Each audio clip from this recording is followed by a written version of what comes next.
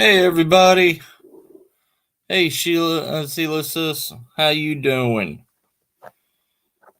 Hey Terry brother, how you doing? What happened to Dave?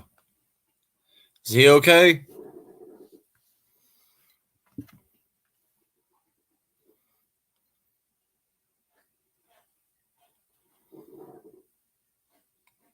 Is Dave all right?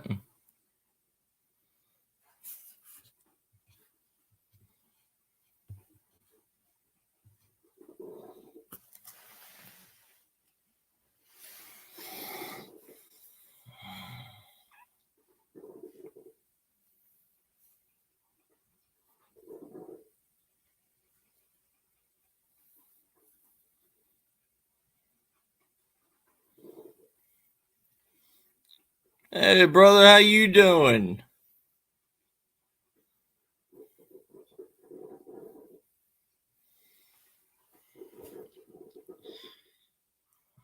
What's up, Red? How you doing, Uncle Al?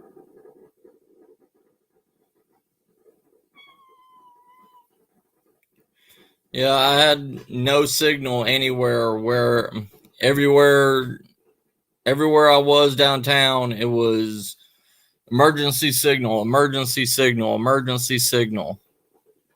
Nothing. Like I had no signal anywhere.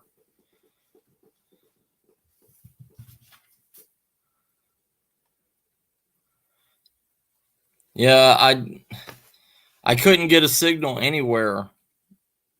I had everything planned. We were going to go to a haunted we were going to go to some haunted hotels. We were going to get Dave up here. We were going to talk T-Mobile, Red.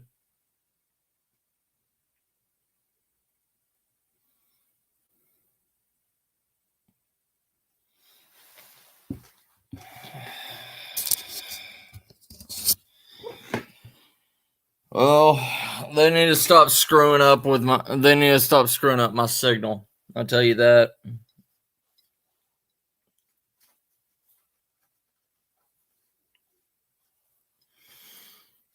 Cuz I mean, I can't. Hey, trying brother, how you doing? Yeah, I can't keep doing this. Like my signal going in and out and dying every 5 minutes. Like I tried doing coming on at 3:30 when StreamYard wouldn't let me activate at 3:30. So I had to wait 5 minutes, then get on StreamYard again. And when I got on, well, there's not that many Verizon or AT&T places around here in San Antonio. T-Mobile's like the big dog out here in Texas where I am. It's it's all I can get. Yeah.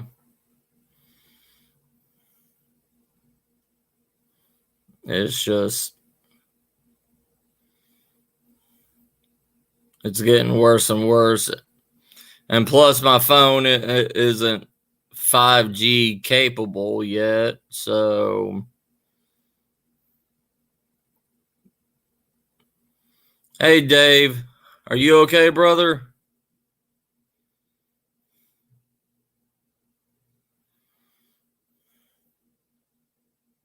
Yeah, I'm sorry, my signal. I just couldn't get signal. I've been on emergency signal for the last 2 hours.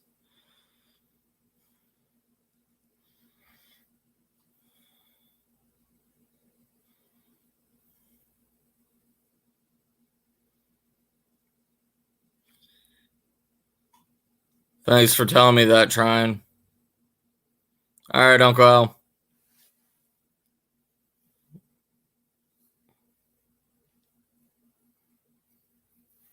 All right, Dave. As long as you're okay, brother. That's all I need to know.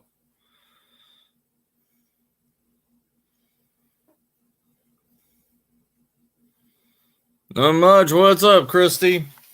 Yeah, had everything planned. We were going to go to haunted hotels. We were going to have Dave up here. I got some new toys to play with Ghost with. I got a Unipegasus that lights up, and I was going to see if they would like turn it off and everything. Hey, Cassie sis. Hey, Claire sis.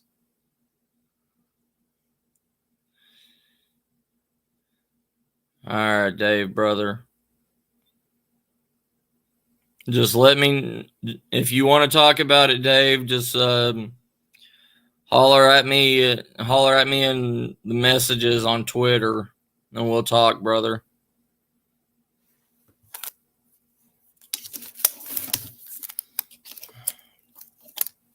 Yes. Yes, Dave, brother. Yes. Copy.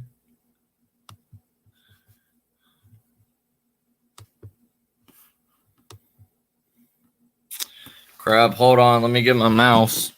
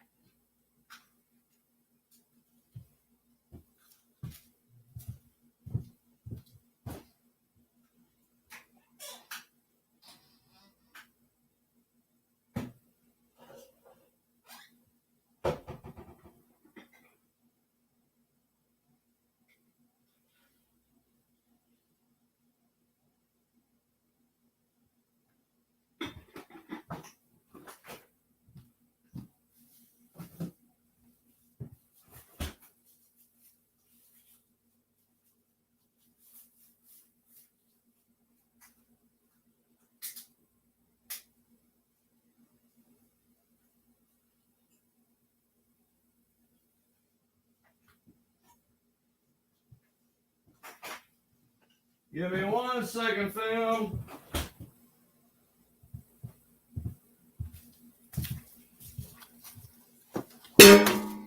Ow.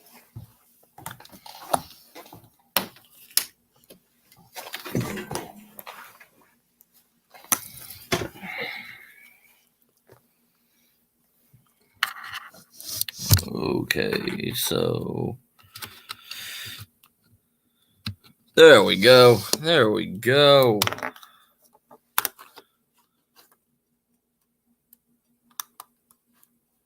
Paste. There you go, Dave. All right, this is only for Dave to come up. I'm sorry, but I'll let other people come up later, okay?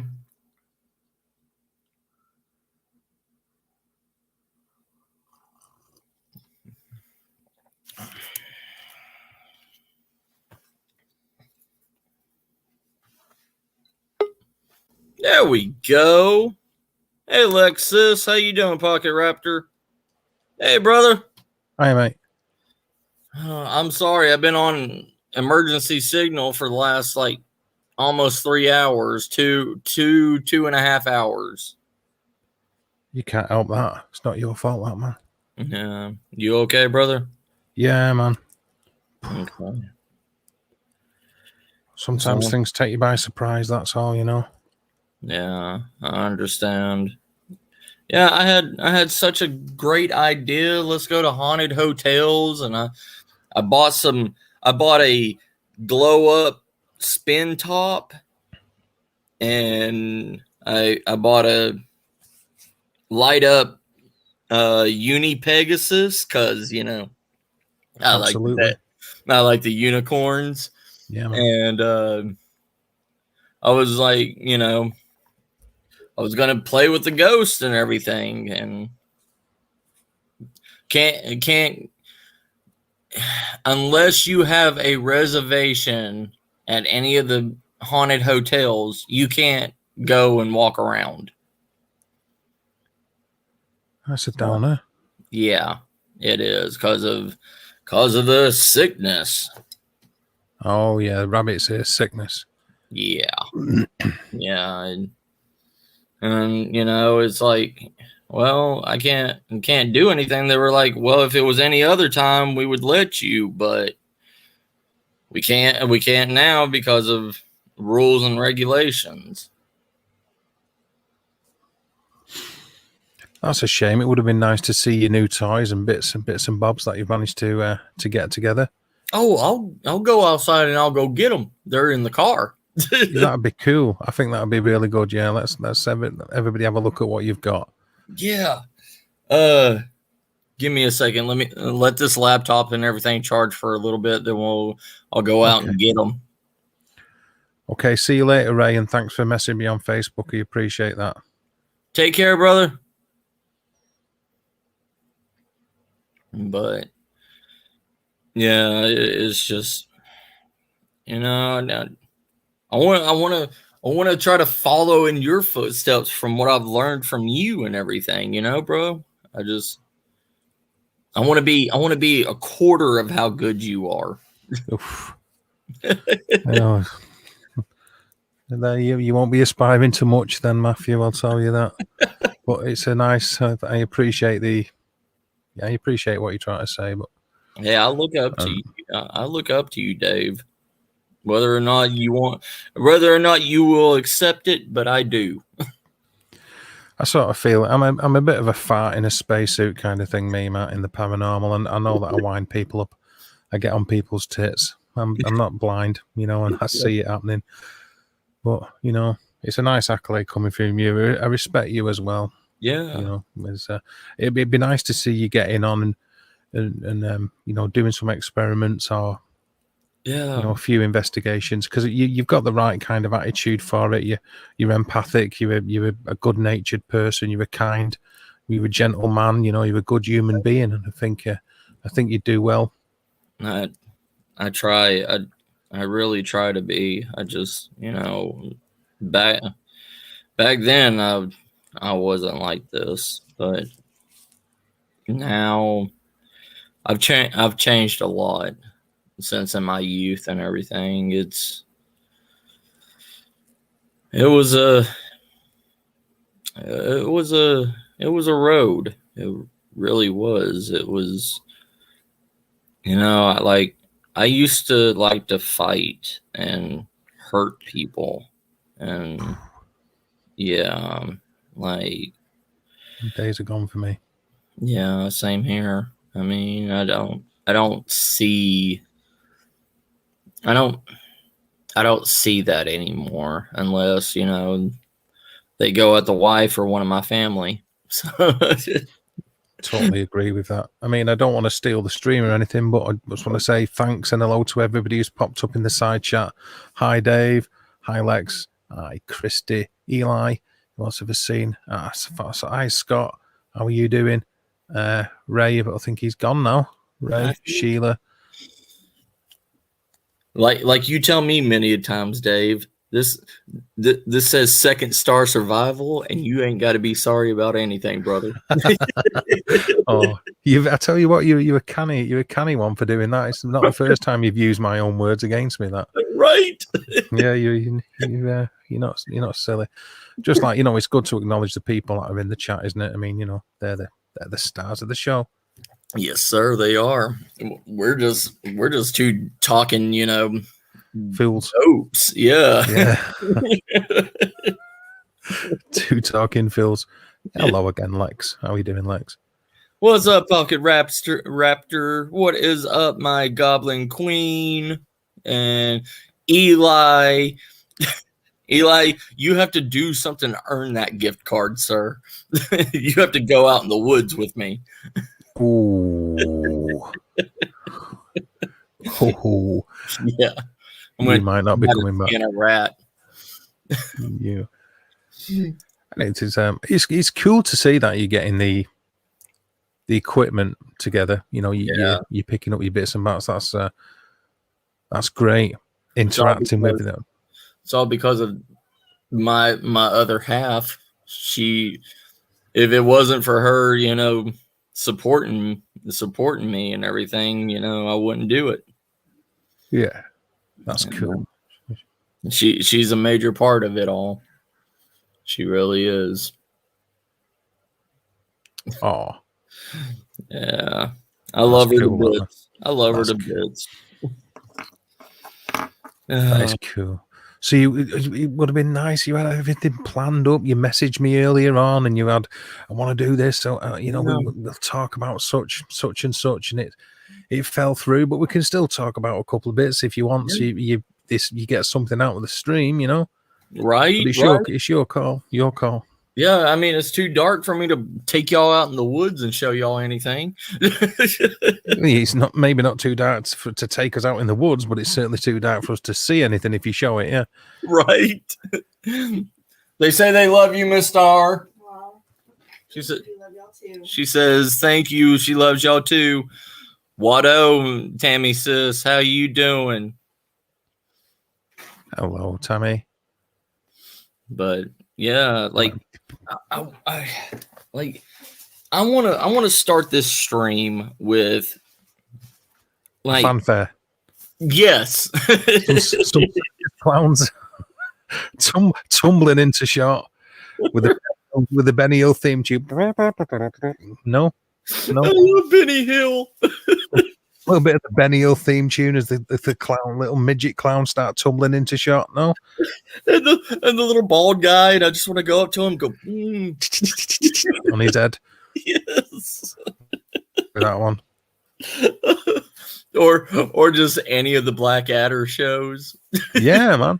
Hiya, Tammy. Tammy says I'm doing good, brother. I'm glad. But I want to start out with. I have been seeing more and more paranormal investigators going out to haunted woods, like in the UK and stuff. Like, but they are not preparing. They are not taking anything with them except for their investigation gear. You know, they're going out in the middle of dead night to these places. And who was it I was watching? I don't remember who I was watching, but they were at a cliff to the ocean, and it's known for the waves to hit it and deteriorate the ground around it, and like landslides going into the ocean. Like, why would you do that? Why would you put yourself in that much danger to try to find a spirit? Well, I mean, you know, you get a lot of people that do the crossover between you know, paranormal investigation and urban exploration, right? That are going into, you know, these buildings and stuff like that, where the floors are like ready to fall apart and the walls can come tumbling down at any kind, you know, any minute. And I think, you know, it's not so much negligence or self negligence on you know, not taking precautions, or just the fact that having access to these places where there could be some activity that's considered juicy, that sort of like drives it and just sort of can make people a little narrow focused. I don't want to say narrow minded, because I don't think it's down to that, right? But I see it myself going on. I mean, we take out a first aid kit. There's a first aid kit. There's a first aid kit in the car. You know, first aid kit in the car. And although we all have phones and the phones are turned off, it doesn't take a second to put the phones back on. Right. We also have an app called What 3 Words. I don't know if you've used What 3 Words, but, you know, it's basically like a series. Well, obviously 3 words that relate to a grid square anywhere in the world. Really? Where you can just press the app, press a button, and it'll send it, and it'll locate where your phone is, so the emergency services can find you. Nice. So, you know, little things like that. Yeah. But people just want to be out in the wilderness doing these. Are you what? Sorry. Oh, I was going to say that sounds amazing. I haven't really checked. I mean, most of like the survival apps and stuff that I've seen, they're like two shits in the wind. You know what I mean? Like they're It worthless. was just something Christy said. Oh, what? Davey, them or is that Mrs. Star or TV? Boom. I don't know. Oh, Yeah. Probably Miss Star. She's unraveling things and making. What are you doing? Opening my Okay, she is opening her cookie tin right now. Nice. Yeah. What is it? Nice. Oatmeal chocolate chip. Yeah, she's got oat cookies with chocolate chips. So sounds absolutely. Oh, nice. Yeah, that's absolutely nice. She loves them. She loves them, and coffee. Yeah, she likes them like coffee cakes. What's this, Dave? I'm narrow-minded. No, narrowly focused is what I meant, not narrow-minded. Narrow focused when it's going out to do investigations. That's what I thought you meant, Christy. Actually, voices. Yeah. Oh, yeah. I know. Well, no, there ain't no TV or anything on. No, that's what I thought she was referring to. That's why I tried bringing it to your attention. Oh, well, I mean, I didn't hear nothing. No, I did as well, but yeah, but it didn't sound like Mrs. Star voices. Oh, that's lovely. Yeah, and it wasn't you. It wasn't you, you cookie guzzler. No judgment. Hey now. No judgment. No judging. You know, if you were here, she would only share with you, Dave. That's cool. I wouldn't last 2 seconds, though, I don't think. Right. Yeah, proper cookies in the US. Yeah. Trust me. Yeah, they will kill you in a heartbeat out here. We have a place called Cookie. What is it called? The cookie place that makes the double-decker cookies out of any cookie you want. Yeah, American Cookie Company. They make a cookie that's like this big, and then they put this icing in the middle of it, like an Oreo, and put another cookie on the bottom of it and smush it together. Yeah, that sounds nice. Sorry, I'm reading what Christy's putting. Is two people talking, your mic picks up. So do you think it come through Matthew's mic, Christy? Is that what you're saying? Yes, my child. Do not drink my coffee. Yeah, a cookie sandwich. That's not so much a cup of coffee. That was like a keg. I think you. It's Miss Star's little flamingo one that I stole. Oh, nice. Yeah. So it's all stand out, baby. Right. That's how she is. You do stand out. I bet she's about 5'6". Mm-hmm. What are you? 5'4"? 5'2". Yeah, 5'2". 5'2"? Yeah. She comes up to like the middle of my stomach. Yeah. Your chest, don't even. The top of your head does. I'll drink your coffee. Yeah, everybody wants the coffee, and I'll drinking the coffee, eating the cookies. Fantastic. Right. Has she done the cake mix cookie recipe? Oh, obviously Sheila likes the sound of a cookie sandwich. Yes, cookie sandwich. I was at the 99-cent store, and they have Captain Crunch Berry Blast pancake mix. I don't even know what that is, but it sounds fantastic. I will send you a box, Dave. It's Captain Crunch cereal. Like I don't know if it's the way you said it, but I got a bit of movement when you first said that. Then there was movement, man. It's wrong.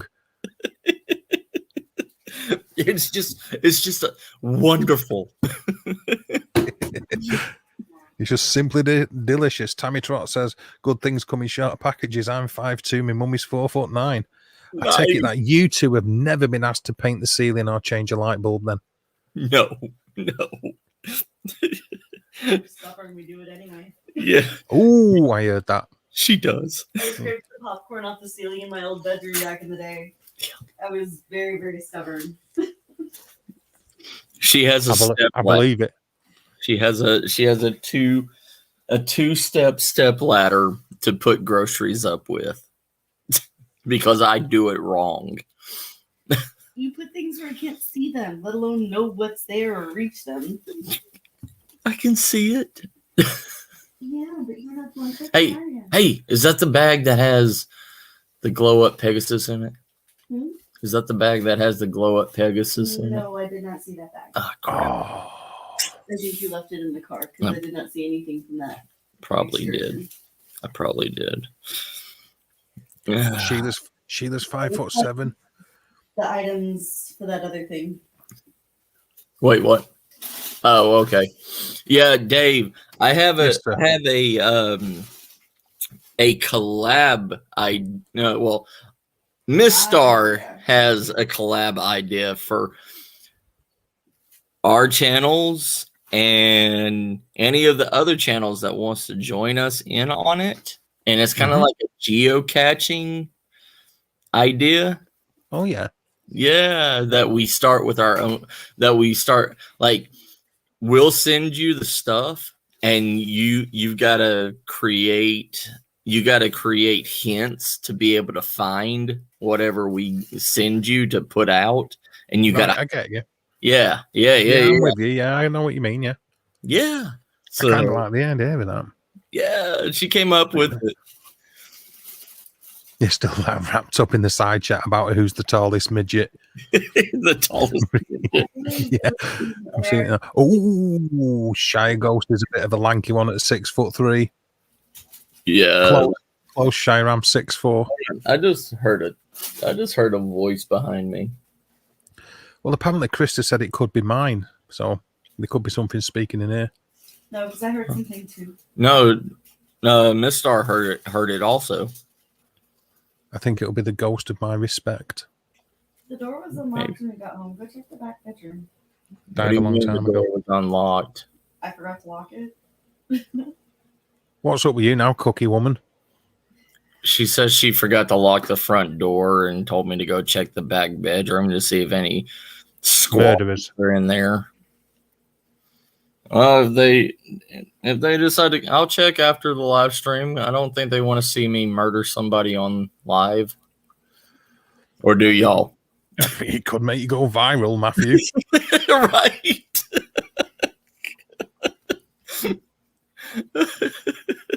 Go viral. You could be viral, brother. That would be amazing. Try surfing with your hands up. Yes, me. Okay, thought so, said Christy. There we go. I'm confused about what you're on about. No, I don't. No, this will handle Which them. gun? We've got several. Yeah, we got several too, but this is on my hip. The guns are under the bed. All right, I'll go look. I'll be right back. I'm just looking at that, and this is the last time we'll see Matt, but he will be viral.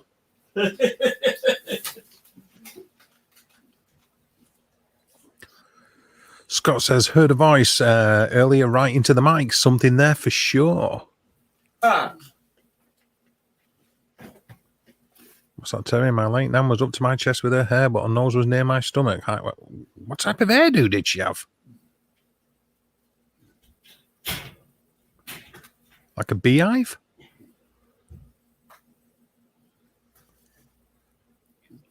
Oh, you know, beehive. It always reminds me of an Australian telling you not to be naughty. Beehive, mate. Sorry, that were bad, I know. If you leave me alone long enough, I tell dad jokes. Like really, really bad dad jokes. It's all good, brother. The 80s perms. Ah, I get you. Tammy says, got to protect the cookies. It could be the Cookie Monster. Cookie Monster's in the side chat, Tammy. There was nothing there, but I found something amazing. Oh, what was it? A Benny Hill DVD? Oh, No. God, no. Hold on. How do I work it? Okay. You got to play with the dog's butt. Pardon? Okay. You see where the switch is? Yes.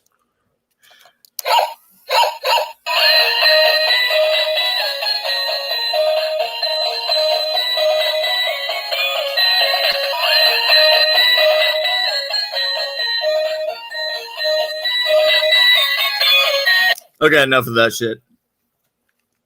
That was absolutely fantastic. That was absolutely brilliant. Here's you buying all this equipment. Your house is absolutely full of trigger objects for paranormal investigations. Yes. I the ghosts will love me. I'm like Santa to them. What, you mean you only come once a year? Yes. And if they're mean to me, I will not leave them a toy. I don't know what it is about that. That is just such a fantastic toy. It's the type of toy that would like probably hold the world record for getting on somebody's tits the quickest. Right. Because it doesn't stop until you turn it off. Oh, it's one of them ones, is it? Yeah. Yeah, I used to get looks when I took that clubbing. Yeah. I'm surprised you haven't had his 12 gauge out from under the bed then, Mrs. Star, and blew the shit out of that. In the bed. The 12 gauge is in the closet. Yeah, the 12 okay. gauges The in. guns are in the bed. Yeah. Yeah. And the 22 is behind the door. We have a 22 long range. Oh, what, a Ruger? Yeah. A Ruger 1022. Yes, sir. Nice. Semisonic 22s. All right. What, Aguilas or CCIs or something? Or Yeah. They're those supersonic quick fire or whatever they're called. They're supposed to be the longest distant 22 bullet. yeah, they can go a fair bit. Those little 22s, 40 grainers, mate. Oh yeah. Oh yeah. I want to imagine All this the dog people. Oh, sorry. on Thought you were doing there. a John Lennon song. Imagine this dog on here doing this.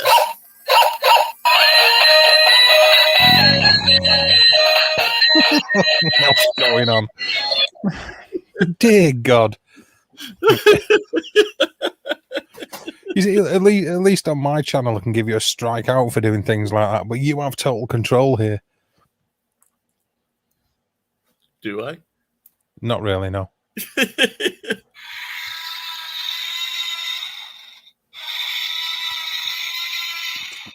Oh. For such a large dinosauric type of implement, it's got a very weedy little pissy cry, hasn't it? Yes, it does. Really? Do you know what I mean? Given the size of its head. It's like a T-Rex with a like frog in its throat. It's a T-Rex with a cough. I said, crap. Sounds like a farting mouse. It's got a cold. Yeah, it's a T-Rex with a cold. It's a toy. Let's have a look what we got. Oh, well, Lex thinks that's the weirdest best toy ever. I absolutely agree with that. Fantastic. Yes. Christy said that's what you should take to the woods. That's what you take to the woods. I absolutely agree with that. And Mitten says, Matt, turn that into ghost gear. I will do my best. I wonder how. What would I buy to make this a motion sensor? Because it's got if you can see where the flower is. What is that flower supposed to represent, and why is it there? It's a Chinese toy. I don't know. Just wait a second. What is that flower supposed to be doing? Why is it down there? What's it doing there? It's the love flower that gets me free boobs. That's what it is. Yeah. Yeah, isn't that the truth? It Jeez. flashes. I also have a swan like it somewhere. Your swan. Where is that swan? I don't know. I haven't seen Do you it. two just collect bizarre animals that have flowers where the wedding tackle should be? Yes. Yes. What a fantastic house. I want.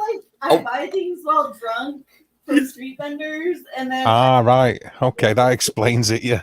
Yeah, we have a festival called Fiesta, Oh, Fiesta, yeah. Texas, and Fiesta San Antonio. yeah, Fiesta San Antonio, and Well, that makes a lot of sense because all this. that makes a lot of sense then because we have an adult magazine over here called Fiesta. So yeah, that kind of carries out. Yeah. There you go. Yeah, that kind of carries out. I mean, do you know what I mean? Over here, like, traditionally, it shouldn't be a flower; it should be a fig leaf, shouldn't it? Yes, Shouldn't it be a fig leaf? but it's a blooming flower. It's a Is it? blooming tulip. Oh, it's a Oh, tulip. All Oh, the right. dog. The baby wants to play with it. No, be gone, baby. You know, it's like, did Adam and Eve have things covering up their private parts, or was that just a fig leaf of my imagination? Your imagination. The fig leaf of the I told you the dad jokes would start coming out. I did warn you about this. Yes. Okay. You know, hey, give me that mask. Say, I think the No. batteries are dead on this. Give me but the it used to mask. light up. Give me the mask. You can't blame anybody, you lady. You're the one who keeps buying them. Give me that mask. Well, I haven't been drunk enough to buy these in a little while because Oh, I've okay. been mostly sober over the past decade. Uno momento. Uno momento. You crack on and do what you got to do. What's this? Flower for the crotch and a switch where its hole should be. Don't even want to comment on that. Absolutely fantastic. You should have wore that with your little cowboy hat and that like SpongeBob SquarePants onesie. This one's still Right. up. Oh yeah. Oh yeah. Here's another trigger toy.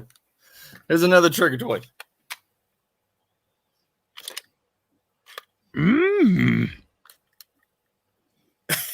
Jeez, what's happened to his head? It's his mouth. It opens his mouth and it's a light.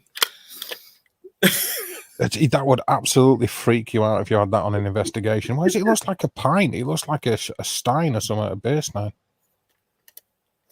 Mmm. Blowjob I give. See, we have so much trigger objects. I don't know why, It's a but unicorn. It's a wonderful. weirdly, I want an entire collection of them. Like Then about a we have- dozen of them. Yeah. That's a Yeah. unicorn. That I just like clicked onto the that eyepiece mask thing about that. The unicorn on it, didn't it? Yes. Yes. Jesus Christ.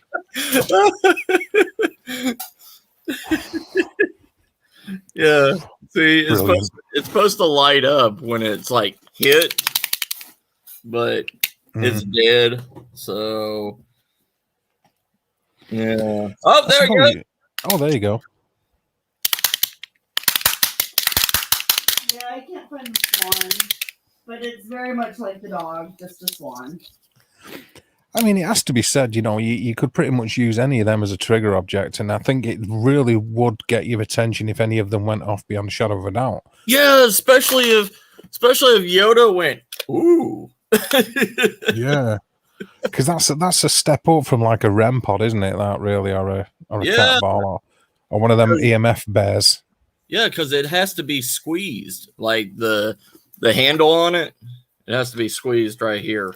Yeah, So if they could squeeze it, that I mean, you know it doesn't light up unless it's squeezed because you can raise the head up like and it doesn't go off.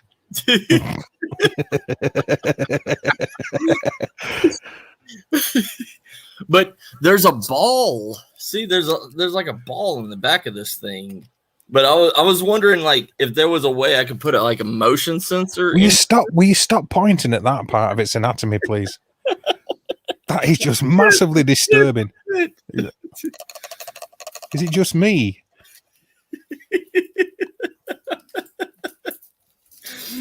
But you know, put a motion sensor in its no area. Oh, it's a no area, all right. And set it off. Then put it like on a. That would be awesome. Cut the dog off.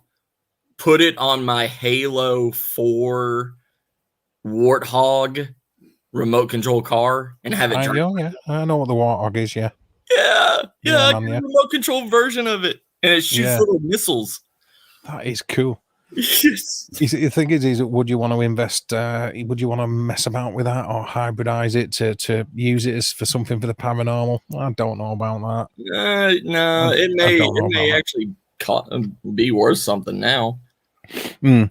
If you kept it in the box, maybe. Oh. I also have the Brute motorcycle. I don't mind that thing up. Mrs. Starr called you out on that. It's like, if you'd have kept it in his box, it would have been worth something, Matthew. But oh no, you had to play with it, didn't you? You had to play with it, and now it isn't worth a shit. Yeah.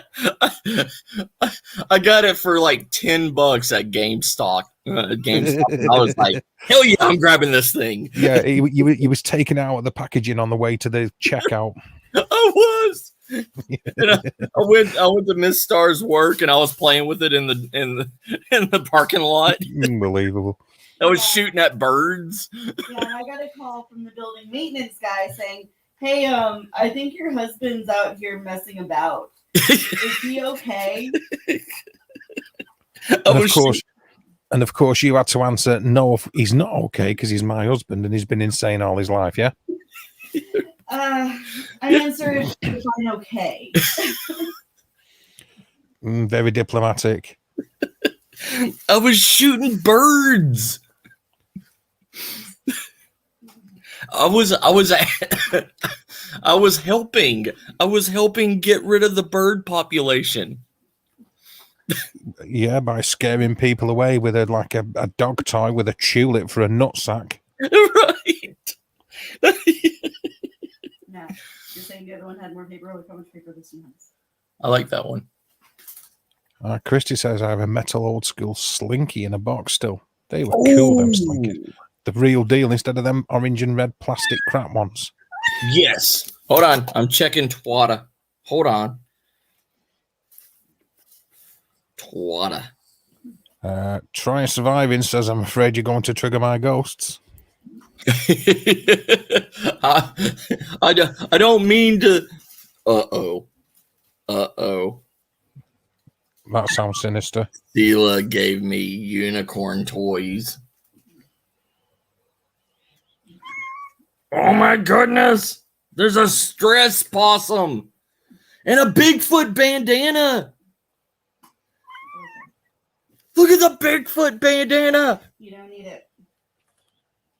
I didn't see it. Let's have a look. That's awesome. Let me have a look, mate. Hang on a minute. I was distracted by distracting things. You're good. Oh, yeah. That is awesome. It's only $9, honey. Did you hear the pleading in his voice then, everybody in the side chat? Yeah. Did everybody hear that?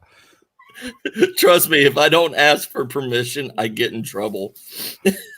It's like, oh, come on, it's only $9, please. Yes. Please. Oh my goodness.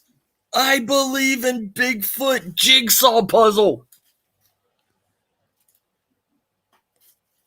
That's the patty in it, really, that they keep representing. Yes, this is the patty. Yeah.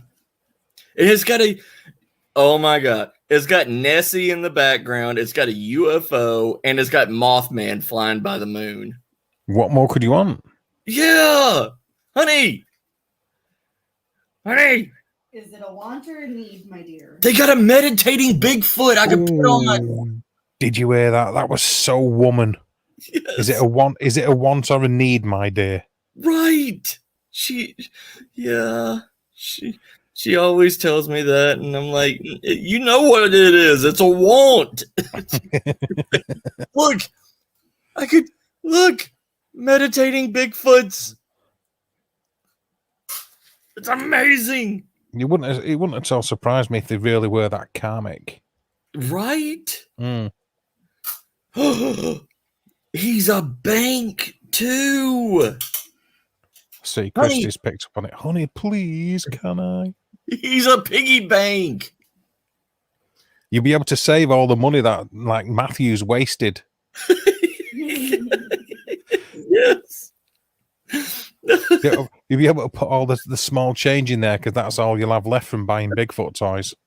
Think about it, Mrs. Starr. It's worth doing. Do it, do it, do it. Oh my god. Oh my god, y'all need to look at the store of this place. They have a Bigfoot. Acceptably sealed. Yes.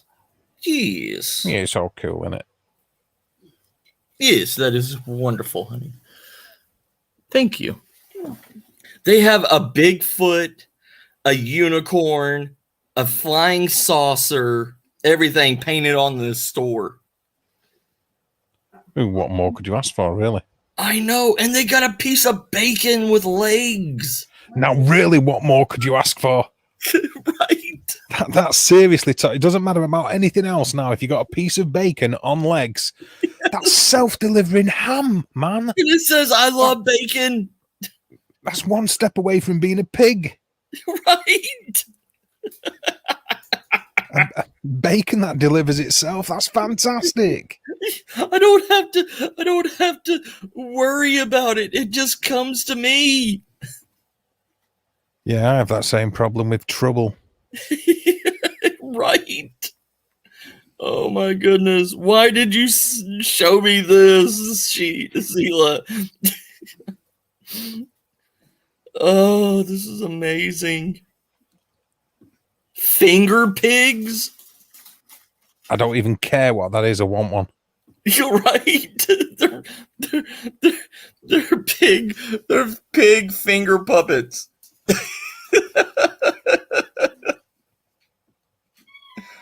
Bacon at your fingertips. Yes, my darling. They are pretty cool. Oh, they got finger unicorns. You do surprise me. Okay, I gotta stop. I gotta stop looking at it. You see, it'd be a different thing over here. If them type of things were made over in the UK, it wouldn't be cute little animals you could put on the end of your fingers. It'd be shopping trolleys that have been dragged out of canals by the police. You know, seriously, it'd be cars that have been burnt out by Grand Theft Auto experts. It'd be guns that have been dumped in rivers inside carrier bags or something like that. Oh my god. Oh, it'd be nowhere near as cool or as cute, you know. Right. I don't know. The dead bodies that's bloated could be cute. It's that type of stuff, like a tied up used condom that's been thrown at the side of a shed somewhere or something. But absolute rubbish. Wouldn't have the same kind of thing. We need some big feet. The big feet are trying to come over there. Yeah, well, they've not managed to get the flights, have they, since this bloody pandemic? That's the problem. It costs an arm and a leg for Sasquatch to get on a plane over here. Right. I could just see them now. They bought a bronze shaver and shaved their whole entire body, and they finally saved up enough money to get a flight, and they're sitting there waiting and say, "Oh, due to the pandemic, we cannot have any international flights." And he's just like, "Are you kidding me? I have to go back to the wilderness?" Yeah, man. It is true, Tammy. It is true. Are you from the UK? Because it is true. I tell you what, you know what? Oh, she is from the UK? Yep. Oh, okay, cool. Oh, there you go then. Tammy, you're from Scotland, right? I want to say Scotland or Ireland. Well, she'll know exactly what I mean then. She'll know exactly what I mean. You know what? As soon as you started to say Do what, Sorry, brother? mate. I was just You're going to say, as soon as you started to say Bigfoot shaving themselves to be able to get on the plane, I'm thinking my first port of call was, what colour's the skin underneath? Is it like grey? You know, like when you shave a dog or a cat, like, was it like a weird kind of pink? right. A bit like do you know what I mean? Yeah. And would it grow back, and would it, you know, what Would I it don't grow know, back it's just 10 times as much? yeah. Like It's a like, poodle? what would a shaven Bigfoot look like, really? I mean, well, technically, if you look at the patty, I mean, it's like the skin is the same color as his fur. Like from the female patty, like she had like a blackish gray skin on her face. She was stacked, dude. Yeah, yeah. She was stacked. She had a nice pair. She had Okay, some afro nips. oh, she had a nice pair. Okay, they were dangling down her knees, but you know, I don't suppose there's many stores what sell Yeti bras. Right. Was it? It's Oh, not like you're you from go down to Dorset. Fred's of Hollywood. Tammy's from Dorset. Mm. Beautiful part of the country. Yes. Yeah, Dorset, lovely. Yeah. I have family in Dorset. I wouldn't want to shave its balls, though, says Tammy. Oh, what? I hear you. Get a Swedish wax. You'd have to be dedicated, wouldn't you, and like fairly focused to be able to be somebody to do a back sack and crack wax removal on a Bigfoot. A professional esthetician could do it. Yeah, true. But she, don't just say no. She doesn't find humor in a lot of things. I find it humorous. Oh, do you? It's the joke of professional esthetician. See, Tammy says I wouldn't want to do sack back and crack on a Bigfoot. Exactly.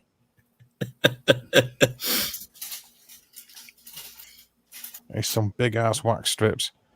Nice. Using like a tarpaulin. You're right. So across the lake from me, I got a buddy coming out with her kayaks. We're going to check out that cove, Matt, says Christy. Take care, Tryon, brother. You have a good one, bro. See you later, Tryon. Take it easy. Brazilian wax. That's it, not the Swedish wax. One of those countries. They're nowhere near one another. They're absolutely, totally the opposite sides of the world. I knew you two would gang up on me on that. It's not ganging up when we just point out facts. Yeah, it's like Sweden, Brazil, one of them. It's like, how much more disparate can you get than that? One of those places. Yeah. Totally opposite ends of the world. Well, they got people living in each one. What was that the requirement now? Just yeah, people living there. It's considered a country. I don't know if I'm wearing that. I'm not sure I'm totally sold on that one, but I hear what you're saying. Isn't that how Britain was founded? Was just people said, "Screw it, we're all just gonna live in the middle of the woods." Jesus, that's rich coming from your lot, isn't it?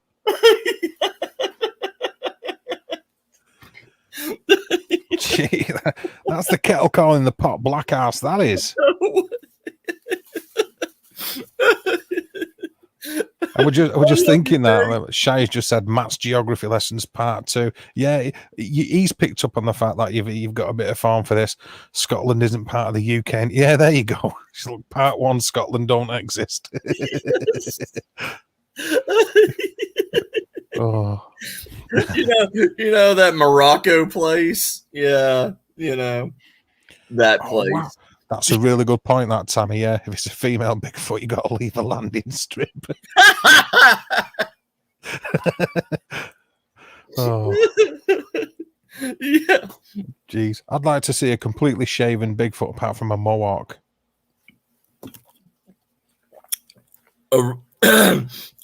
Which part? Which part? Or an inverse mohawk. Where Yeah. all the rest of the hairs, but it's just like a strip of bald in the middle. Well, actually, that's not a mohawk, is it? Is that not the Huron Indian hair? Yeah. Yeah. Yeah. They said, "My poor Miss Star, take care of Matt. He can't take care of himself." Yes, we learned this already. I mean, you did break your How would you leg do? this hunt last year. Hey, I did not. It's not like I went out there and said, "Hey, ghost, hurt me." I'm just saying, if a ghost- Journey North says Yeah, both and countries break known you for beautiful women. That's true. Yes. Christie's saying already do, so I don't know if she's talking about having a landing strip. Right. Hey, Christy, we're like an hour away from civilization. As she says, 30 minutes drive to civilization. Yeah. We're like an hour away from civilization. And and when we get to civilization, I want to make a U-turn and go right back. Ooh. Yeah, it doesn't it leaves a lot to be desired in many cases, civilization, doesn't it? Nice. See, what if that is exactly how they sound? If that Like is a exactly how they chihuahua? sounded, and that's why they died out, is because everything was just absolutely pissed the sides, laughing at them when they come out attacking them. The T-Rex would jump out of the jungle and go like that. All the other dinosaurs would be just rolling about on the floor, laughing the bollocks off. It's like, what is that? It sounded like a queefing mouse.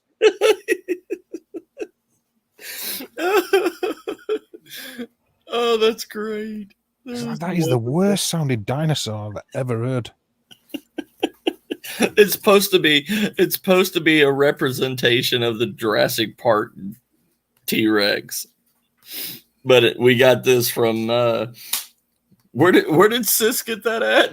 Walmart. Walmart. She got it from Walmart. That explains it. Yeah, that explains everything. After you Yeah. pitched it because I refused to buy it. Yeah. She wouldn't buy. Miss Star wouldn't buy it for me for $5 because I was riding her around like a cowboy. I was riding it around like a cowboy in the store. I think Christy agrees with you about the civilization thing. She says, "Me too. I hate going to town." Yep. Like they want to kill you and they don't care. Like It's true though, isn't it? It's like that's the only problem with humans is they're around. Yeah. Do you know what I mean? If they weren't if there weren't as many people that could handle people. Right. But mass amounts of them, like they're cockroaches. They're literally cockroaches. You walk into a building and they scatter like you set off a raid bomb. Are you actually confusing them with actual cockroaches now? Oh, my bad. Yeah. Yeah. Oh yeah, shit. Yeah. I'm sorry. I lost it.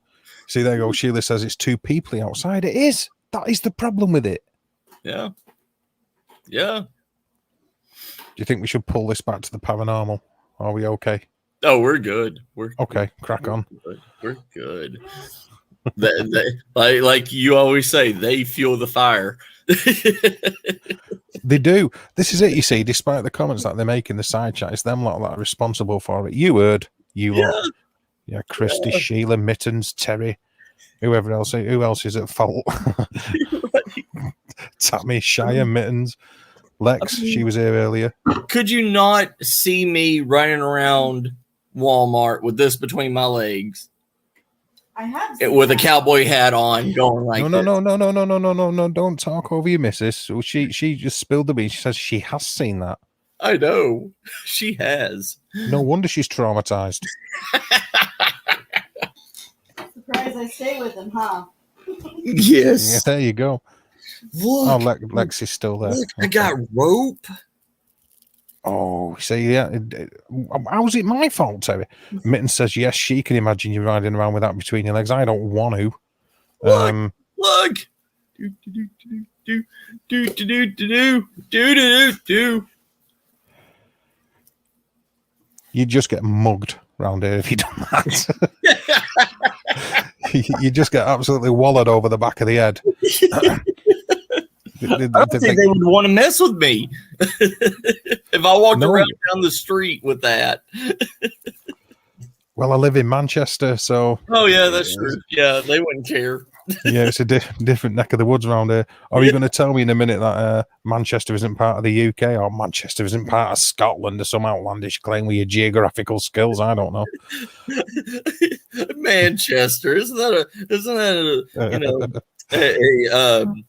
a county? A county? Yeah. Isn't Manchester a county? You're starting again, everybody. Manchester a county. No, Manchester is in Lancashire, which is a city. It's a metropolitan borough, as it happens. Of India. Jeez.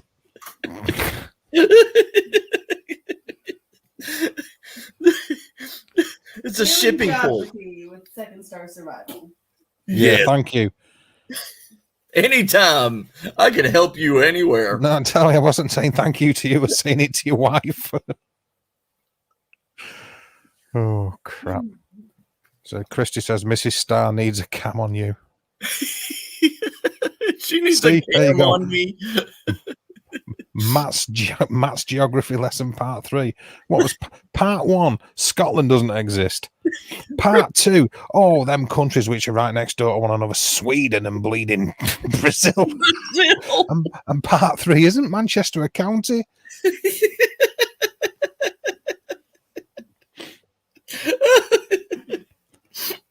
You need to breathe. Yeah. Oh god. That's cool. Oh. Where's that at? Archie McPhee's, do you mean, Christy? Where's Archie McPhee's? Which? You want to do 6 and 6, 2, and 2. 6 big ones, 2 medium, and 2 small. I already did 6 small. Oh, okay. What are you talking about, medium? You don't have medium. That's got multiple sizes. No, the big ones don't fit in there. Oh. But how many of those do you want me to make? Oh. Make them all. Just make them all. That's not a question. We don't bother listening to what he says, Terry. He hasn't got a clue what he's talking about. In fact, it's only the people in the north that are real English. Yeah. We're you know, England stops at the Watford Gap. Oh no, sorry, I forgot Tammy's there. Dorset's okay as well. 6 of them cryptid. Okay. Dorset's okay. And then you want the fire in these as well? Yeah. Okay. So then. Sorry, she's she is having fun setting up the little collaboration items to be sent out. I think that's cool. Grassman is a form of Yeti. It supposedly the legend and everything of the Grassman is there was a hunter that found a baby Sasquatch, and all he did was feed him grass. So the color of his fur turned green, and when he got to when the baby got to adulthood and everything, it broke free and killed the hunter and escaped out into the wilderness. And the reports say that it stays in tall grass fields and around like muddy banks of water and everything. So it's a mix between green and brown because it puts the mud on its skin and its fur so it can hide better in the wilderness. It puts the mud on its skin. Yes. Or else it gets Bigfoot again. Everyone's saying that Mrs. Starr needs a shot collar. I agree with that. Oh, yes. They say you need a shot collar for me. I don't think it would work. She says it won't work. We agree with Mrs. Starr. Says Grassman would have weeds for balls. Yeah, you're probably right. Yeah. Oh no. Yeah, there you go. I know you was, Mittens. Yeah. No, you was. You see, that Grassman thing just sounds a little bit, I don't know, outlandish. It is. It was reported to be in the early 1900s that this hunter came across a Sasquatch baby. Supposedly, it killed the mother or the father and took the baby, but raised it up as its own child, and like its child. And These aren't going to work for the fire kit. They're too small. are We're gonna they have to do them in the big ones. okay? And the paranormal be in the size. Yeah. Yeah. So Christy's saying, so where did it come from? The story? Where did the story come from? Ohio. It came from Ohio. In Upper Ohio. I forgot what what town it came out of, but the whole entire thing about it was this hunter raised this baby as his own child, but put it in a cage and fed it grass. And It sounds like a ton of cod swallow. yeah. Yeah.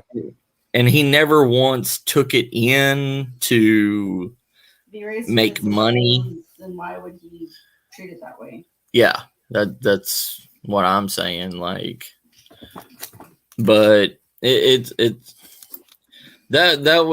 the local legend of the Grass Man. I mean, there's other stories about the Grass Man. One saying that it's a patty that is a patty Sasquatch that has a birth defect, and its colors kind of like how an albino animal is born, like an albino snake or whatever. Yeah, but instead of it having natural colors, it had green, like green in its fur. So it really, it had no natural camouflage or anything like that, and that's why it that's why it covers its fur in mud, is so it can literally blend in with the wilderness around it. So what leads them to think that it's a patty rather than like a type 2 or a Ginesqua or a Gugway or anything? Because they said because the height of it and the build of it. All right, okay. Yeah, there's no other known sightings of it, but from what is seen, well, there's sightings of it, but they're not clear sightings because it's covered in mud and its fur all mangled up and everything. So they say just the silhouette of it looks like a patty type. Okay, so the type 2 is like the Neanderthal type, isn't it? Yeah. Type 2 is the Neanderthal. Okay. Go on. Sorry. I was going to say, for anybody that doesn't know what the Type 2 Sasquatch is, think of the old 80s TV show Masters of the Universe and think of Beast Man. And that would be more of what a Type 2 looks like. Yeah, as opposed to like a carry on down from a Gigantopithecus. It's more Cro-Magnon type features, but with a lot of air. Yep. And it's more hunchbacked, and it likes to literally walk with its knuckles. So similar to a gorilla. Yeah, kind of like a gorilla. Like a gorilla, yeah. Yeah. Okay. Just so it sounds like a little bit of a weird one. Yeah, so it's like self-camouflaging, a bit like Arnie Schwarzenegger does on Predator with a mud to try and get away from the predator, and it's mixing mud into its fur because the color of its fur doesn't blend into its natural surroundings. Yeah. Right, which would be more of an instinctive thing to do, like an associative kind of thing to do, rather than Right. creative. But it'd be aware that it needs to blend in for preservation. I mean, what would be the natural predator of something like that for it to need to? Or is it just try to avoid man or other Yeah. types of like patties that, you know? Yeah. Do you know where I'm coming from with that? Why would it feel the need to blend in? Yeah. I mean, they probably have stories that they tell through generation to generation to their children. Yeah. But I mean, they know, all of them know, being around long enough, they know humans have guns, humans kill animals. So if they're easily spotted, they're as good as dead. Yeah, I can relate to that because Christy's saying, so do you think it was a native legend? It comes across to me as being a legend rather than Yeah. Well, an actual like a.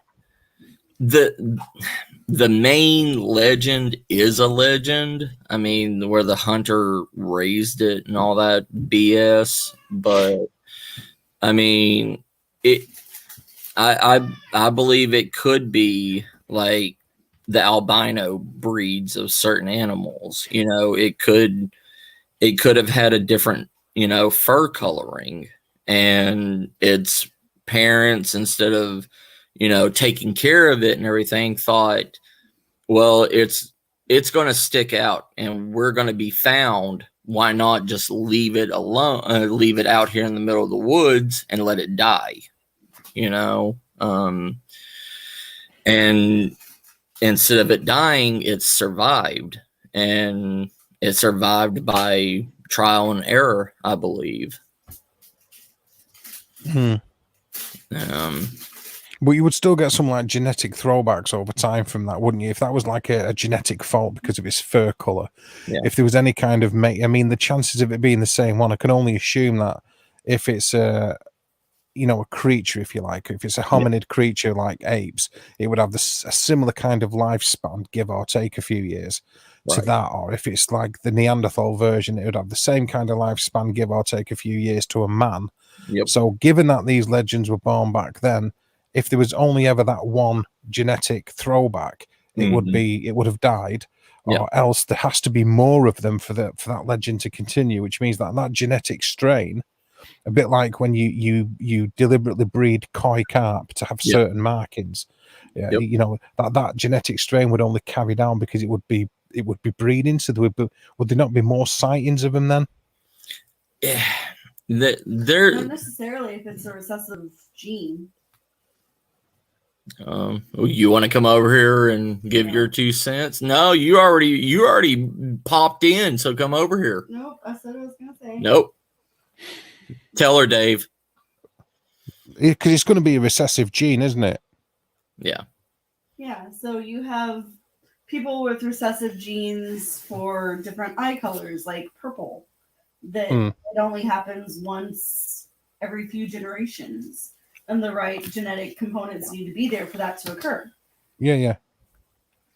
I mean, like, or it could be a genetic trait that we haven't fully discovered yet. I mean, it could be the way that this family bloodline is in it, because, I mean, they all started, supposedly all the Bigfoot bloodline started from the Yetis. In Tibet and Siberia and stuff. Yeah. And they migrated over into different areas through like the land bridge, and when all the continents were one island, one gigantic island. Yeah, Pangea, was it? Yeah. Yep. And the only continent Matt remembers. Yes, because it was a big solid piece of land. But yeah. I hadn't meant for you to be with me. Yes.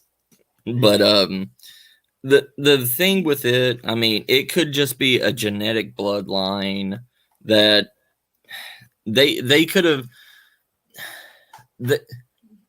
There's a race of Sasquatch in Louisiana in the bayou that has a milky white and gray fur.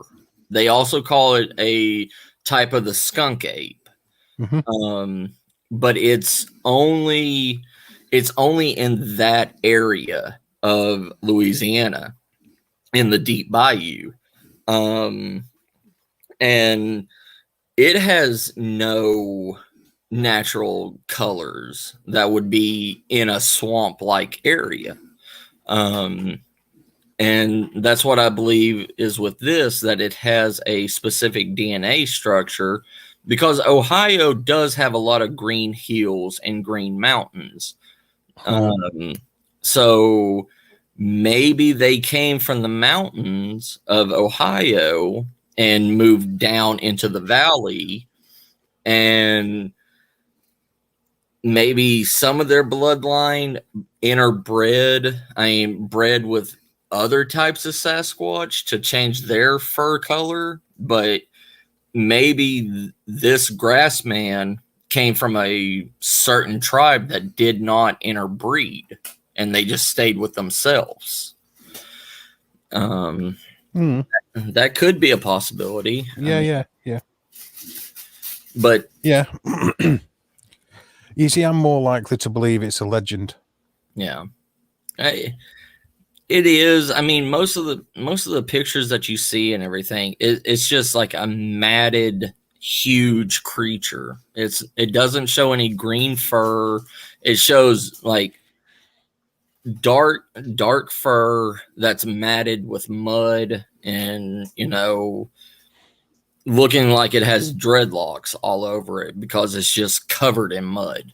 But you don't really see anything that's different with it than a typical other patty type Sasquatch. Yeah, but yeah, like even the Native Americans they don't talk about Grassman in general, but the Ohio tribes do talk about Sasquatch in that area. But they don't say anything about it having green fur or anything like that. That's just something that came around at the turn of the century, And the legends that surround it, are they fitting in with the type of sites and reportings of the demographics of where the patties have been seen as well, though? No. That you see, that's the thing. What's got me? It's like it shouldn't matter the color of its fur. Yeah. If it's a patty type, you still expect it to be within, carry the same demographic type of not just in sightings, but in, activities, and it's just the color of its fur shouldn't negate the fact that it's supposed to be a patty type, right? Sasquatch. Yeah, see the sightings of Grassman. It's actually considered a runt of typical patties, because most of the pictures and everything of Grassman is between 7.5 to 8.5 foot tall. Yeah, whereas a patty can grow up to about 12 foot, 13 foot, something like that. Yeah, and this one hunches over a lot. It doesn't stand up completely straight. That's why I'm wondering if it has like deformalities in it or something like that, because it's hunched over. It never stands up completely straight, and it likes to swim. It likes to be in water areas like rivers and stuff like that. So that being the case, I mean, the reports of the Boggy Creek, the Boggy Creek creature. What is that? That's not a patty, though, is it? No, because it's actually a different species in general, because it has all the marking, like the footprints and everything of it shows 3 toes and a heel. It's the only one of its breed that has 3-toe marking. Yeah, so it doesn't fit in with the other the main 4 types that are profligate throughout the northern, Americas, right. Does it? No. Right, yeah, because that's what I thought. But that by default that gets seen a lot in swamp areas and down by the rivers, doesn't it? Or has been. Yeah, two of the major report sightings of the Boggy Creek monster was that it was two fishermen, you know, on two different occasions were both, you know, in a crappie boat, a flat bottom John boat. Yeah, I know what you mean. Yeah. Yeah, they were going down the waterways and everything, and they saw this hairy creature that looked like it was a shaggy dog. Well, one account was it was like a shaggy dog like creature laying on the branch of a fallen tree into the water, and it was cupping its hand, Yeah, and pulling fish up out of the water. Yeah, like salmon or them tokai or whatever type. Yeah. Things. Yeah, It was just throwing it up on the bank and everything. And when they sat and looked at it, one a hunter that was with the fisherman, he dropped his shotgun and it automatically went off, and it scared the creature into the water. It dove under the water, swam, and jumped up onto the shore, grabbed its fish, and took off into the woods. Yeah. Which is totally against what all the other types are like regarding water and proximity to water, isn't it? Right. Really? Okay. So Christy's saying, has there been sightings hit? Where are you, Christy? Because she's saying if you figure it can be a tight one, so a patty, and then I could have them too. Yeah. Yeah. Patties are pretty much the number one Sasquatch that's all around the known world. You know, it's any kind of, you know, Eastern, Western, you know, Eastern civilization, America, Europe, you know, even some in South America, all claim to have seen the patty type. So across the world, it's basically just the same as like the Alma or the Yahweh or yeah. But the other ones kind of like that. That's why I consider the Sasquatch to be a part of the. People laugh at me when I say it, but I believe the Sasquatch is more of the troll and ogre bloodline than anything else, because like the Boggy Creek monster, it has 3 toes and supposedly 3 fingers, and it has 3 fingers and a thumb. So, and by legend recordings and stuff like that of ogres and trolls, they all have 3 fingers and 3 toes. I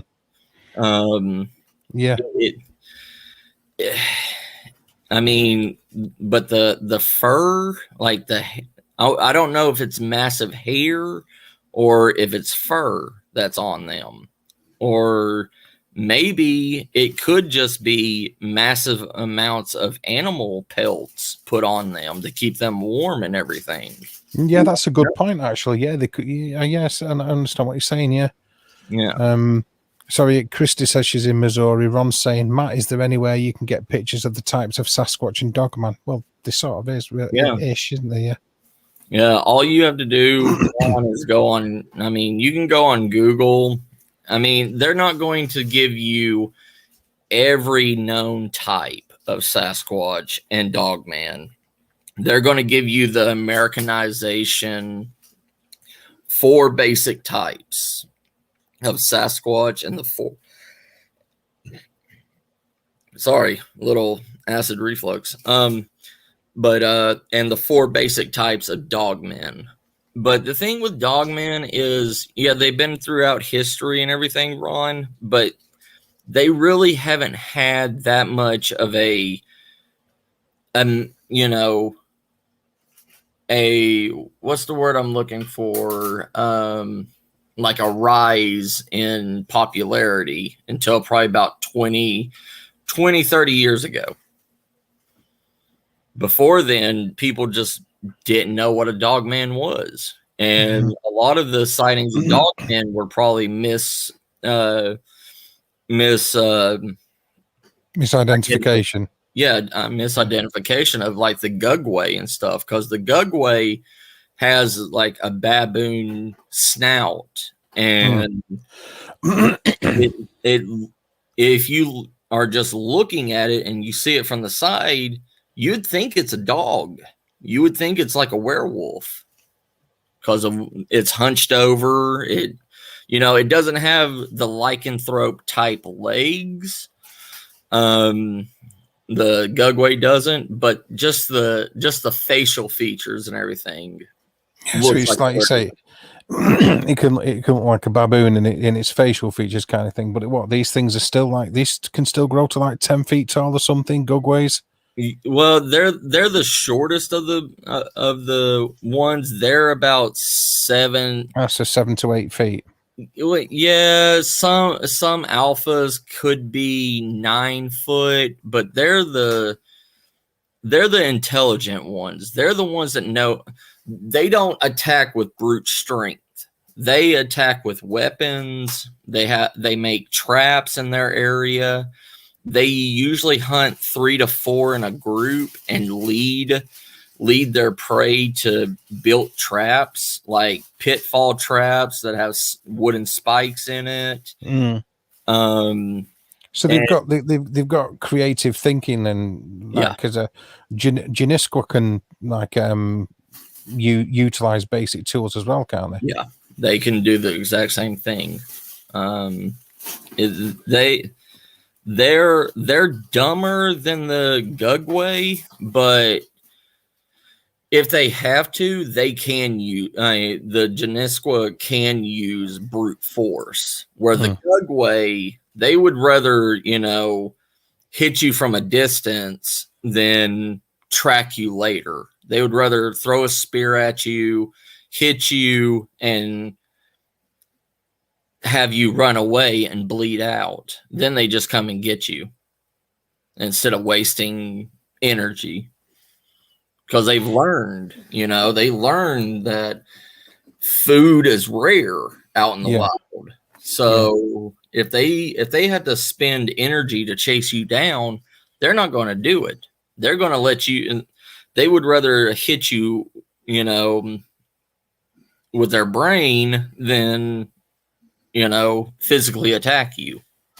So the fact that you're looking at the fact that like the Gugway can like hunt in small packs, are known to try and hunt or do things in small packs and utilize tools, for hunting, setting traps, and that kind of thing.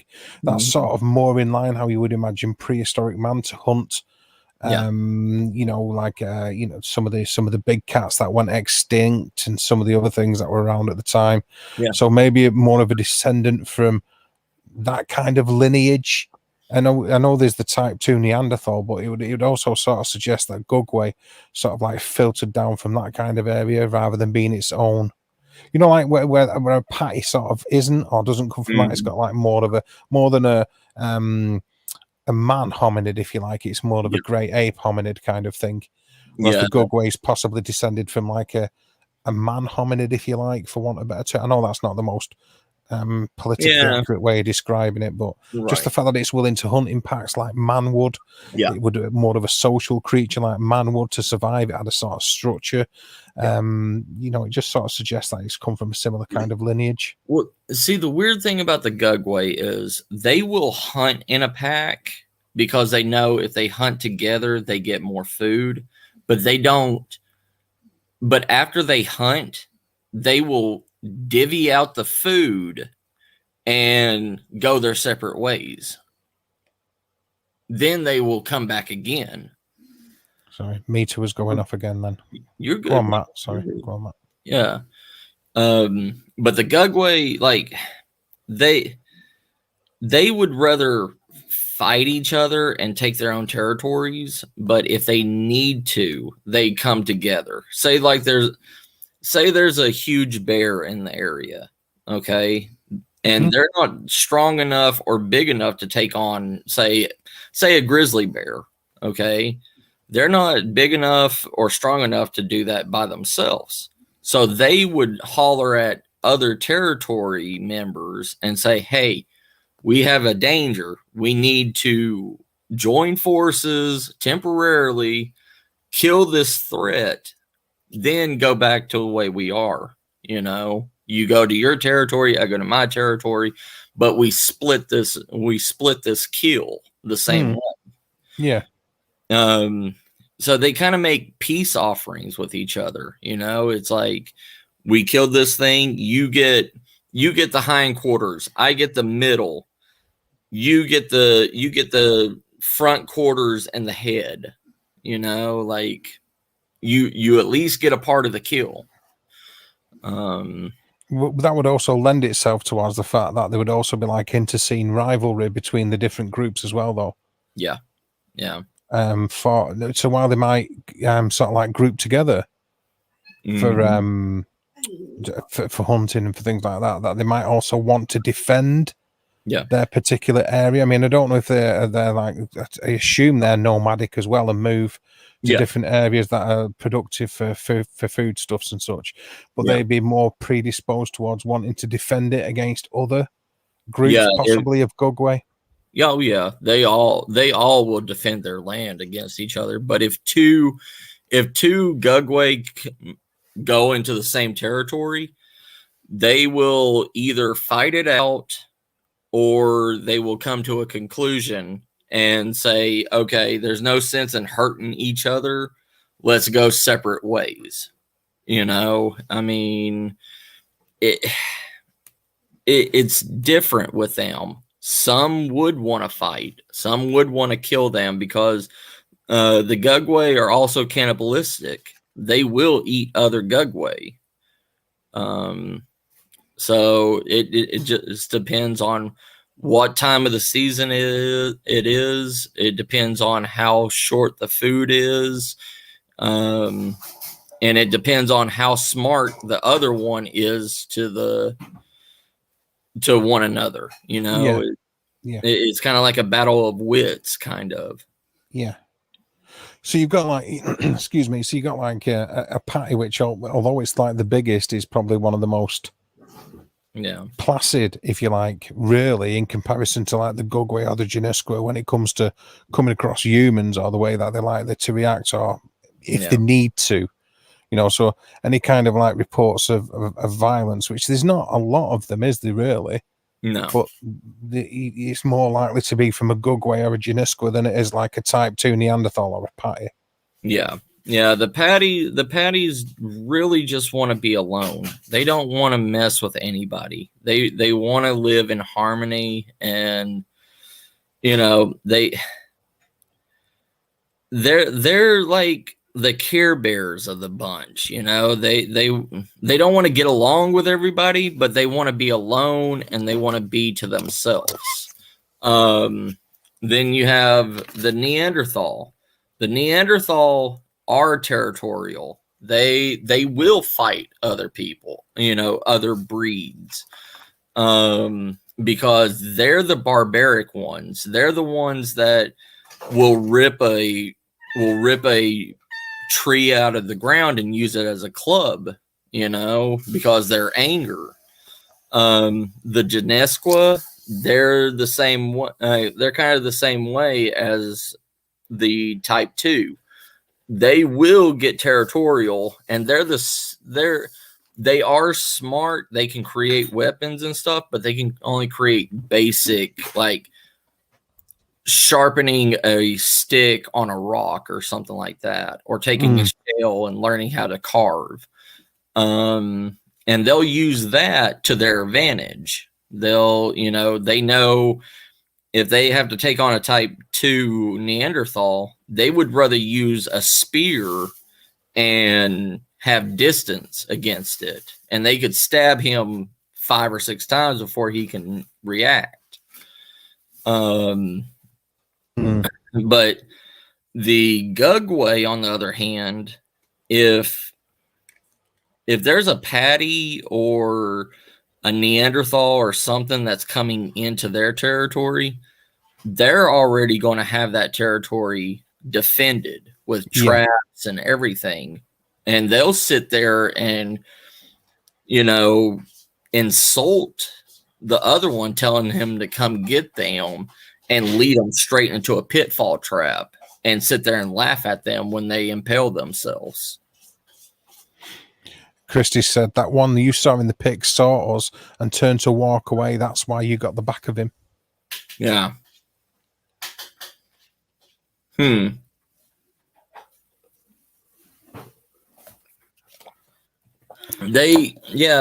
mean, most of them truly don't want to mess with you. They really don't want to mess with you. None of them truly want to mess with you. Even the Gugways and stuff like that, they would rather scare you out of their territory than come attack you. I mean, the out of all of them, the Gugway or the Juniska. I mean, the Juniska is the one with the fangs as well, isn't it? And like the sharp claws kind of thing, which is going to be more scary looking to a human being than. I mean, all of them are really, aren't they? But you know, if you take them all at face value, you got the Gugway that looks more beast like. That may have been confused for some Dogman sightings, and then you got the Juniska or the Juniska, which is fangs, claws, fairly. They look like an enraged chimpanzee. Yeah. They, I mean, like, but they don't want to show themselves to us. They really don't. I mean, that's why you get the hoops, you get the yells, you get rocks thrown at you and stuff. They would rather use scare tactics against you. But if they have to, all of them will kill you. I mean, that's just the thing. Then they'll feast on your corpse and, bury you. Christy says, I'm a pet in one day. Rather you than most other people, then, Christy. Right. More than you than most other people. Yeah. I mean, there's so many different reported sightings of different Sasquatches throughout the country. I mean, throughout all the countries.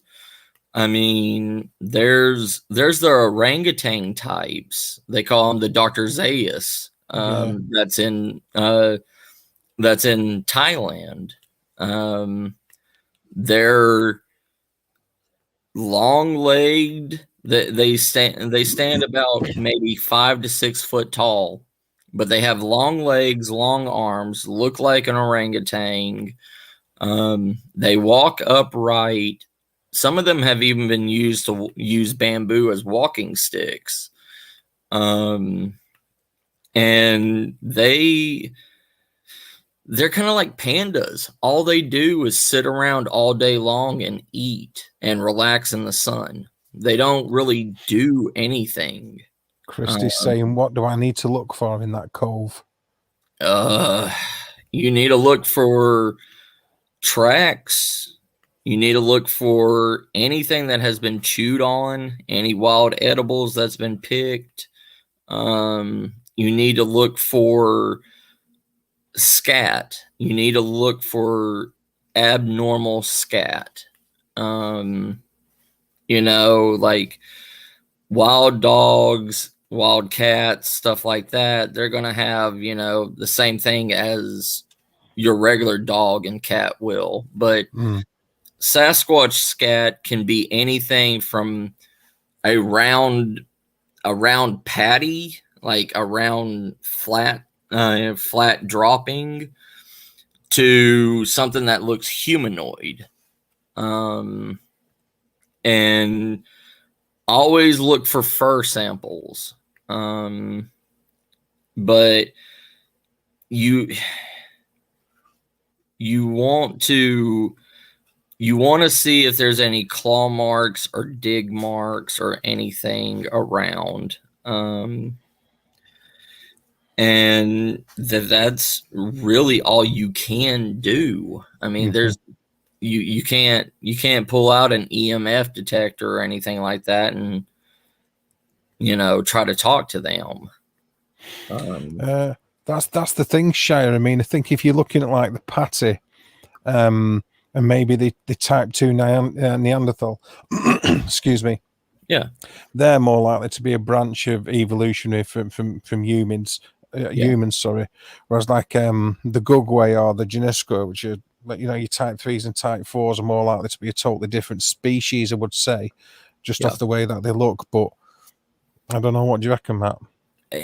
I mean, yeah, if anything, an off branch from humans would be the type 2 Neanderthal.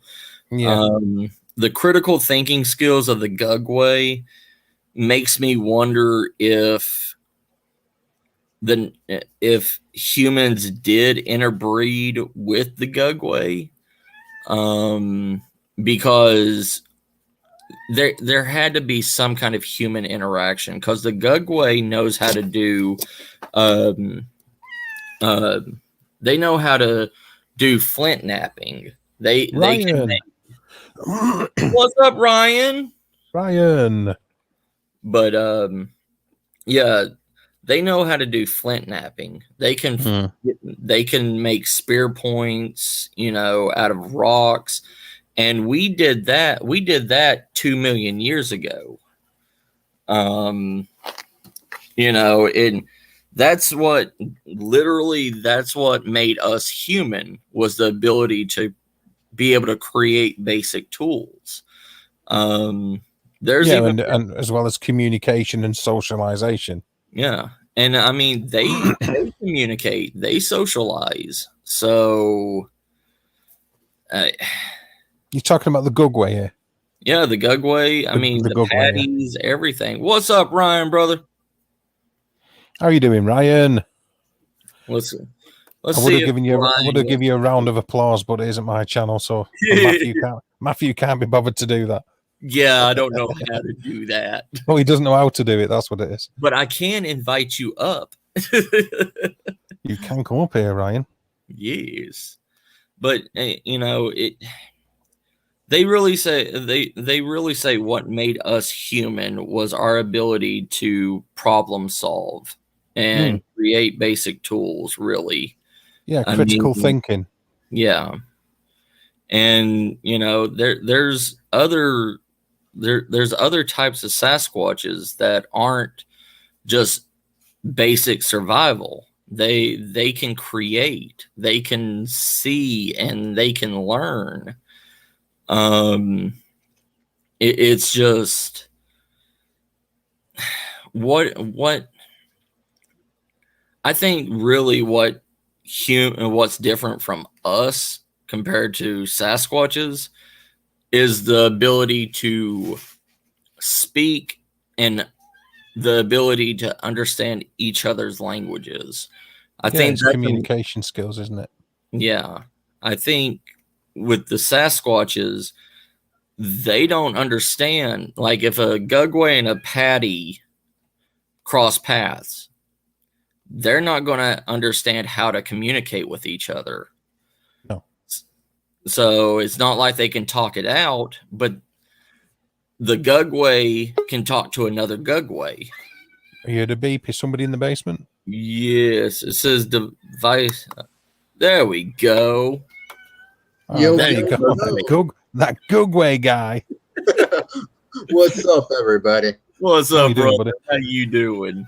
I'm doing good. You just premiered the part 2 of my Goatman video, so I gotta go and see it. Everybody seemed to like it, so guess I did something right with that one. Again. Right? Everything I touch turns to gold.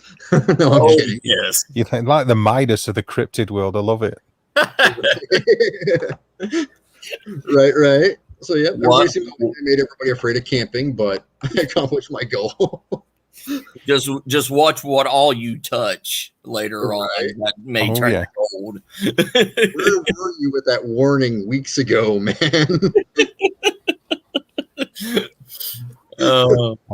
Underlined and in italics, man. Yeah. Right. But yeah, Ryan's the one that really knows the Gugwe. Like, I mean, I know the hunting skills and everything of the Gugwe, but Ryan knows like the backstory and stuff on that, on them. What do you want to know about the Gugwe? It's everything. Everything. Okay. Well, I know their shoe size. I know their measurements in certain areas. I know it all. There you go. That's the type of information we want. No, I was saying like the Gugway, like the thing with the Gugway is, they know stone, flint napping and everything, and us as human, because there's been reported that, flint-headed spear tips and stuff have been found in Gugway reported areas. True.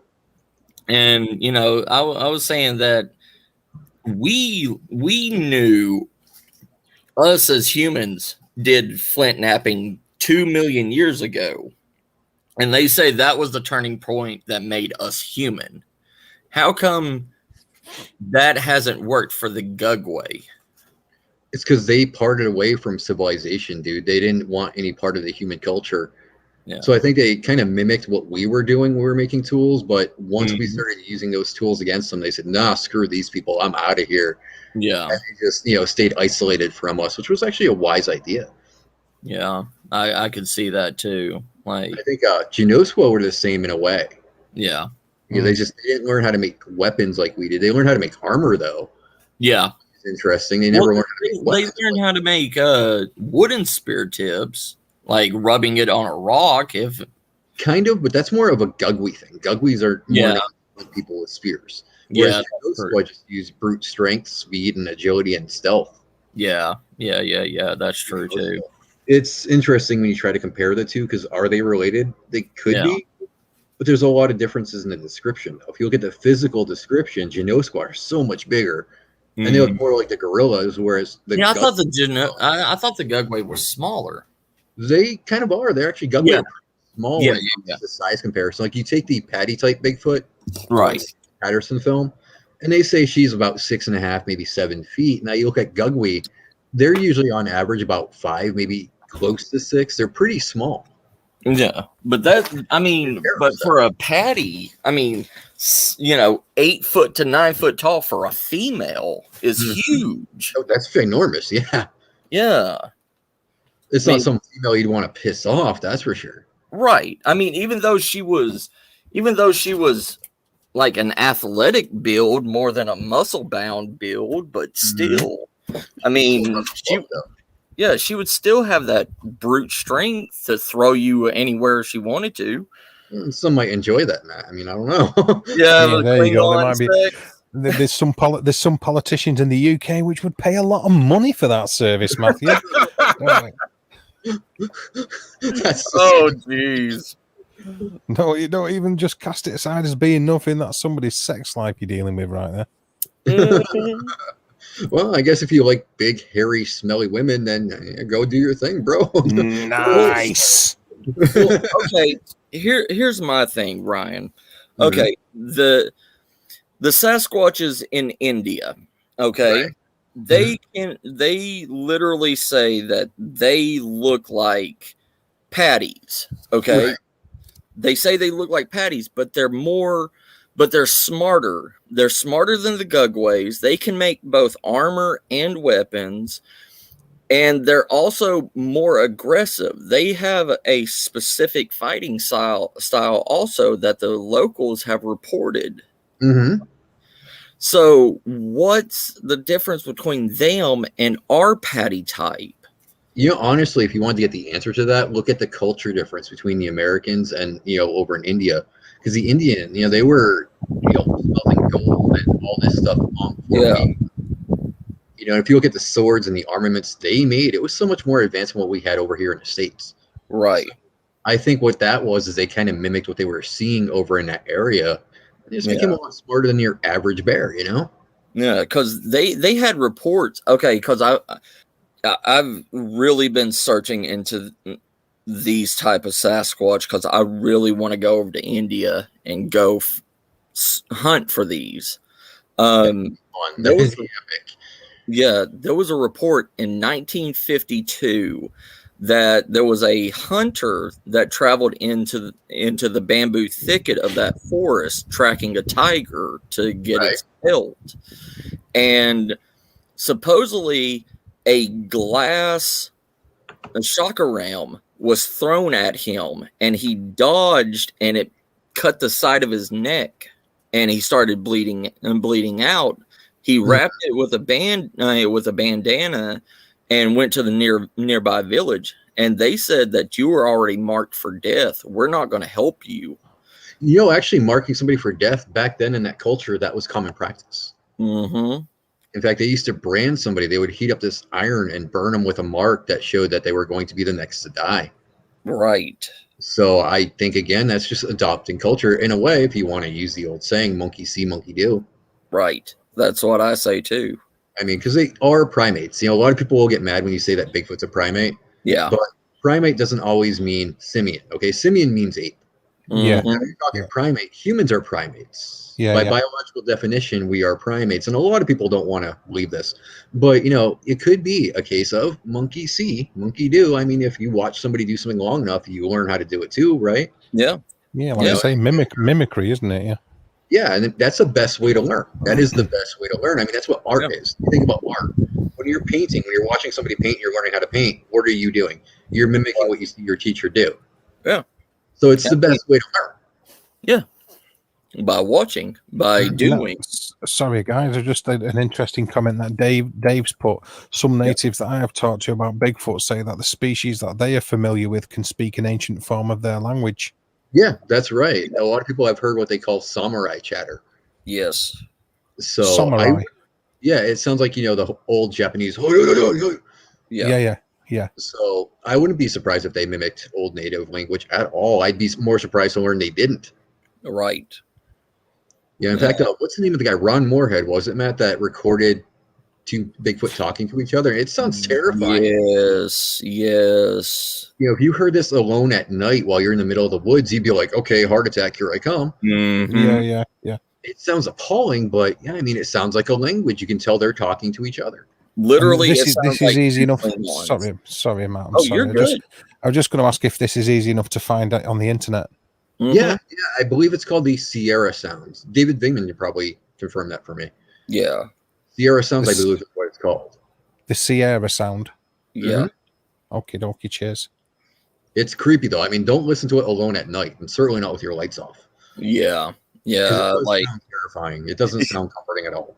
yeah. And it sounds like it comes from two different locations also. Mhm. Yeah. Oh, yeah. Not- Yeah. Like they're not, because, Ryan, my theory on it. Like they send scouts out first. you Yep. know? And Absolutely. I believe that it's scouts talking to the alpha. You Yeah. know what I mean? Like, Reporting back what they're seeing. Yeah. It's like Yeah. a military kind of thing. yeah. Yeah. Oh, yeah. I wouldn't be surprised if they did that. Yeah, and that's what I believe is the tree knocking sounds and stuff. That's why. Yes. That's why I keep telling people don't imitate tree knocks when you hear them because you don't know what they mean. Right. Because I mean, you get the tree knocking back, and they're like, "Motherfucker, that's not the right area," you know? It's Right. like, yeah. So these Sierra sounds, are they like alleged? Well, I won't say alleged. Are they thought to be the communications of a patty type or a Gogwe or a Janusco? What are they supposed? What They they? can't really narrow it down. They've tried Yeah. to narrow it down to what type, but we really don't know. Because it's new. Well, I mean, given the demographics of where these different types have usually been reported to have seen and where the Sierra sounds were recorded, what's it likely to be? Once upon a time, I would have said it was a patty type, but given that more types are being seen in that area, it's Yeah. really hard to say. I mean, I would say likelihood more of a patty type, though, because I think Gugwe are going to be more, I want to say more ape-like when they do their calls. See, I hate to disagree with you, brother. I'm always on your side, but I think it's more the Neanderthal type It could because very it is more humanoid vocalization. You know what I mean? right, yeah. And not a lot of people talk about the Neanderthal type. The relic hominids, yeah. Yeah, like they're the ones that are least seen. They're the Mhm. ones that are least hunted because most people most cryptid hunters go for the Patty type. They don't want to take on a Gugway. They don't want to take on a Genesqua. They don't want to, they don't want to be toe to toe with a pissed off Neanderthal type. I have a theory as to why they don't look for that kind, Matt. You want to hear it? Yeah. Okay, if you look for the relict hominids and you were to find them, right? Mm-hmm. You would, as a researcher, you would have to question evolution, would you not? Yeah, that's Okay, what That I would follow did. that, yeah. That'd All follow, right, yeah. so if you see that and you can say, okay, it was a relict hominid type Sasquatch, and you're one of those people that believes in just religion and believe that evolution didn't happen, that belief is going to be thrown out the window because you just saw an older, more prehistoric type of human.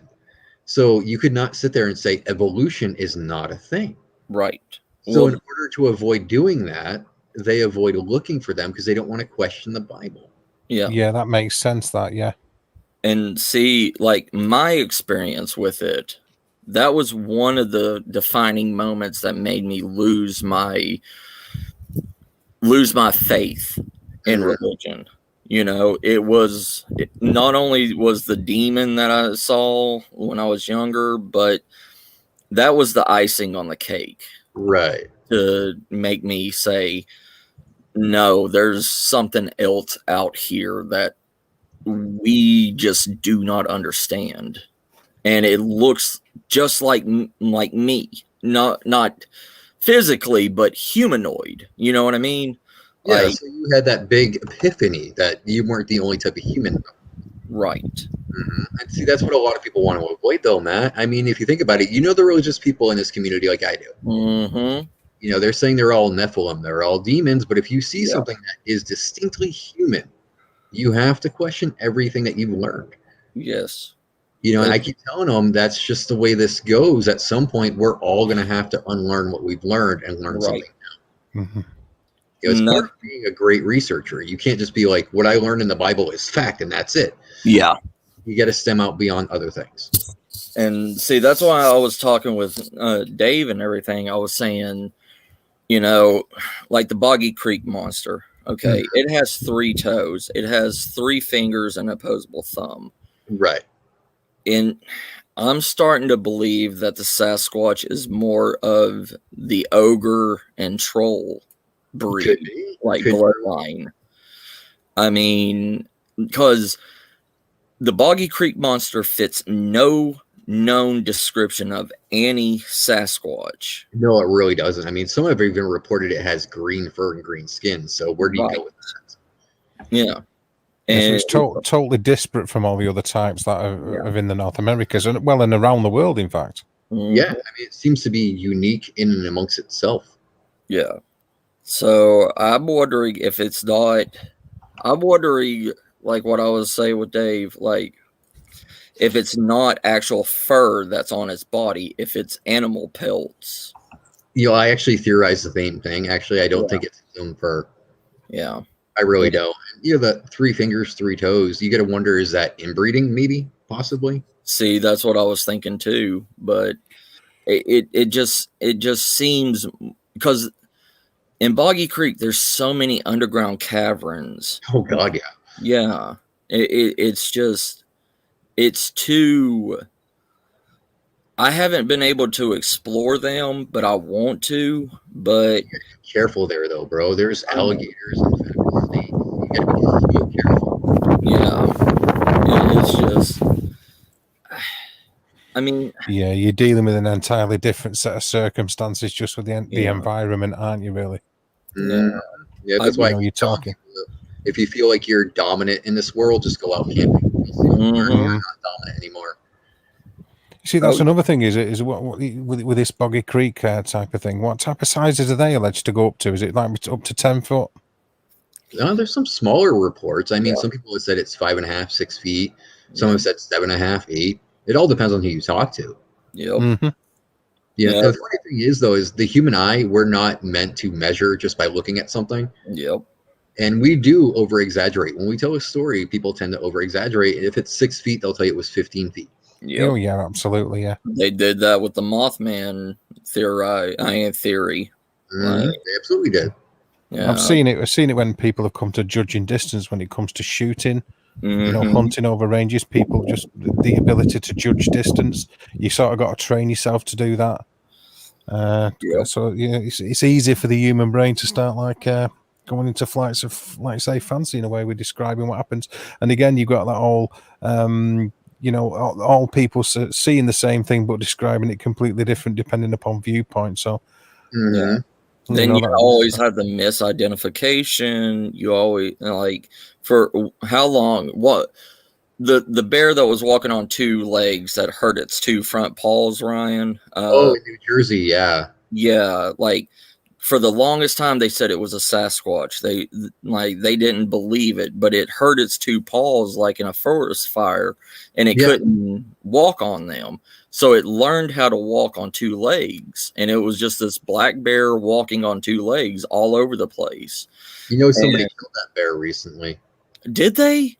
Yeah, that town What? was really upset, dude. A hunter came in and shot it. That Disgusting, isn't it? yeah.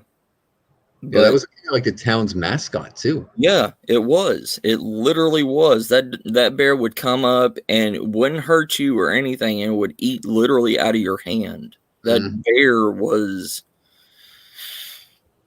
Oh my god, that pisses me off. Yeah, that's the danger of domesticating things, man, because it learns to trust humans, and we betray that trust. Yep. That's why I keep telling people I never want to see Bigfoot or Dogman domesticated. Right. We betray the trust of other creatures. What else is new? Yeah, right. Yeah, actually, I spoke to a dude who was so arrogant, man. I had to just hang up on him because he was saying how all cryptids have to die because man is the perfect, most loved species on Earth. What? You know, and I'm like, you just proclaimed yourself that. You know, that wasn't God's way. That's your will, not God's will. You know, and he just didn't believe it. He refused that every animal is just supposed to be slaughtered by man, and unknown animals, same thing. And I'm like, no, dude, I can't even talk to you anymore. Yeah. No. As a naturalist and a person that loves nature, no. Where everything has its place in nature. Yeah. And us as humans, we have no right to say what their place is. And if you ever talk to that guy again, tell him if I meet him in the woods, I'll put him in a place where nobody will find him. Oh, I can assure you I will not speak to him again, dude. I called him a pompous asshole. Thank you. He's like, what'd you call me? I'm like, pompous asshole. Did I stutter? No. Right. You've also got other things going on, Shire, with the human brain versus the monkey brain. Sorry. It's the distribution of proteins and carbohydrates, which have been channeled into the different areas of the brain, which is there's been a lot over the evolutionary process regarding primate brains. Yeah, and they Sorry, also it's just something I've seen in the side chat there. You're good, brother. And also, like with chimpanzees and stuff, they have a lower voltage in their brain than humans. Yeah, the different frequency brainwave patterns and everything. Yeah, the synapses fire off in different frequency than us. Mm-hmm. Yeah, that's why when they get mad, their body becomes 10 times stronger. Like, oh yeah, man, a pissed off chimpanzee is nothing to tangle with. Yeah, and just imagine that being a Sasquatch, you know, like from the type 2. If a type 2 can get just as strong as an enraged chimpanzee, and it's 10 times bigger than a chimpanzee, imagine what it can do to you. Oh, it's going to impose its will on you no matter what you do. Right. Oh, yeah. Hello. There's Ashes. There she is. Hello. There she is. There's what did she say up further? Christy's saying there's so many yells and weird screams around here. And she said she's in Missouri. Yeah. Missouri's a hot spot for Bigfoot and Dogman, so be careful out there. Yeah. Please, if you go out there, just Christy, make sure you know where you're going. Please take a topographical map. Please take, everything that you need, because head on a swivel too. Right. Keep those eyes and ears open. Yeah. Hey, what's up, Paul, brother? We got everybody joining us right now. I'm glad. Thank y'all so much. Thank y'all so much, family. I love y'all. And They're all here because of Ashley. She brings. I all know, right? And Yeah, Dave. that's the truth. Oh, they're not following me, mate. They gave up on me hours ago. Same here, man. That Like, ship, ugh. yeah, that ship has long since sailed. That one. They thought, Ryan well, with we his bought- like voice. Nobody wants to hear that. There you go. The same with me, like that limey, boring bastard. Yeah, actually, somebody said that today. They were like, "You sound like a Klingon." I was like, "Why, thank you." Innit? Yeah, the ultimate compliment. Thanks very much. Right? Not even gonna be bad at that. But yeah, I just I don't know. Like if for anybody that does want to be a cryptid hunter, Mm-hmm. know your surroundings, know what you're looking for, know your terrain, your wild edibles, make sure don't like where Ryan is. Don't go to the middle of the Arizona desert that has no water source or anything and think you're going to find something that's there. Think think of the area how you would survive. Mm-hmm. You're Do your human. research on the area too. Look at the wildlife that's around and see if there's any crimes around it too. Right. Look for a natural flowing water source, something because creatures need water just like us. Water is life. No matter what you are, unless you're a freaking camel, most creatures can only survive 3 days. Sorry, that threw me. I just wasn't expecting you to say camel for some reason.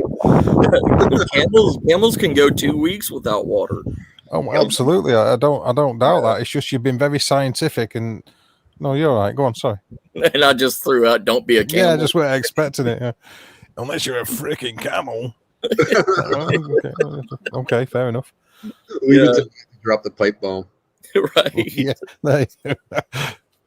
Yeah, like know the wildlife, know natural predators from herbivores, know if there's deer in that area, how much deer do you think, is there enough wild animals, because Sasquatch and stuff don't truly rely on meat. They rely on everything else. They rely on wild edibles. Yeah, just like a bear. Yeah. Hmm. I mean, if they were going around whacking deers on the head every day, they would never be on the move all the time. Yeah, no. Yeah. They may get one baby deer maybe a month. The rest of it's roadkill. So that would suggest that naturally their movement's seasonal. Yeah. Oh yeah. Due to the flora and fauna of the relative areas where they're distributed. Yeah. Migrational, most definitely. Yeah. That's why we have those off moments where we don't see them, and then suddenly you get a rash of sightings. Right, because they're moving. I've from my experience and everything, Sasquatch have a range either between 100 miles to 200 miles, depending on what type they are. Yep. And that's from where they are standing. Like a bear has a sense of territorial range where they're standing, north, south, east, west, all around them is 150 miles. Mm-hmm. They don't see territorial markers or anything. They believe where they're at, it's all their territory. And that's the same way with Sasquatch, but they're not going to stay in an area because a normal human male needs 2,800 calories a day to be at peak performance. A full-grown female needs between 1,500 to 1,800 calories a day for peak performance. Imagine what a Sasquatch 10 to 12 foot tall, around 800 pounds would need to intake. Right. That's why they're constantly on the move. They can't stay at an area that only has dandelions to eat, and people think, oh, Sasquatch are, they just find one area, find a cave, and plant their ass there and call it home. No, well, that is what most people do think. Yeah. I'm not saying cryptids, but if you talk to the layman about and I mean, well, if you talk to the layman, there's one Bigfoot, and Bigfoot is Bigfoot. End of story. Right. Yeah, you might get the abominable snowman thrown in as a little bit of a side dish, but for the most part, yeah, he lives in the mountains, and that guy lives in a cave, and that's the end of it. Yeah, and that's game over. That's it. Yeah. But no, it's not that. I mean, some of these, like the patties have families, like a lot of them have families, but they're not too good to cannibalize another, I'm sure cannibalization happens a lot more than we think. Yeah. And that's what monkeys are kind of assholes. Chimps will go and kill other troops of chimps just to kill them. Yep. And not because they're hungry, just because they're there. Yeah. Oh, it just goes to show how closely related they are to humans then, Ryan, eh? Yep. Very much so. Sorry, that was a little bit political, I suppose. Not really. No, I say that kind of stuff all the time, which is probably why I get so much flack. But yeah, I mean, that's what they do. Yeah. I don't know. I guess I get looked down upon is because I look too technical into the way that these creatures are. I actually look at them like they're true. That's needed though, Matt. You need to have that balance between the people that believe they're all spiritual, the ones that believe they're Nephilim, and you need to have those guys that believe they're all natural, dude. It keeps balance.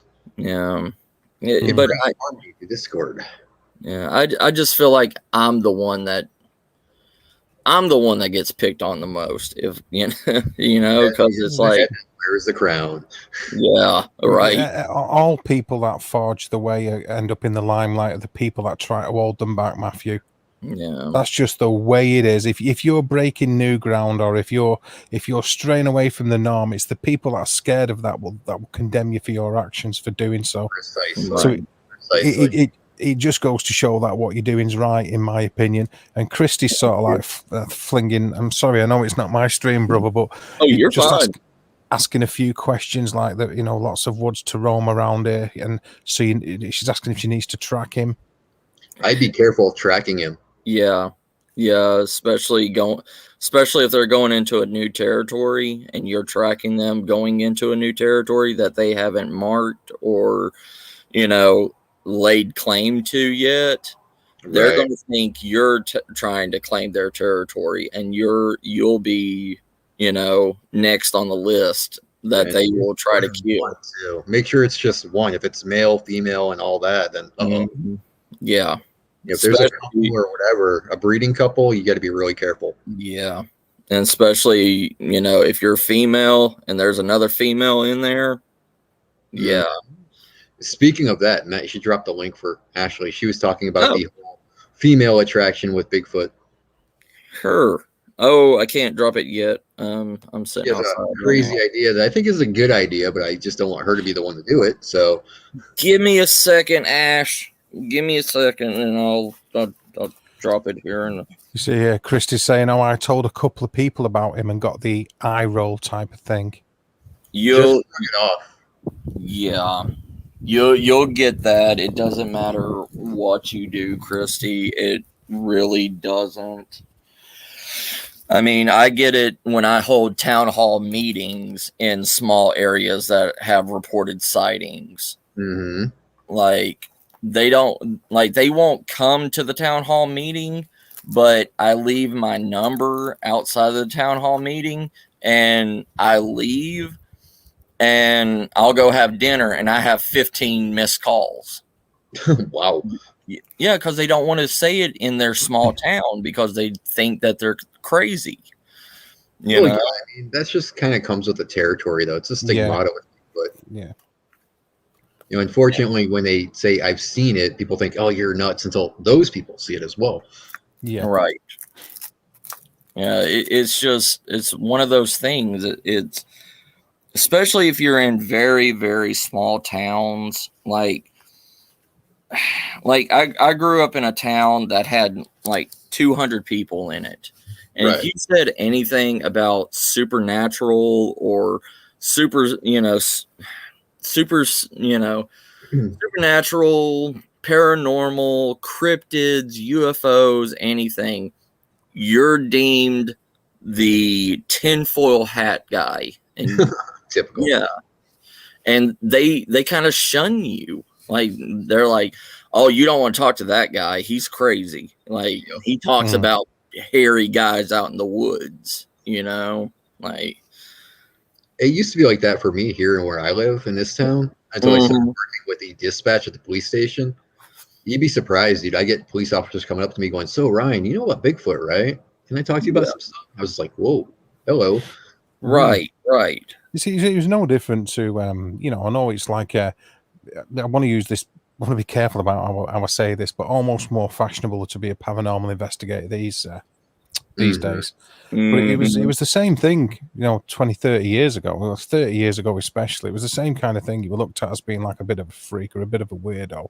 Right. And there were few and far between when people actually experienced something, and then you were the first person they'd come to when they did, because it was like, oh, all of a sudden that weird guy is actually the very person we need to speak to, Yeah. Right. Yeah, you'd be surprised how many cops I had coming up to me saying, "Hey, I saw this while out on patrol, Ryan. What do you think it was?" See, I get that. I get that with San Antonio cops that supposedly see chupacabras.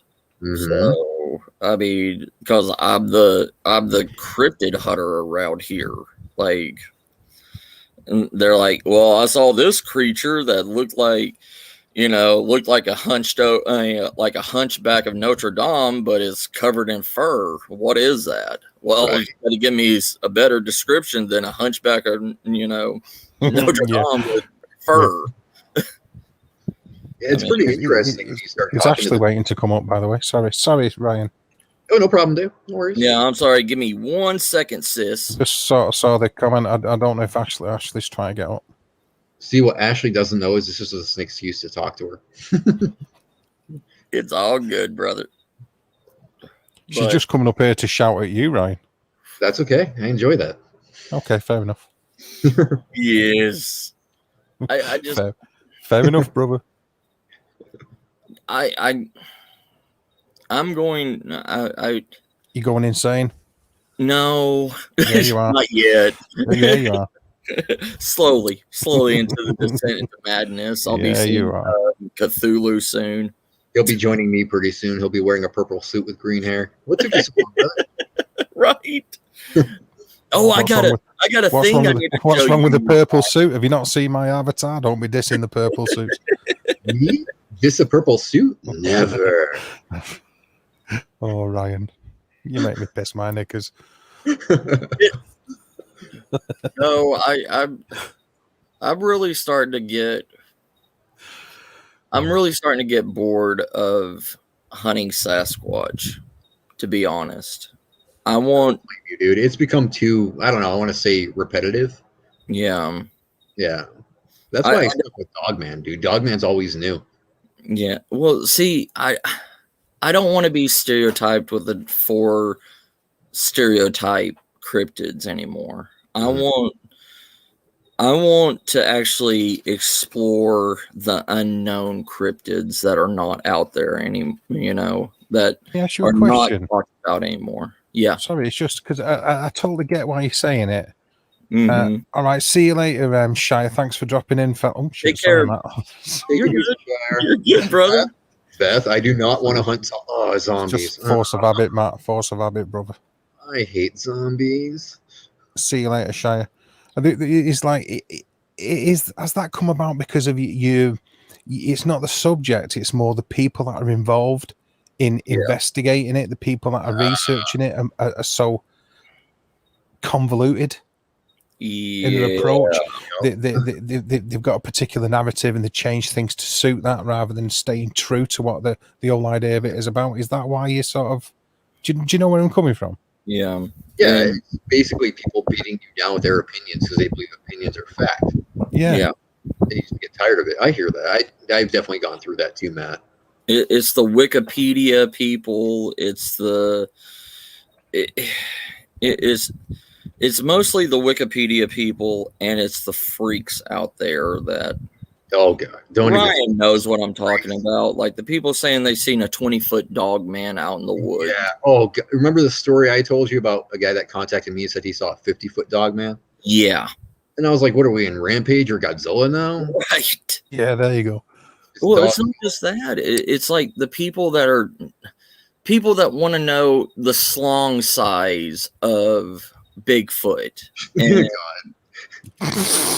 yeah, some bad memories with this, man. Yeah, it's always that. It's always, like, oh, does Bigfoot have, a 23-inch, pecker that drags the ground? Yeah, well, it's one of them, and you know what they say about Bigfoot kind of thing, nudge. Right. Yeah. I kid you not. One time I actually got contacted by a woman who fantasized about sex with Bigfoot. And she proceeded to tell me how she not only fantasized about sex with Bigfoot, but she had sex with Dogman. I'm going,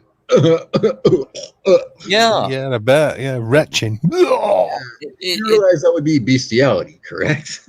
Right. I mean, it's humanoid. It's not human. Right. There's a dog. What's so attractive? I mean, it looks like a dog, smells like a dog, sounds like a dog. It's a dog. Right. What's attractive about that? Yeah, it's not like it's saying sweet nothings in your ear, and right. Going off what you were saying about the Sierra sounds, I don't think it's capable of whispering sweet nothings in your ear. Yeah. I mean, unless you dream about having Klingon sex. I mean. Hey, let's not insult the Klingon. I mean, the sisters, don't get me wrong. Very, very indelicate of you, Matthew. You heard Ryan say that he was referred to as a Klingon before. It might be brutal, but it's enjoyable. I will. I'll get it out. I'm going to eat it here in a little bit. I don't want my car smelling like that. You don't want your car smelling like, third year curry? Christy's saying, well, what is the size now? I need to know. Yeah, see, that's the thing. From all the pictures that you see of Bigfoot, it's not that big. Look at gorillas, dude. Their balls are huge, but their pecker is small as can be. Well, I mean, look at the fur package on them. They look like they're hung like the statue of David. Right. Yeah. Well, you gotta love it when it descends to this area. I'm sorry, audience. I didn't mean to turn this conversation towards Bigfoot. My bad. Everybody, welcome to Ryan's world. Right. This is what I put up with on a daily basis. Okay, Ash. Here. Boop. Ashley, what you heard about the Mothman is totally rumored. You watch this now. Get up here, you sly little devil! You watch all the guys behave as soon as Ashley turns up. You watch. All right. She's gonna put us all in check. Just boom. The behavior will completely change on the panel. You brother. See, every time she calls me, it's go. Oh, hey, I don't want to. Oh, hey, Ashley. We're all going to behave now. Everything will change. Uno momento. If you get up here, Ash. Get your Ash up here, Ashley. Yeah. Yes. I'm actually kind of scared. Not me. I'm not afraid of Ashley. Whatever. Who's afraid of the big bad Ashley? Not me. Behaving worse than y'all. She is actually. It's true that. It's true that. I got a Joker mask. Oh, I love it. Oh my god. That is cool. Yeah. That is awesome, bro. Where'd you get that? I got it at Walmart for $5. Oh, that is so cool.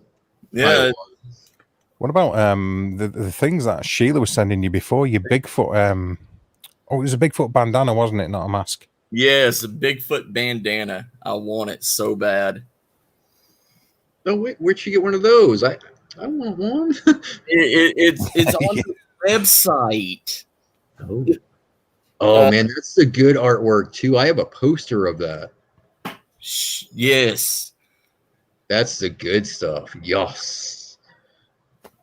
But Ash, I sent you the link. You know what, missing Matt? link. Just accept it. We're waiting on a woman. Story of our lives. Right. I'm pasting and sitting again for you, Ash. Oh, he's a brave man, that Ryan. He's a brave guy. Actually, technically, my wife waits on me because I He's a got to look good brave for guy. her. I mean, Yeah, but the thing, to be fair, you perm your chest hairs, don't you, Matthew? yes, I do, sir. I do. And the ones that aren't there, you That Jerry curl juice in it. the ones that aren't there, you draw on with a biro. Yeah.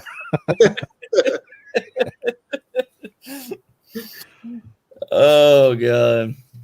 Yeah, it's just I don't know. I want to find the other cryptids. I really do. I'm You just talking about your like Jersey Devil kind of thing, Matt? no. I'm talking about like goblins, trolls, Oh, manticores. I'm talking about like yeah, they're things of legends, but I can get behind that. That's cool. yeah, I think it's pretty cool as well. like I want to go and find the Fey circles in Ireland. Like, That would be epic, dude. yeah. You wouldn't get any further than the pubs as soon as you tasted the Guinness. I probably wouldn't. Yeah, a couple of drams of whiskey in you and a couple of pints of Guinness. That'd be it. That'll be the end of your cryptid hunting days, brother. Well, I want to find like the dryads, the water nymphs, the fire sprites. I want to. Well, what are you gonna do if you find them? No, I'm just curious. If I find them, I mean, I'll do what I can to capture them. I mean, Oh, boy, don't What's mess with that guy Dryad. called? Sorry, guys. What's that guy called? We were talking about him last night, Matt. well, The guy who took. guy with the Yeah. Oh crap! If you don't want to give him any unnecessary like coverage, you don't have to say his name. But Yeah, you know the guy you're on about, don't you? yeah, and so does Ryan, the one with the little fairy. With Yeah, man. the elves. The old Yeah, guy. yeah. In the, yeah, Yeah. okay. Yeah, the old guy in the woods. Yeah. Yeah, That guy is so full of it. yeah. CGI, people. It's CGI. The one that found a werven in a cave but left his filming equipment outside. Yep. Yeah. Yeah. Yeah. What's so difficult to believe about that, Matthew? I mean, it's like the He dragon. didn't come back with any singed hair or anything. Hey, Yeah, you know, man. I can't talk trash. I have a dragon in my basement and a minotaur in my attic, and I don't have a basement or attic, so figure it out. There you Like, go. I would love to go find the white dragon embryo, the baby white dragon that was lost after World War II. hmm I Like know the what you dragon in a bottle. It Ash was is waiting found- to come up. She's backstage, Matt, by the way. Ash is Oh, there she is. in the basement. Hey, I didn't even hear it. Yeah, well, I did. There you go. I've been here for a while. I've just been. Oh, Sorry. There she is. oh, I've been here this whole time. Hi, everybody. How's everybody doing? hey. Good. How about you? I'm wonderful. I'm doing wonderful. I'm excited to talk about some stuff. Some stuff. What do you got? Everybody just went quiet when she got on. That's That's a awesome. scientific I know. terminology for it there. Everybody just stopped talking. I mean, gosh, I guess I'm like cooties. I don't know. Everybody run away. We're trying not to talk over you, Ashley.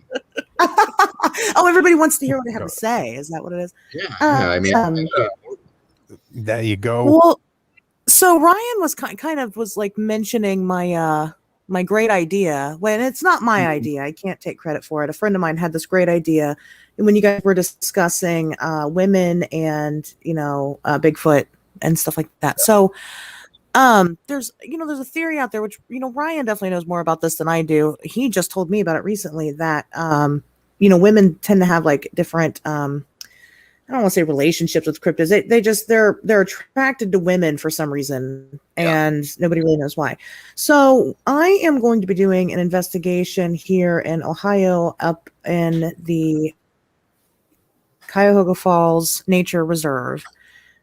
We have a lot of reports of areas. So I'm like, well, my idea was to put a trail cam out there.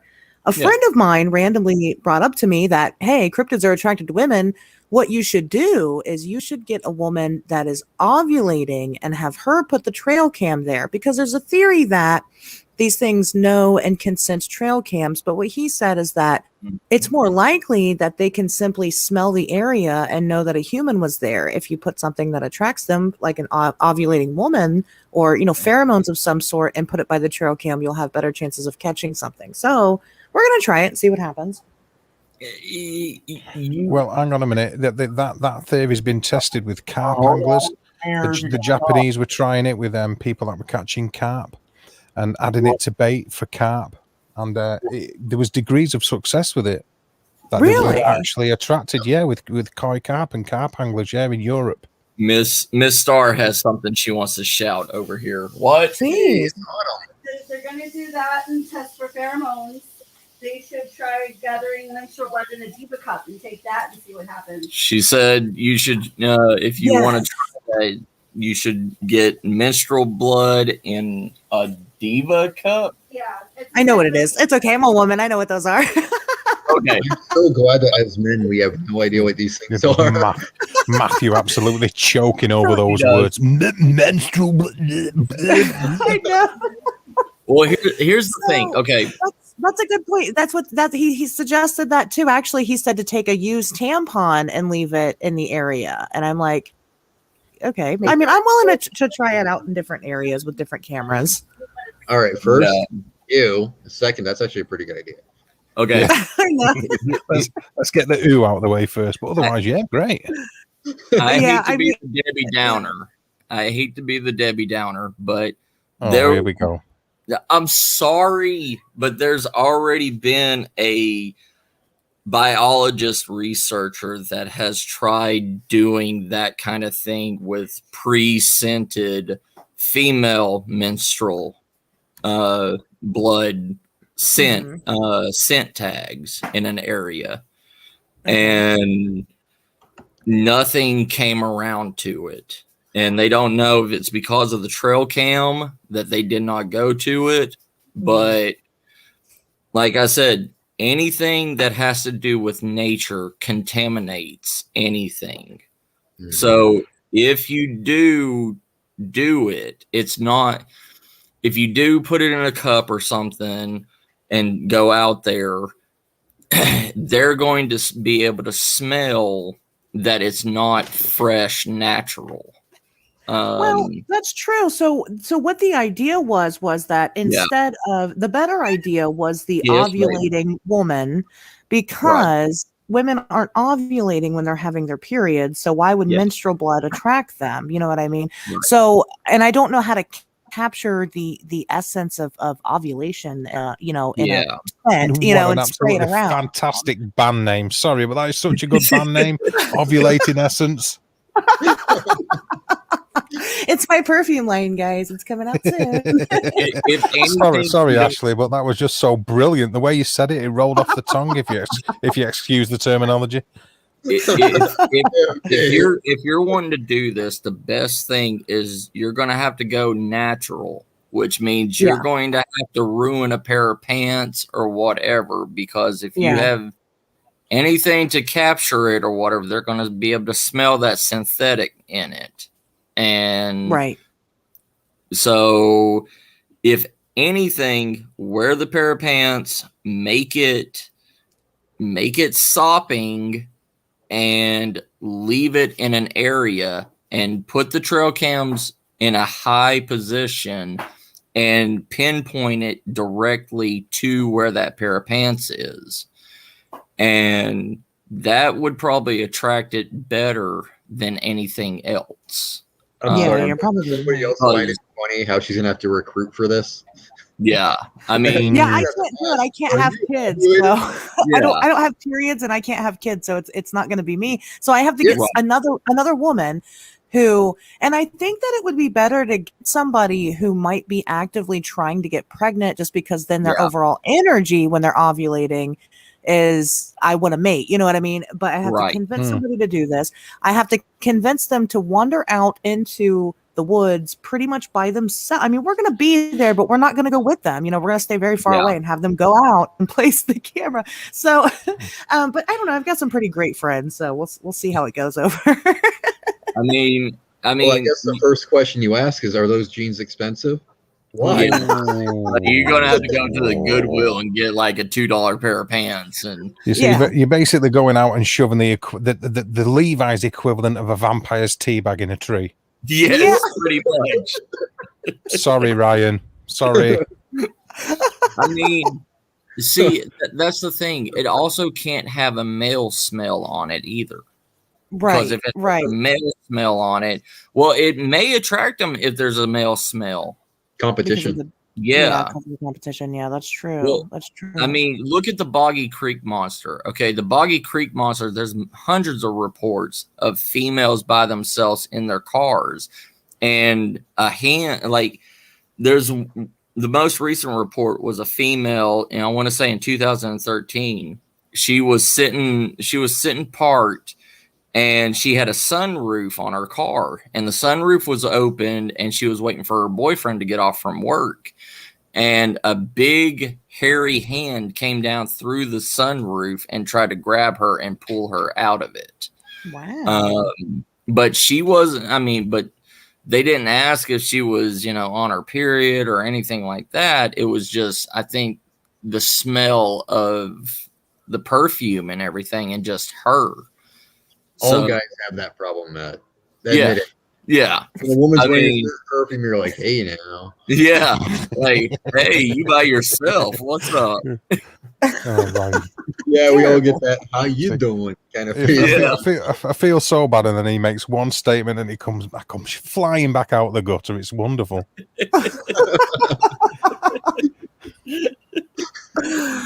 It's just, it's a good theory. It's a really good theory. I'm willing to go try it. out and test it over and over. So like we start small, right? We just start with maybe the used tampon and we take it out there and see what happens. If that doesn't work, then we go into somebody who's ovulating. Okay. Right. If that doesn't work, we maybe go out with somebody who's menstruating. If that doesn't work, we just continue to tweak it as needed, because it's not, it's like 2 hours away from my home. It's not, Right. it's, that's easy. We can just go out, as much as we need to get whatever it is we need. So, And plus, all you got to do is put ad on Craigslist, and you'll have 100 hits. you're probably right. Yeah. Like, oh, you need a used tampon? Oh, we got you. I don't think I want to get my used tampons off of Craigslist, but You see, do you think that do you think they pick up on the synthetic scent of the tampon? Yeah, that's what I'm thinking too. I want that also. Yeah, Yeah. I think a Diva cup probably would be a better idea, because it collects it in a small cup, and we could have them. Yeah. We could just probably have almost anybody take, anybody that knows menstruating, take that and transfer it into a glass vial and take it up there and pour it on the ground or something. Yeah. So It- but I'm willing to do it. I think it's a pretty good. I think it's a good lead. I think I'm excited to try it and see what we get from it. Yeah. I mean, It's epic that you even consider it. Tammy. To what Tammy said. Yeah, I'm just laughing at that now. Hold on, let me put it up there. He's just breathing in and like, what are you doing? Just breathing Right. heavy. Ryan says that better, doesn't he? How you doing? Go on, Ryan. Give us. How you doing? There you go. Yeah. So you be doing what Matt does. have his hands flat against the window, his nose pressing. That's how you do. Yeah. Well, hey, baby. Hey. Hey, baby.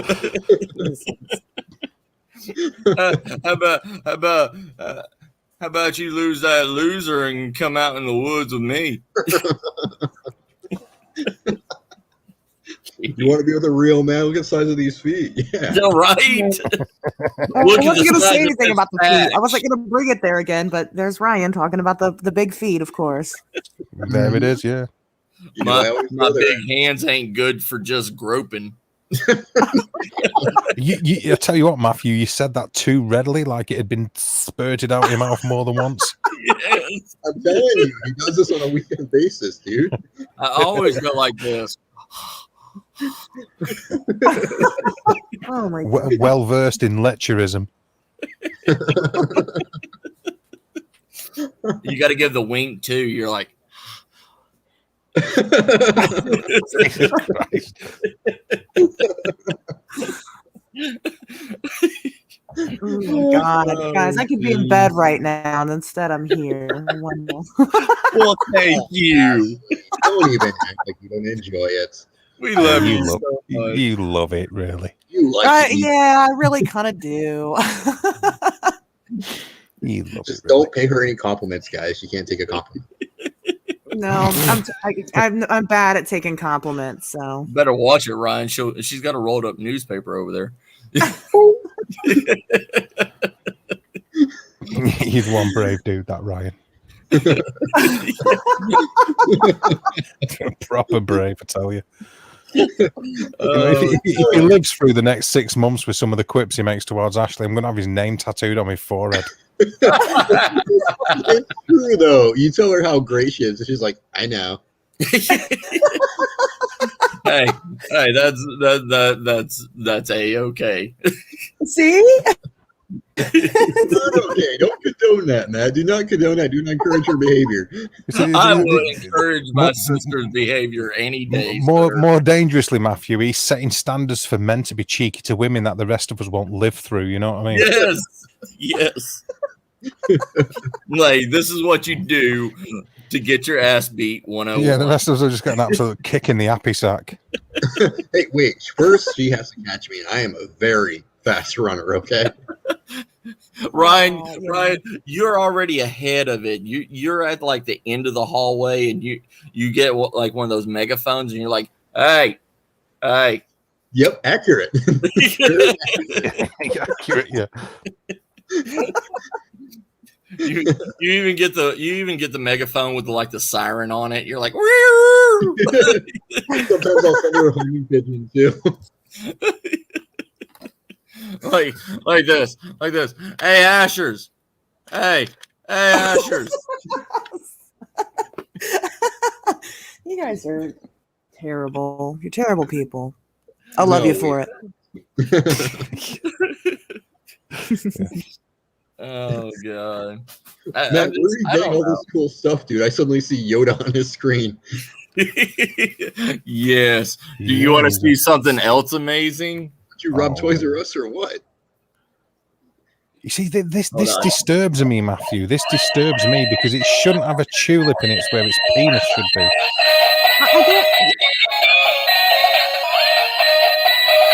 But what and why is this? It's got a flower in its batch. It's got a white where its dick should be. Yeah, it's like, what's that all about? My question is my question is what kind of biological message is that sending to children? Tulips grow under you. Well, sometimes you need a light. I mean, it's dark in the bedroom, and you need to know where you're going. That's true. That, yeah. It's like, hey, I know where my flashlight is. Oh. Oh. I'm gonna take that in the woods and go raving with Sasquatch. Yeah.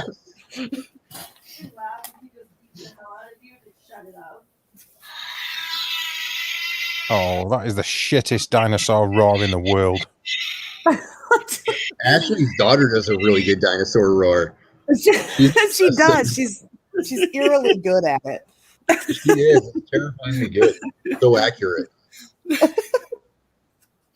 That's awesome. My kid What gets about this. your- My kid, she gets this rubber dinosaur puppet, right? We got from the store the other day, and she's been like obsessed with turning it inside out and like turning it in ways to like make it like extra horrifying. I have no idea. Right. She's so proud of it. She sits in her room and takes pictures of it on her iPad and sends it to That's everybody. I don't know awesome. why. That is awesome. Yeah, I that love is her awesome. already. Yeah, the other night she did this T-Rex roar. I was like, damn, you singing Jurassic Park or what? It was her daughter the whole time. I was like, That's my kid. Yeah. I was It's like- mystified. I was literally sitting here just blinking, going, what? That was your kid? Parenting Wow. done right. That's what that is. Listen, Yes. if you guys think I'm horrifying, wait till you see this child. She's gonna have 5 YouTube channels one day, she says. So Nice. No, she didn't just say she will, Ashley. She said, I will. she will. Yeah. Like, they ain't gonna be no maybe. It's happening. Oh, she'll tell you as a Yeah. great conviction, dude. I will. She- I am. Really forceful with a lot of vehemence. I will. yeah. Her daughter is awesome, dude. I will. She's so funny. We've recorded podcasts together, and I haven't released them out anywhere. It's just on my computer. She's like, maybe I'll put them out there. Maybe people will like them. I don't know. Oh, God, Dude. that one story she told us, Ashley, that was awesome. God, that's right. I Do it. forgot. She's making a whole comic based off this story Hey, that she just made up off the top of her head. Talking to Yeah, Ryan she- the other day. She winged it start to finish, and it was a really good story. I'm just sitting there going, whoa. Ryan's like, that makes me Admiration. Yeah, I kind of felt like my future as a podcast host was really threatened by this little girl. Yeah, admiration tinged with jealousy just a little bit. Yep. Ryan's like, I need you to narrate my show. Yeah. Exactly. I was like, I need you to come on my show and just kind of like be my co-host and maybe the host and whatever. And she's like, I will. Yeah, I will. Oh, you ain't gotta ask me. I'm already there. Right. I already took it over. What you talking about, Ryan? Hello, Ruth, Hi, and hello, Ryan. Nuke. She's a good kid, though. She's interesting, that's for sure. That's Yeah. great. I like her already. Well, just wait till you meet her, Matt. She's gonna tell you straight up, bro. That's awesome. I will accept it. You're I saying will like accept it. she's got the. I'm doing this 5-channel thing, but why is she going to be a mini cryptid dudette?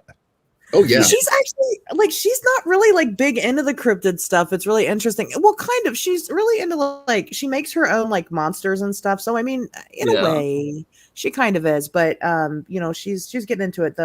We've got 2 podcasts coming up that we're recording. The one is going to be about Bigfoot, and the one's going to be about aliens. So I'm Mm. curious to hear Nice. what her take is. Hey, but Ruth. earlier we were talking, I was watching Ryan's show or listening to her, whatever. And it was about the Goat Man. And I was like, I was asking her, I'm like, do you know who the Goat Man is? And she's like, no. And I was like, oh, well, listen to the show. And then she like threw a big fit. And she's like, well, you never told me what the Goat Man is. And I was like, whoa, calm Hey, down. my bad. Like, your Right. fault. I'm educating your daughter one show at a time, Ashley. That's what I told her. I was like, well, then listen to Ryan's show. He'll tell you about the Goat Man. There is, Absolutely. if she wants to learn about more cryptids and everything, hand her the Book of the Fae. There you go. Oh, that's a really good. I think she would really enjoy that. I mean, I think she's like, she's definitely getting some type of interest there, but she's 9. She's at a weird age where she's really starting to develop her personality and things like that. yeah. So I think it gets overwhelming at times, and that's okay. I find it fascinating. I think it's funny. My raccoon ears, Terry. Yeah, Matt's ready to party. I am. He's I am. always ready to party. You ready? You ready? Oh, God. Oh, Jesus. I don't even understand. What is it? I don't know. Oh, What it is. my ears. What, my ears. what did Terry say that provoked you into taking such action, Matthew? Talk to me. This.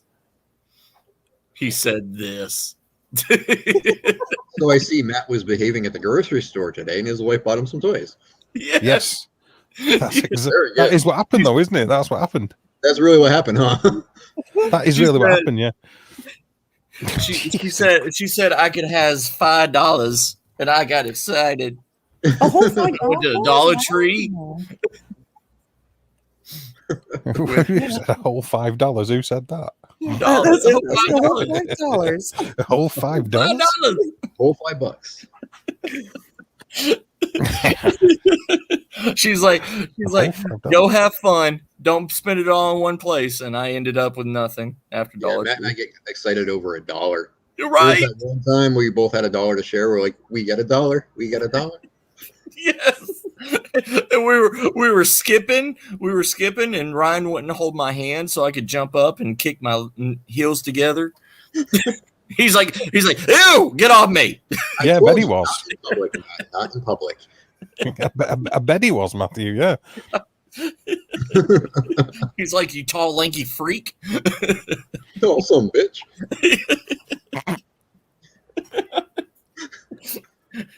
Can't He's wait to like- listen like, to God, you smell like wilderness and Sasquatch.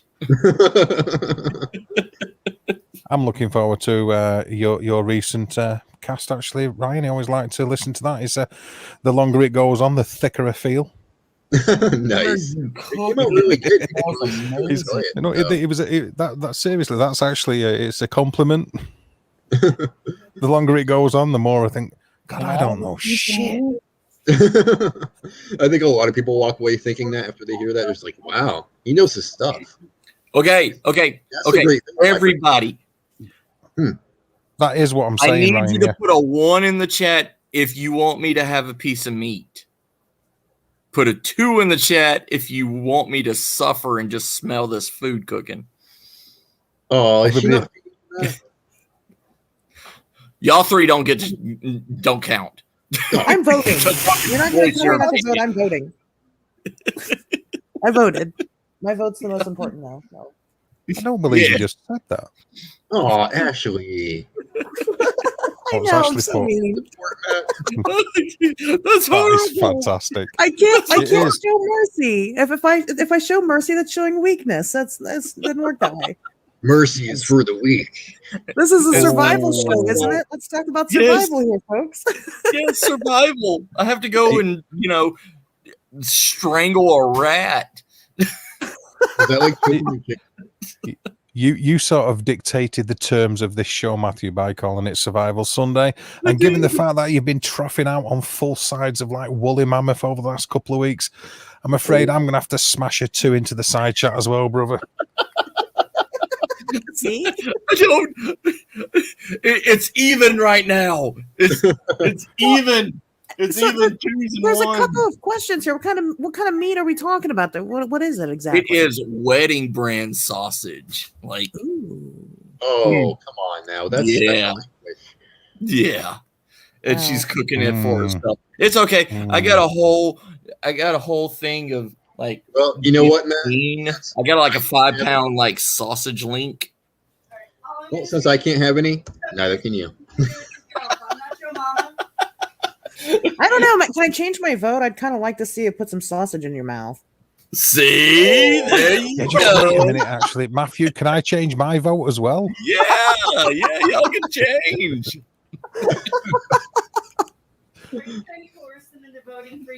They want to see me put sausage in my mouth. Oh God. They want me to do it slow. And, Yes.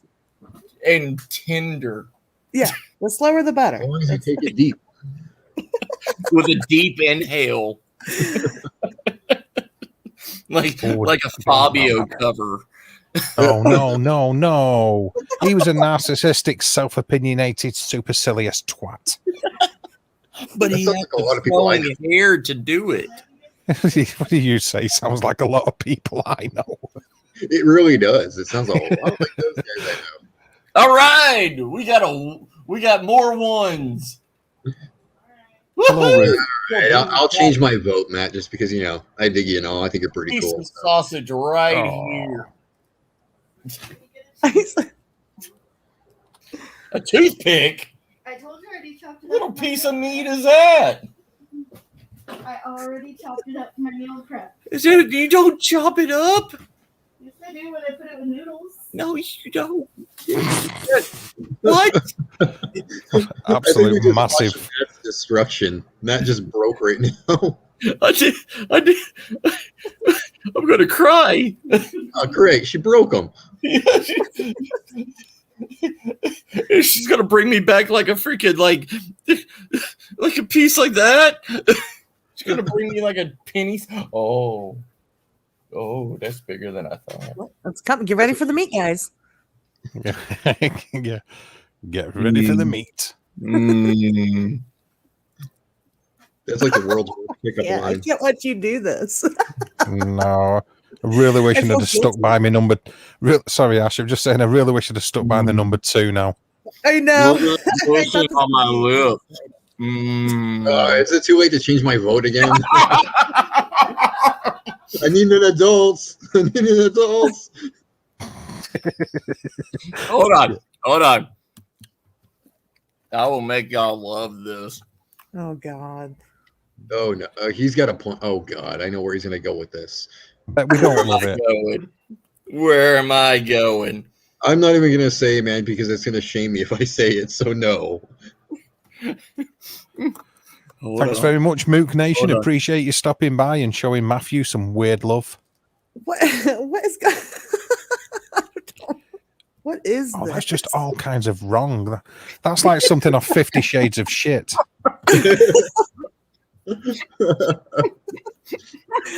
What kind of show did I walk into tonight? What are you guys doing over there? Oh, don't blame me. We're just getting. If they're unimpressed with you eating it, honey, maybe they'll be impressed by my pile of meat. Ooh. Oh, Put that Oh. over. No, meat. Ooh. no. Oh Ooh. my! Now check that out. Them, I mean, yeah. because that's a meal prep. Ah. I'm a bit jealous. Yeah, I'm a lot jealous. That is her meal prep for tomorrow. All right, so we're going over to Matt for dinner. I got a 5-pound sausage dick. Now, his own dinner for the record. Pardon, Matthew. Lot better. Yeah. All right, I'm going to step away from the immaturity for a few minutes. Will you get my 5-pound sausage penis? Don't at all blame you one bit, Let me Ryan. show have you? you. If we Mike. violate anybody else, Dave, please. I'm going to show you my chub. Hold on. I'll do what I can, Ryan, but can't make I'm any leaving just promises. in time. I'm I going to will show be you my sausage right back. chub. 1 second. Ryan, don't go anywhere. You got to see my sausage chub. Man, I Hold tried on. to run, but you caught Hold me before I Hold could on. do it. Hold on. He's not Sausage gonna let you chub. leave. Wow, I'm nice so- job. Yeah. Is that a sausage in your hand? You It's just a got- regular chub. It's a regular chub. Oh dear. The old ones are the best. They are really. They really are. Was that a gold-plated schlong? Right. I'll cook the. Well, Dave, we were talking about my Midas touch, so All right, Ryan, you can go away now. You saw my chub and you liked it. all right, I will be back in a few. What's right, wrong with the Might golden be it. chub? I mean, My sausage chub. Chubby. Wow. chub.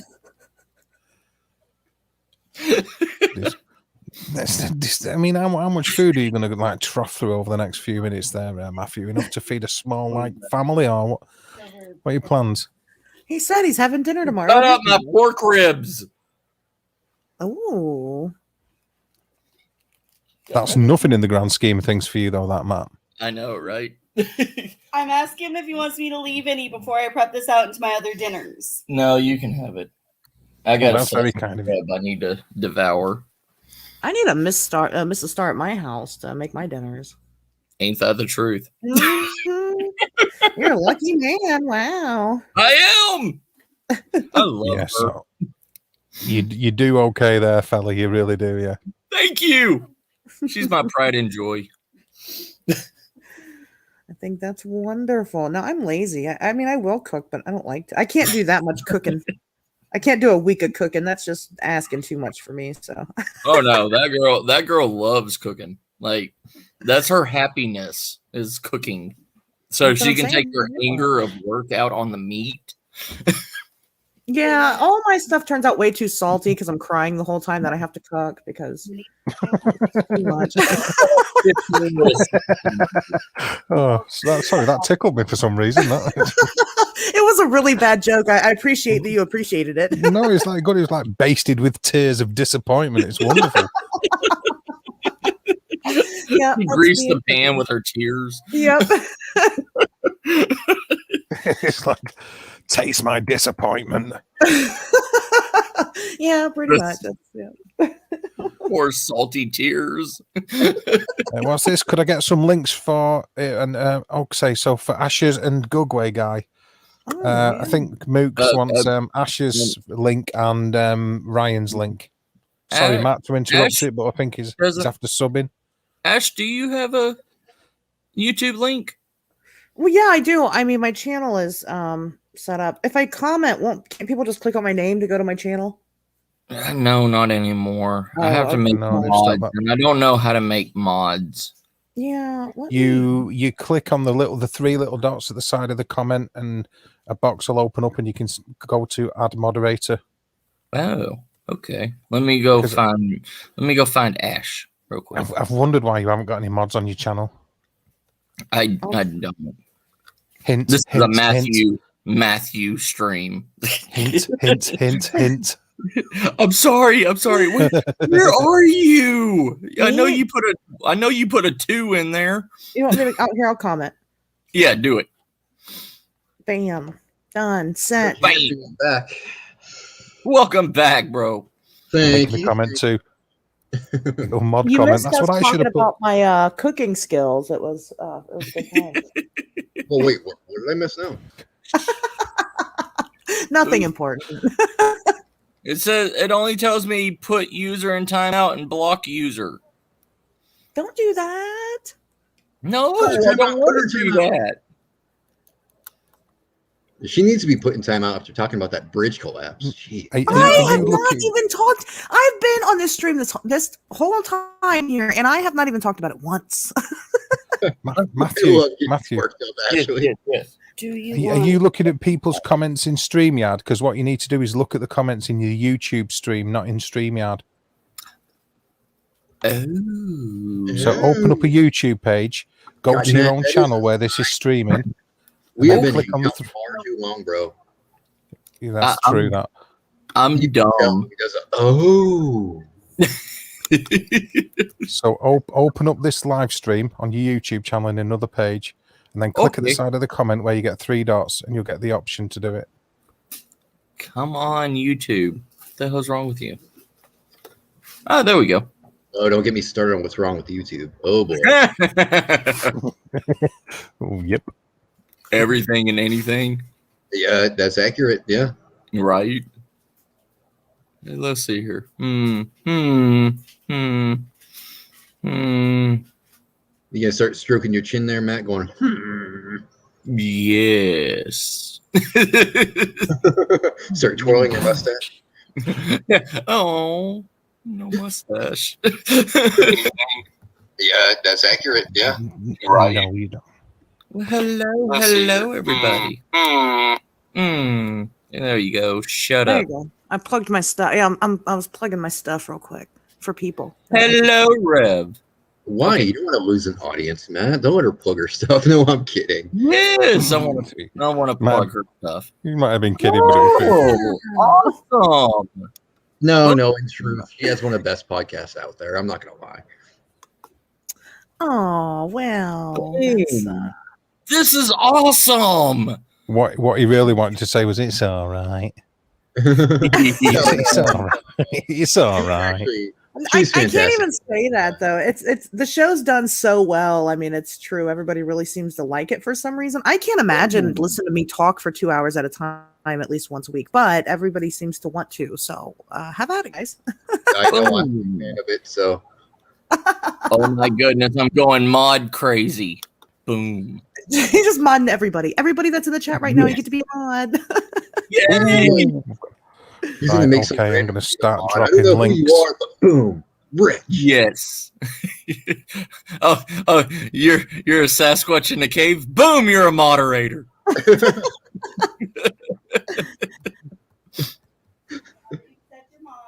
Oh, thank you, Rev. That's very sweet of you. Hey, Revsis. Wait, what? What, hun? What? Oh, What yeah, about? sure, take her compliment, Ashers. I see how it is. Right, I've been taking your compliments all night. Oh, sorry. That just tickled me again. make you sausage. Blatant lie, though. She has it, dude. Oh, man. Yes, that's a lie. That's a lie right there, Ashley. Cool. All right, let's see here. Who else? Who else needs a mod? Let's see We here. got Rev in the house. Boom. Go to Matt. You cannot has my meats. Yeah, put her on my back.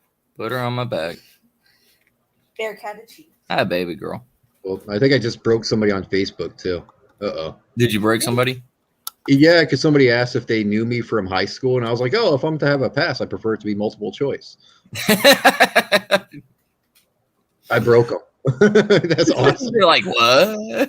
Yeah, he's sitting going, what? All right. Oh. He disappeared. Was it something we said? He's booted himself from his own channel. Wonderful. It's our channel now, guys. I hope you enjoy it. All right, party's really starting now, guys.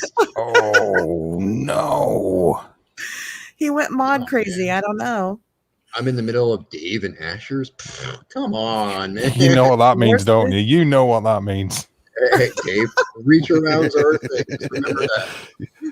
Thank God. I kicked myself. Well, it is your channel, Matthew. You can do that.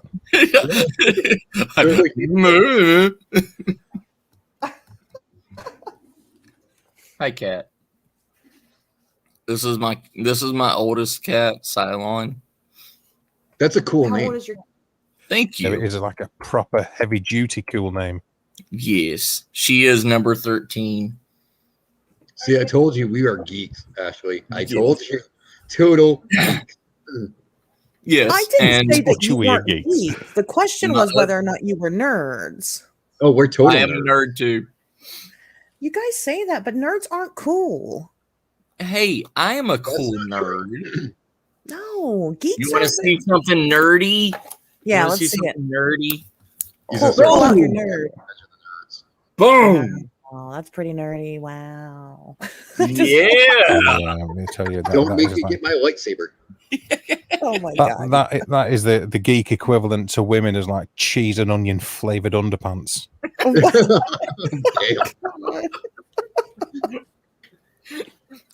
How to Stay Single by Matthew, Second Star Survival. If you wasn't already married, mate, let me tell you, you'd be blind and have furry hands. I know, right? I would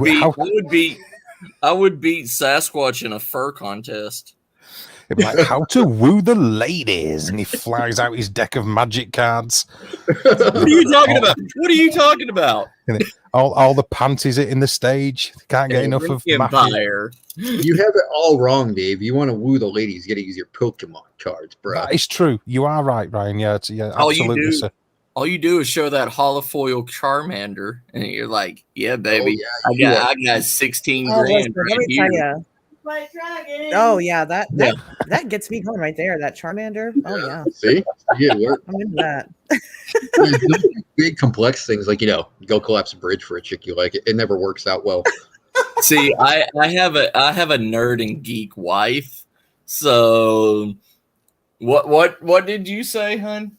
Blue eyes, white dragon, Yukio. Blue eyes, white dragon.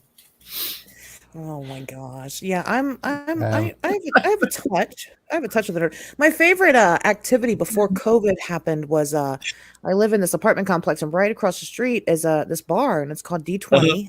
It's a tabletop gaming bar, and it's awesome. it is. It's very fun. But I'd like to get dressed up and go over there, and then I just completely blow everybody's fucking mind. They have no idea what to make of me because I don't fit in. I'm definitely the hottest chick in the room, and they don't understand why I'm talking to them.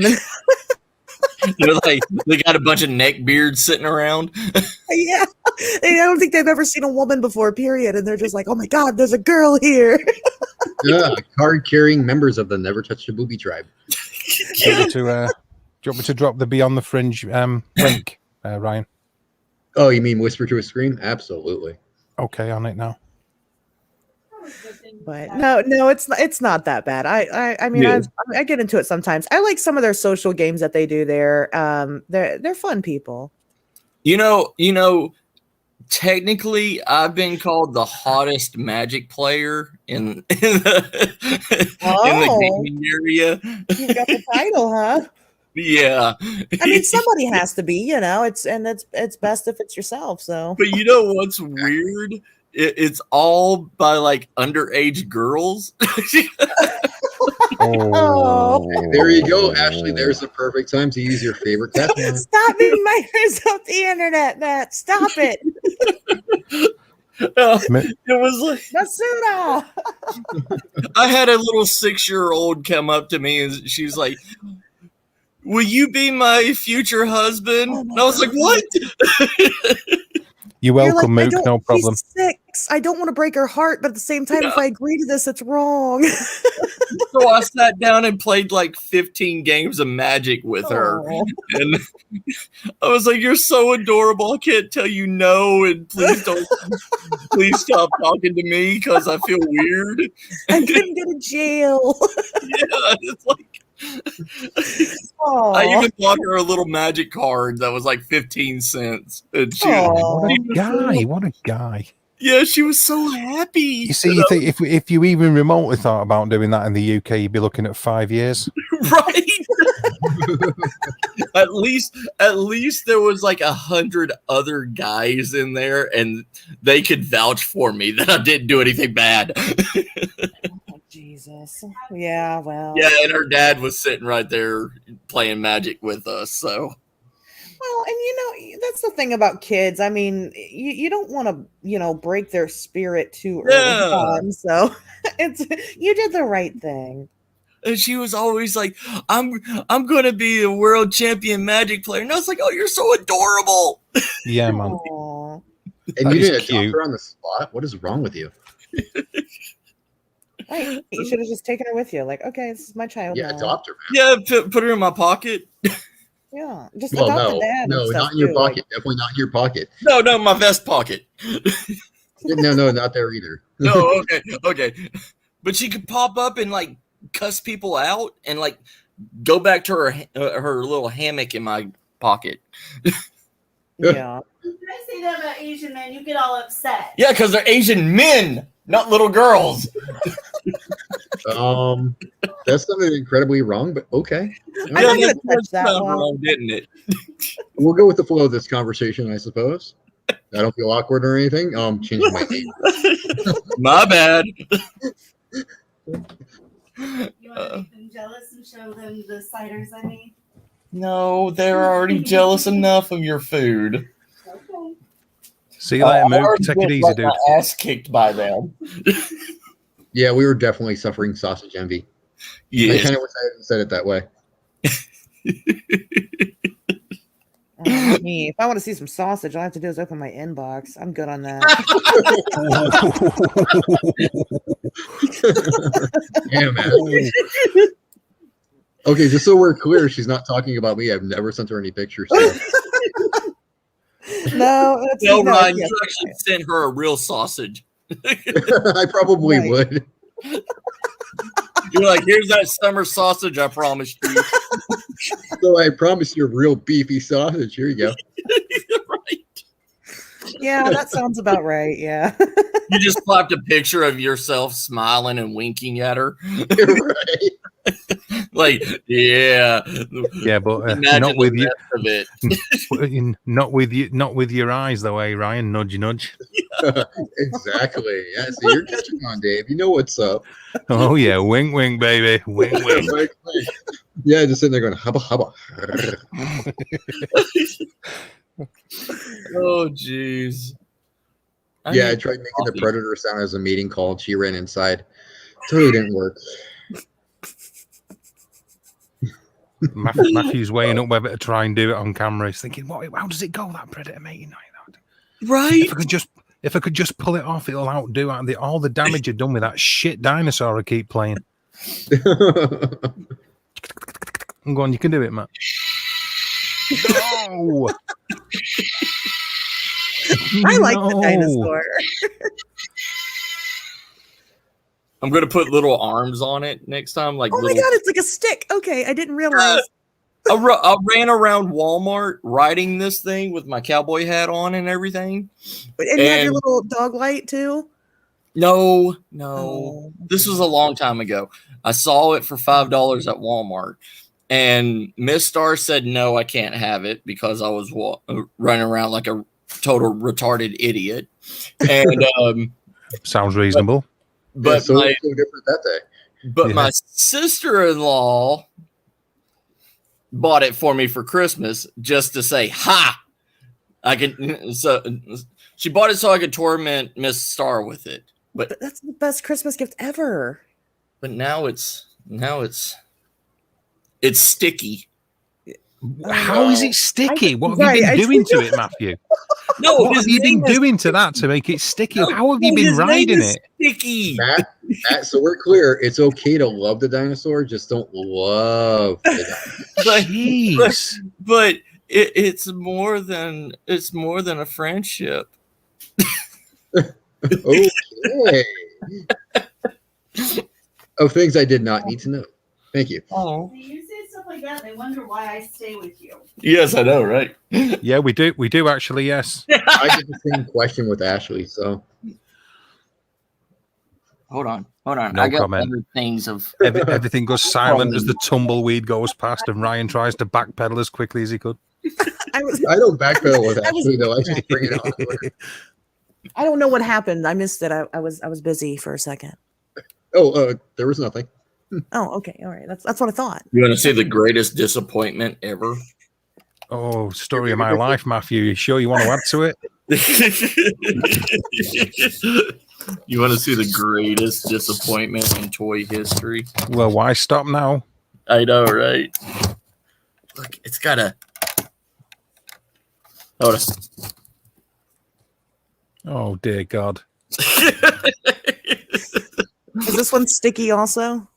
Oh, I hope not. No. Not Oh, yet. I took the batteries out of it. Crap. That really was a big disappointment. Wow. It was. Really tried to warn you. It was a massive No, failure when he tried to. He ruined my stream with this too. Yes. With this, Biggest with this disappointment exact in toy history was the Battlestar Galactica toys. No. I got something better. I would have to say the Battlestar Galactica remake. Oh, But they're the all toys were terrible, and then they got taken off the market. Because we're shooting themselves in the mouth with the missiles and whatnot. So, I mean, I wasn't one of those kids, but there were kids doing it. So. You wasn't one, huh? It wasn't me. No, not at all. What's up? Was that a bodily effect right there? or- What was that? It sounds like Matt when you said something. It's a pile driver, remember? Oh, I remember it, brother. I lost 25 subscribers because of it. Oh, jeez. Oh, and it won't work now, Good. but it will still fart. Oh, there you go. Matt's so happy right now. I love to see it. Yeah, I know I you did as people well, love actually, giving Ash. I voice think it's a fair comment, that, yeah. I love it. Come on, work. Work. Look, it has a plunger. Oh, dear. It has a joystick. It's got a poo thing that you hit for the fart. Sometimes I am astounded by what Matt and I are fascinated by. Sometimes I'm astounded by the fact that I What did sort of you guys agree think with a pair of you. Pile driver. See, I always think of a pile driver as a wrestling move. Am I the only one? No, that's what I thought he was. I didn't know what he was talking about. Oh, jeez. How is that a pile driver, though? I'm kind of curious. Oh, Because Matthew. it drives and it's a pile of shit. Oh, okay. Wah, wah, wah.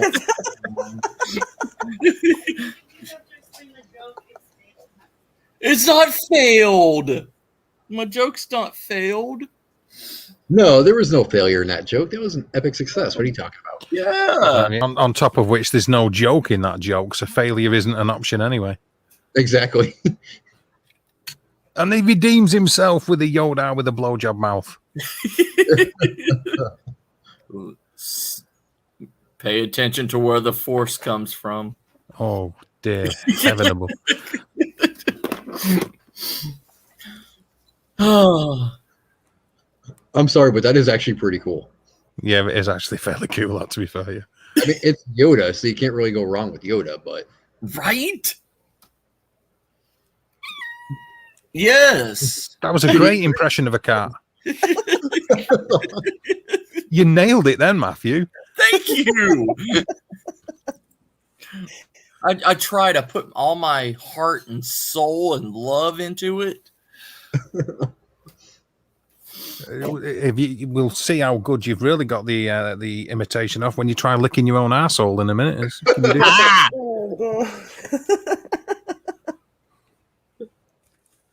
Oh no!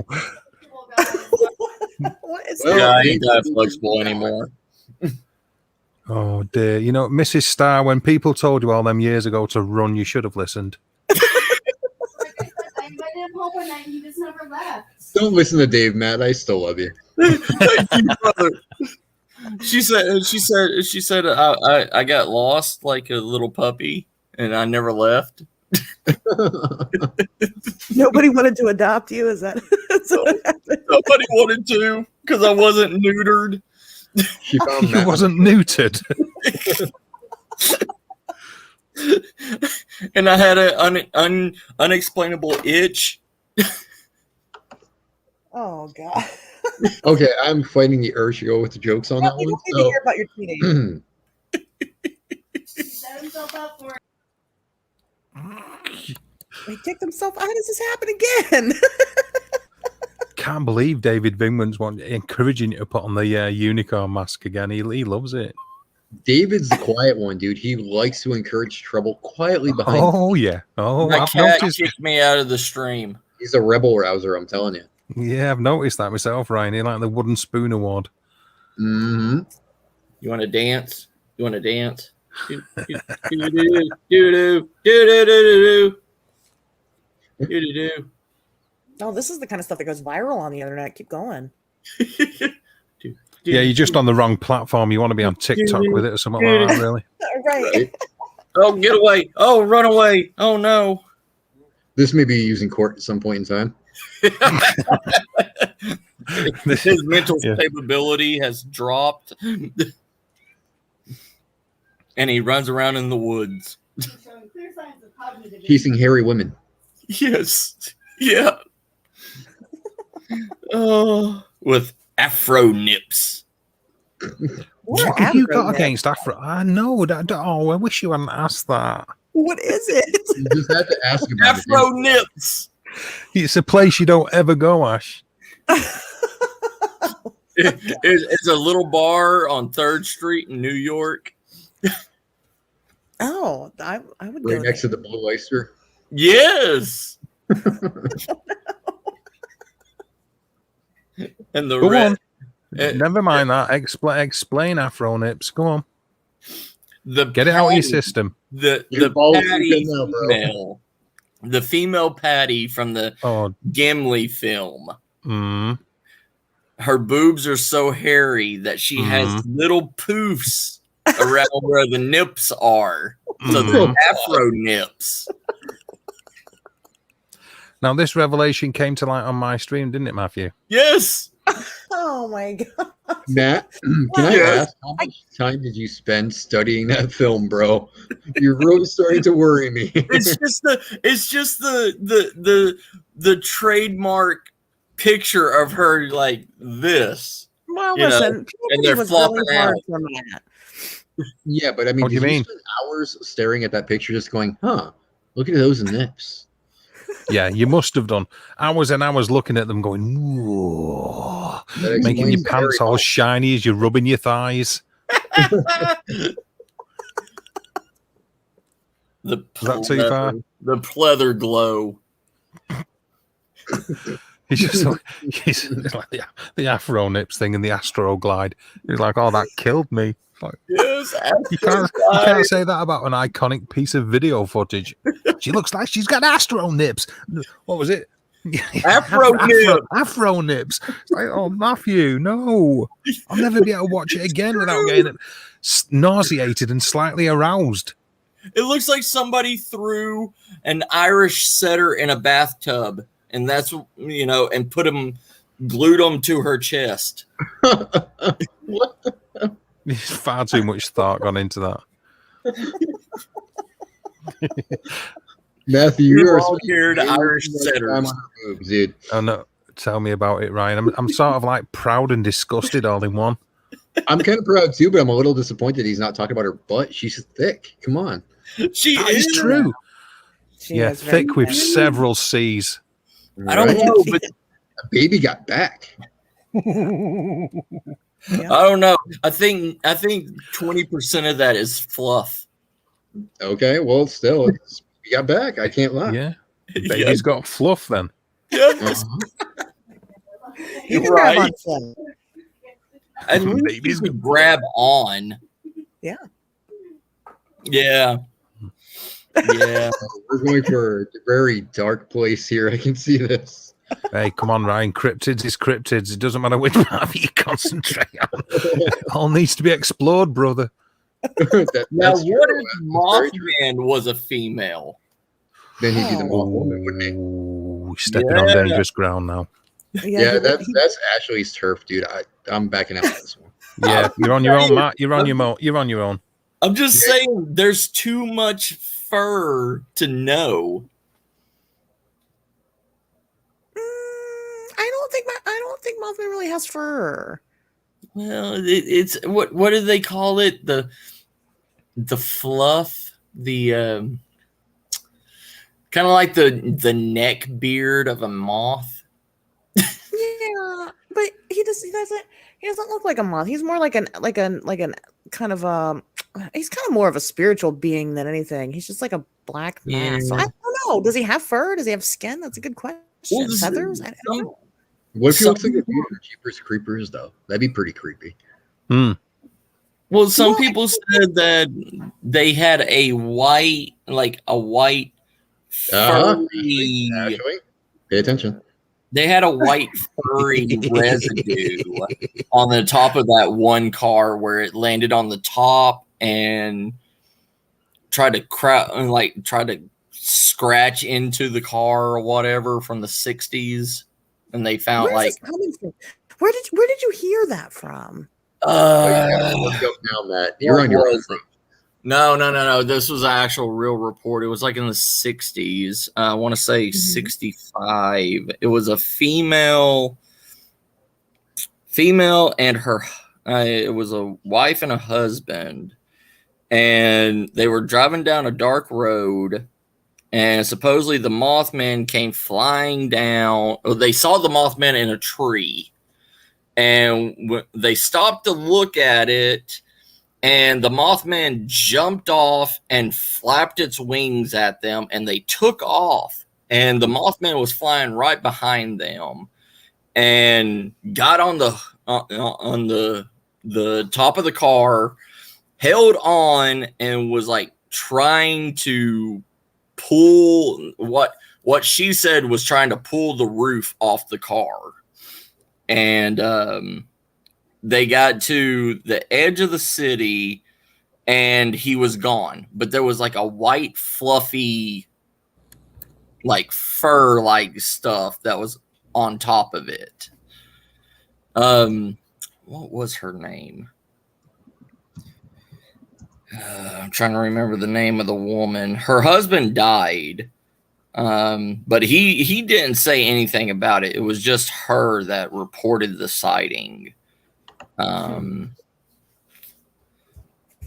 She was one of the people that was in the Mothman conspiracy thing where they were where a professor or somebody in biology or whatever went and found these particular cases and had these people to go do visual reconnaissance, and he cut out 4 different size cutouts of the Mothman and set them. He had like a 2-foot tall Mothman, and he set it at like 5 feet away from the edge of the road.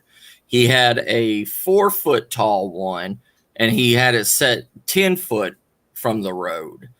He had an 8-foot tall one that was 2 foot from the road in bushes. And the other one was, I want to say, between 5 and 6 foot tall. And it was 25 foot from the road. And this was her account. And they drove down the road with the person in the back. And while they were driving, they would shine the flashlight at each one of these Mothman cutouts. And they would report back to the professor guy how tall it was, how far away from the road it was, stuff like that. Yeah, And they were doing trying to find discrepancies and eyewitness accounts of size discrepancies. yes.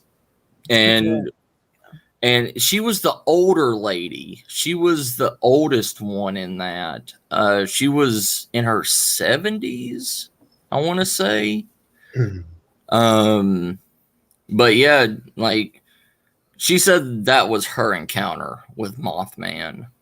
I see. I haven't read his, and maybe that's where all of this is coming from. But I had come across this video recently that said that somebody had reported a white Mothman, and then later changed their story, or whatever. And anyway, the encounter they were talking about, I'm very, very, very. It's a very famous encounter. I'm very familiar with it.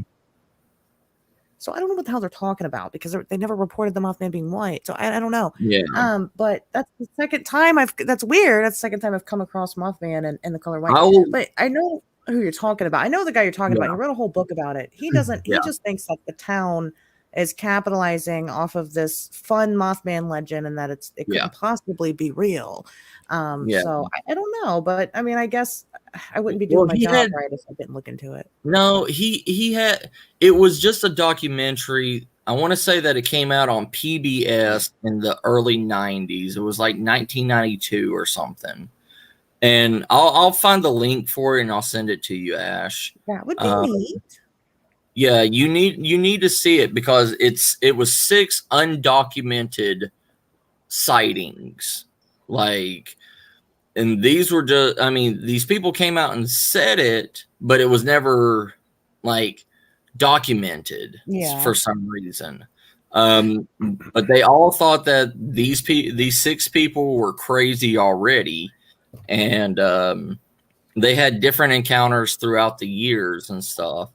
But every single one of them, all their sightings and everything was completely off. Like, one guy said that the 8-foot tall cutout was 15 foot tall and like rabid and was going to try to like attack the car. But the people that was in the car driving with that was driving him and beside him knew that it wasn't going to attack, but he swore up and down that it was a real thing and it was coming to attack.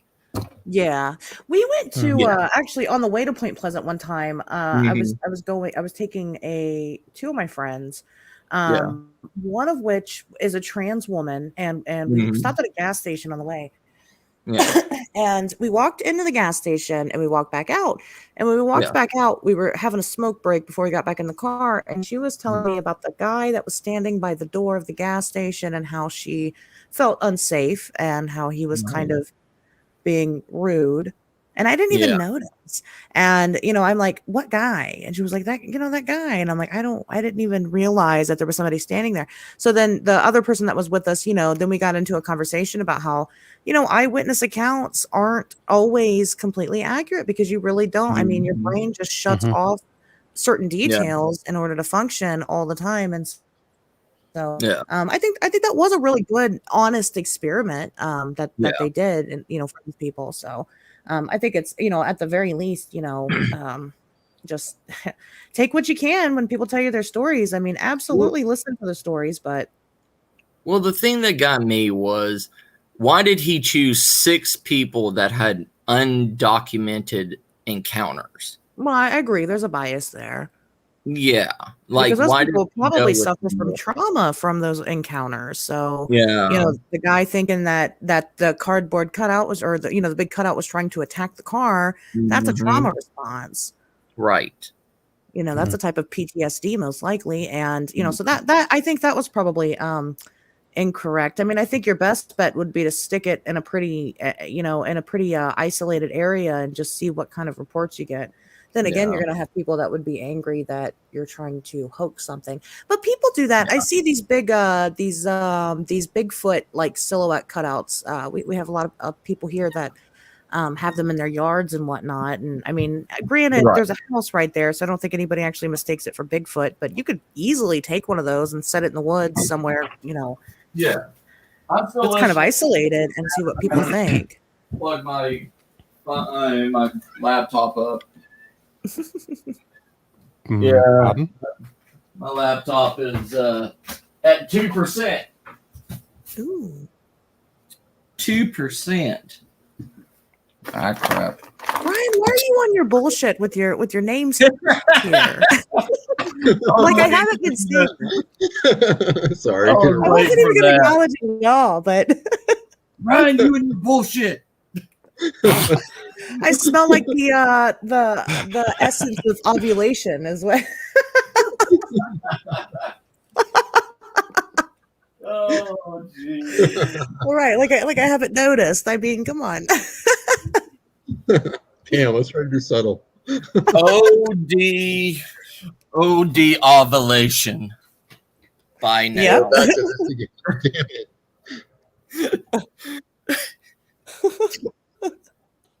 Yeah, Ryan's gonna say you smell really weird until we go out hunting for Bigfoot. Then he's gonna be like, "What is that smell?" Right. Yeah. There's no proof of that. Oh, I'll be like, "What? Oh, that's Ash's smell, ain't it?" No. Wow. Everybody's so mean. to me. I No. don't See, understand. you'll know she's around because I'll be like, I smell trouble. Then you gotta run. Yeah. And Ash pops out from behind an oak tree. Hi. What? Yep. How the hell you did? Listen, I can't hide in the woods, you guys. I have fucking fire red hair. You cannot miss me. It's impossible. We'll put you in a tree. You'll still see me from 50 miles away, I promise. Oh no! If it's not in front of Ryan, he won't see you. Just don't move. I won't see. My vision's based on movement. Right? He's like a T-Rex.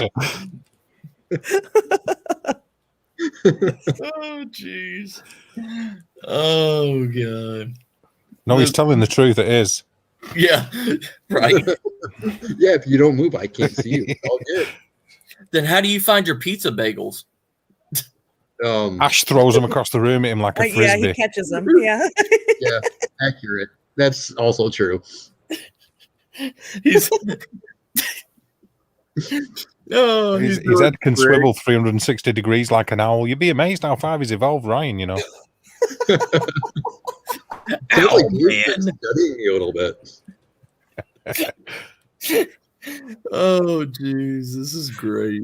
I want you to know, Dave, I'm flattered, but don't you be studying between 9 and 5. That's Ryan time. Love you too, Nubby. Oh god. I love you too, Dallas. You cheeky monkey. Snobs. Oh jeez.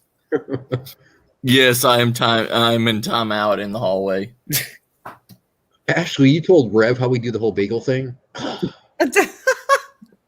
No, she was over one night. I know you didn't know because she tends to sit really still, but Thought I could trust you, Ashley. Come on now. Wait. Are you putting me on exhibit? Is that what you're doing? I might be. Whoa, wait a minute. If you're charging admission, where's my cut? What are you talking about? You get a room. You get a room with one blanket and one pillow. That should be The enough. basement is not a room, actually. And you get pizza bagels Right. and Yeah, one I got thing on a four. year. You think pizza bagels grow on trees, Ryan? Come on. I have to pay for them. Come on. No, you have to pay for the electricity to cook them. Yeah. That too. That too. No, the pizza my bagels, God. those are on me. Those are free. Nothing. Ash doesn't need that. She can cook them with a stare. You're right. Right? Just stare them into submission and they frazzle. I wish. You guys give me way too much credit. Yes, she summons the power of her hair, like what Miss Star says. Oh my gosh, that would be great. Firestar. Yes. Oh god. So wait a minute. If she's Firestar, what does that make me? Spider-Man or Iceman? That makes you a fire crotch, Ryan. Kind of does, yeah. Yeah. Kind of does. Oh jeez. Burnt wiener. That's what it is. Wiener. Now you know my dilemma. Hello, Jane. How are you doing, Jane? Are you okay? Hey, Jane. We still have people here. I'm surprised. I think they're enjoying it. I don't know what's wrong with these people, but It's like early in the morning. Oh yeah, What time time to, is it? it's very late over here. it's only at 11:05 over here. Laptop? Where? Bottom right corner. I It's do. over here. It's 2 a.m. over here. It's almost witching hour. Yeah, see? Oh, I do have a clock on here. You didn't know you had a Yeah, clock that's on the your flashing computer? thing with numbers is. Mike. No, I didn't. So cute listening to you guys complaining about the time when it's 6 o'clock in the morning over here. I know. Why are you up at 6 o'clock in the morning? Because he's I don't have a life. Oh, okay. Well, Dave. Oh. what are you gonna say, Ryan? You're a I legend, dude. appreciate You're up this that. late. Wow.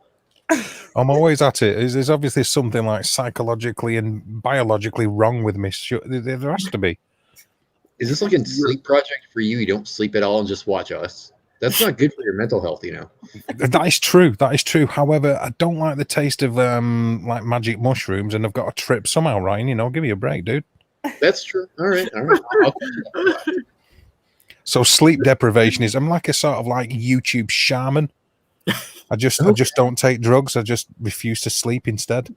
All right. I can get behind that. I'm totally in support of that. Yeah, for about 40 What is this, Dave? The third, the sixth day you're doing this? Well, if you start hearing voices, Dave, don't wonder why. Yeah, that's a fair point. You're right. I'm just happy I have a clock on here. Hey, it's gone Yeah, again. Okay. I told you, bro. Yeah. That's what the thing with flashing numbers is. It's a clock. I tried telling you this. I go by fingers in the sun. Yeah, Terry's there supporting. Yeah, absolutely, brother. We are committed to our USA counterparts. I don't want to say counterparts, but I know what you mean. We're committed to our USA companions and cousins. We don't miss many streams. Absolutely, brother. Let's show Same these here with ex-colonials y'all. how to do it. I've told you, if all you lot had have just drunk the tea 300 years ago, this wouldn't have been an issue. Oh, it still would have. Yeah, pay them taxes. Drink, Pay the taxes and drink the. This turned There was dark only- for a minute. Wow. Oh, you know how it is. Drink the tea, pay the taxes. None of this would have been an issue. I listen. I hate it here. That's we all hate it here. yeah, we do. Yeah, we really do. We are, yeah. Pretty soon we're going to come back to the homeland, Dave, Yeah, and you're going to be screwed. Everybody talks about how awful Americans are, but Americans also think Americans are awful. So, Yeah, you want to get the fuck away from them. all right. Like, I don't want to go to a big city. Weird that you say that, Matthew. Everybody coming back to the homeland because everybody over here wants to piss off over there. Right? We can trade. We can trade for another 300 years. It's like a mad cross migration. Right. Well, the grass is always greener. Not in Yeah. Arizona though. Ryan doesn't have grass in the desert, so. Oh, I do. I do indeed. He has dark sand and light sand. Yeah.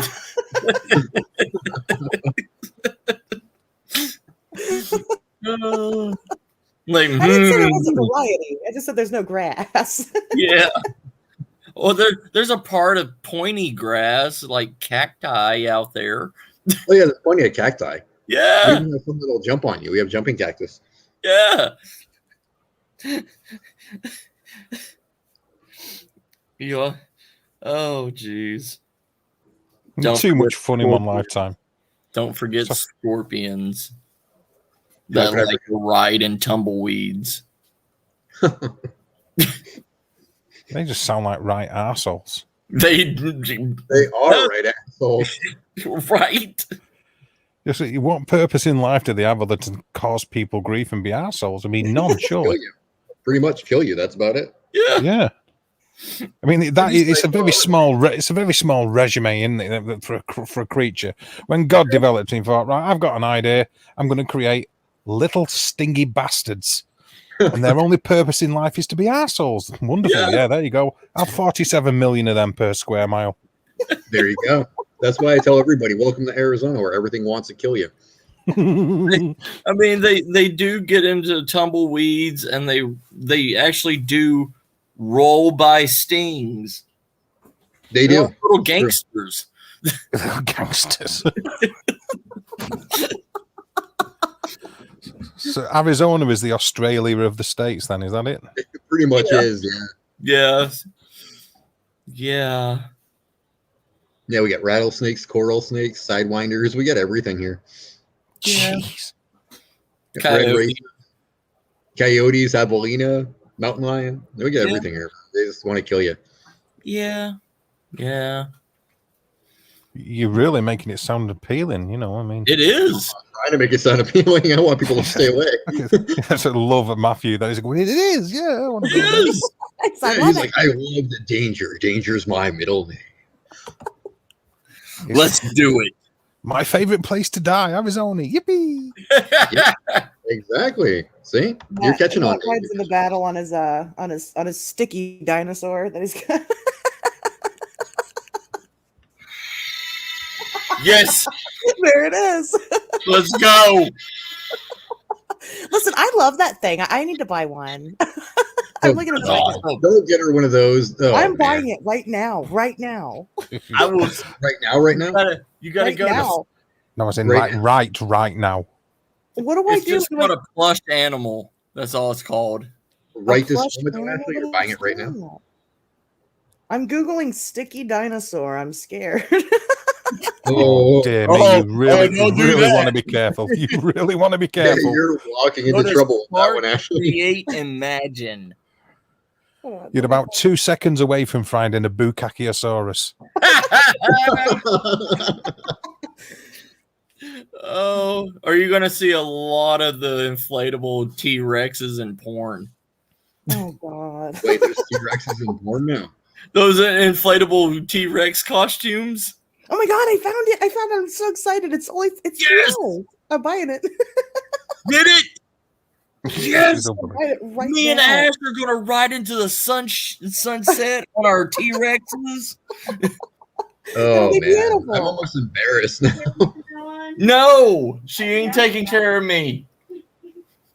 No, I can't cook. I'm the outside dog. Ryan's the inside dog. Oh, wait, I don't know. I don't think I can buy it. It says it's sold out. Oh, Matthew. What's up, Mom? Wait. I think I'm doing it. I have to pick. If I buy it, I have to pick it up at the store. I'm doing it. Yes, do it.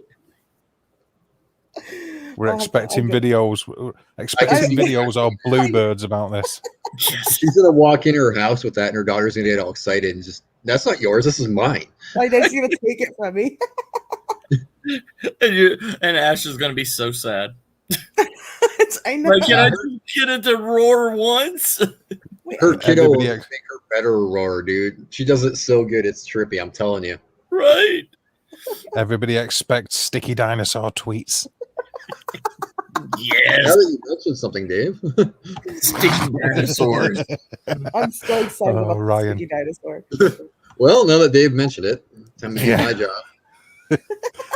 Well, Ryan's done for the day. Oh no, I'm just You're getting done for the started. day. Yeah. Listen, I don't need Ryan. I have a sticky dinosaur. I'll be good. Right.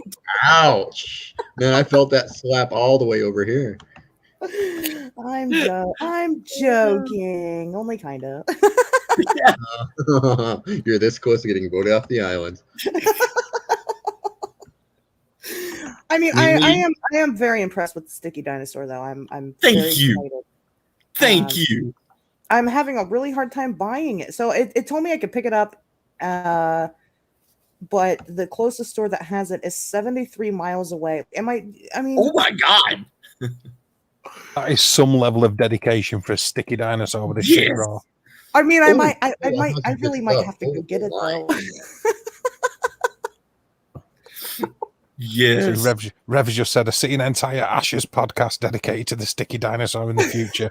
Absolutely. That is great. I will take this thing with me everywhere, everywhere. Feel Yes. massively let down if that doesn't happen in the future myself, Rev. I've got to be honest. You're gonna put it in the passenger seat and just Yes. drive down the street with it. It'll be on every investigation. The sticky dinosaur. Yes. Yes. Imagine how Okay, so weird it it will might be be. worth traveling 73 miles. That's the actual thing that's been missing all these years to entice a Bigfoot or a Mothman to come out of the woods or some shit. It's like after all these like bloody tampons and jeans full of vampire ghoul, it's it's the sticky dinosaur that done it. Probably, yeah. Well, they're gonna want to play with it. It's so fun. Yes. It's Oh so my God. fluffy. It's so fluffy. Like you squeeze it. How do you make it roar? Does it just do it? Does it have a button? Yeah, it's got a button right here. Oh, okay. See, I want that kind. It's not gonna work now. Oh, you broke it. Oh, there we go. Yes. That shows how much I play with this thing. It needs new batteries. Yeah, and a new button. It was sewn into place, and now it's like moving around. You should take it into like a computer store and be like, can you guys fix this? Dare Yeah, you to It's do it, really Matt. important to me. Dare you to do it, Matt. I And video will. it too. I'll video it. Please. Be Yeah, like, please do. walk in and be like, "Yeah, I need a special request. How much would you charge to fix my dino?" Yeah, that's a proper survival Sunday, that. Yes. You make it out of there alive after that. You've done well, brother. I'll be like, I Go need ahead, I need out. spiderware technology put in it. I need it to be able to roar with its mouth. You I just need get you it to all make scooped this a up. T1000. Well, if it roars with its ass, that's a fart, Matthew, isn't it? So of course it's got to roar with its Yeah. mouth. I don't know.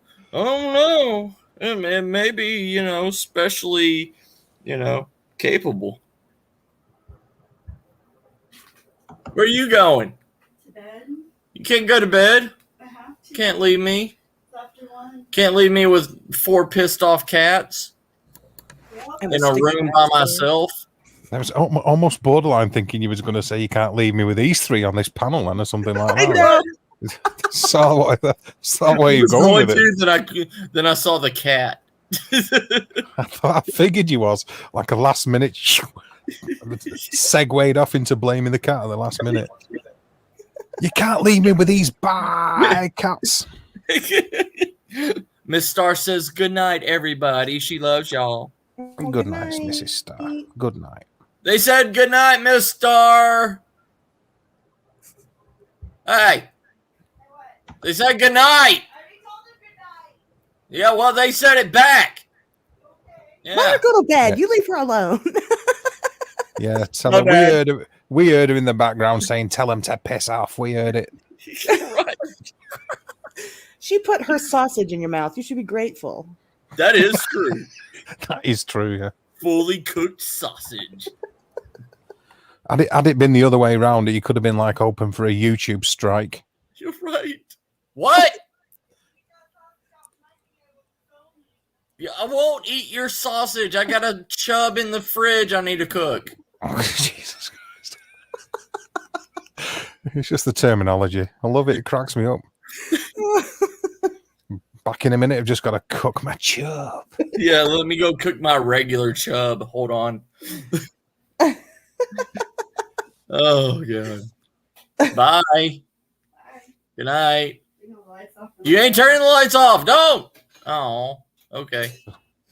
Come on, he's a paranormal investigator. He doesn't like being in the dark. You're right. I don't like being in the dark with these three. Oh, no. So it is down to us now. Yeah. You don't know what they do in the dark.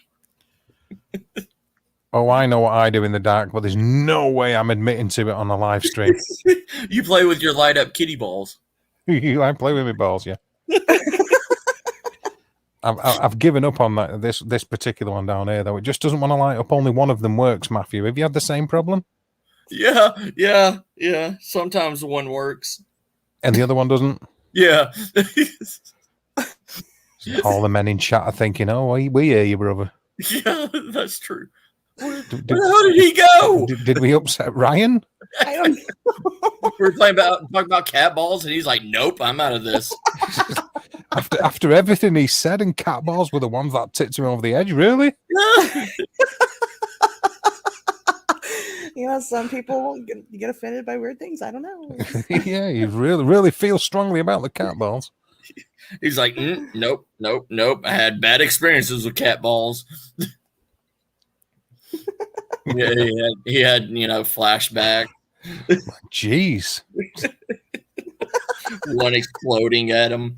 Obviously sensitive about balls. I understand, yeah. Ryan. I understand. It was all that sticky dinosaur talk. He got jealous. I'm just kidding. From sticky dinosaurs to cat balls. It all goes together. Oh, absolutely. I don't think he's more devastated that he didn't order him one as well. That's what it's about. Yes, you're probably right. Should I buy him one? I think that's what it is. It isn't so much that you've ordered one for you. It's that you didn't order one for him also. That's what I think it is. Oh no, I think you're right. He needs the cowboy get up too with the little hat. Well, yes, you're probably right. I will have to order him one also. He's gonna be so mad at me. I'm absolutely fuming in the side chat right now, trembling that much he can't type. He's breathing so heavy. He's like hyperventilating and shit, purple in the face. You know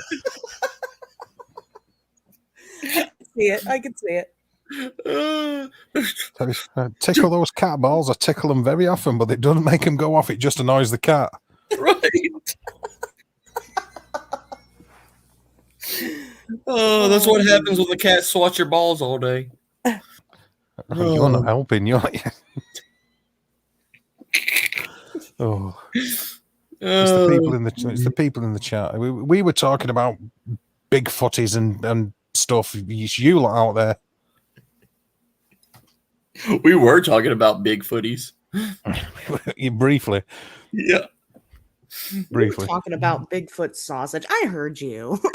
Bigfoot sausage. No, she's right. It is true. We've been caught out, Matthew. Who are we trying to kid? I was talking about how long Nessie's neck is. You was talking about how long his schlong was. Right. Yes, I did. How I'm tired of getting compared to him. Oh my god. Oh dear. Oh dear me. You're mistaken for Nessie all the time, huh? Is that Right? Yeah, that's it. I don't know if I'm going to recover from you saying that. That's what it is. We found the truth to Nessie. It's just Bigfoot doing a backstroke. Bigfoot doing a backstroke. Didn't realize Nessie had such a small neck then, Matthew. Well, it was how many feet away when that picture was taken? It's not much of a periscope to brag about that, is it? Right.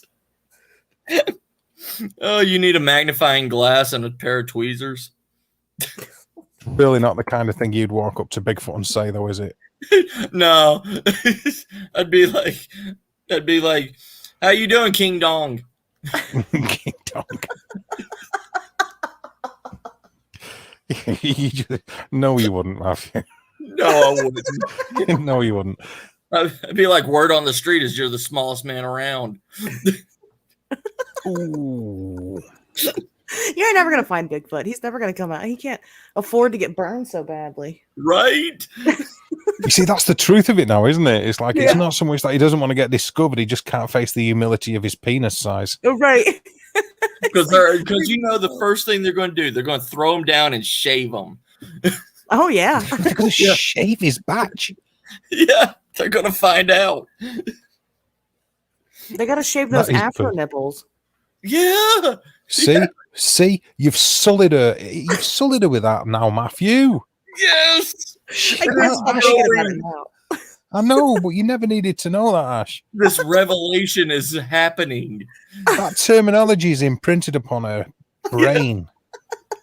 She's going to slip up on her podcast and be like, did you know about those afro nips? Like, what? Oh no, I'm gearing up to talk about it. I'm ready for it. Everybody's gonna know now. Yes, you do it, sis. Spread the word. Yes. Allow the knowledge of the afro nips to be passed on. I just love in the comments people are making about you getting your ass slapped by a Yeti. You're the only one who's believing that you're in any control of that situation at all. It's like Terry Screwloose is saying, are you hiding farts when you use the toy dinosaur? Yes. that means. Oh, no, trust me. If it's good enough, I would let it rip and be, man about it. I have a sudden urge for a banana. Oh. Ooh, Beth. Yeah, big backstroke. Yes, that's all Loch Nessie is. Oh, is that what it is? Doing a backstroke. Case closed, folks. We figured it out. Yeah. And to think that Scotland's been making millions every year on the size of a tiny gorilla schlong. They had to go so far back to get a good angle of it. Then they put a ×10 magnifying glass on the camera. You've really thought about this, haven't you, Matthew? Yes, I did. You've really gone into how they've done it and the strategies, the tactics of doing it, the logistics, all of it. Yes. Yes. Why not? Well, at least you're thorough. I'll give you that. I try my best. You get all the credit for that. Hell, I get made fun of saying that Sasquatch is a living, breathing creature. You mean as opposed to being a mythical, magical, interdimensional, transdimensional beastie? Yeah, pretty much. From Transylvania. Yeah. Oh, jeez. I don't know. I love all of y'all, but I'm just bored of people saying, "Oh, you're a cryptid hunter, Bigfoot this, Bigfoot that," and it's like they don't know anything They don't know anything else about any other cryptids in the world. You know, it pains me to just sit and answer 5 million Bigfoot questions. It's like Bigfoot's Bigfoot. There's all over the place. If you want to talk about Sasquatches, I want to talk about the other Sasquatches, the other ones that are not mentioned, not the 4 stereotypes. It gets old. Yeah, I agree. Well, I'm very bored with Bigfoot, and so I guess I shouldn't say bored, but the thing is that to me, I feel like, at this point, it's pretty much common knowledge that Bigfoot is real. Right. I mean, I think that it's just a matter of time before it's cataloged and classified, and and there's other things out there that are such a mystery that I think we should give our attention to. I mean, it's just there's so much out there about Bigfoot. I mean, it's overwhelming. I mean, not overwhelming. It's just it's oversaturated. Yeah. It's like, I mean, fuck, they got video games about going and hunting Sasquatch, and the video game has a semi truck with a huge freaking container on the back of it in the middle of the fucking woods. Yeah. Like, and you're 4 badass hunters that are shooting tranquilizer darts, and you got to drag a Sasquatch after you make it pass out, drag it back to study it. Like, really? Like, for one, you're not strong enough to pull a Bigfoot through the woods, let alone how did you bring a semi truck into the godforsaken who knows where woods? Yeah, right. I mean, I think a lot of us, we definitely appreciate and respect Bigfoot. But I think I don't know.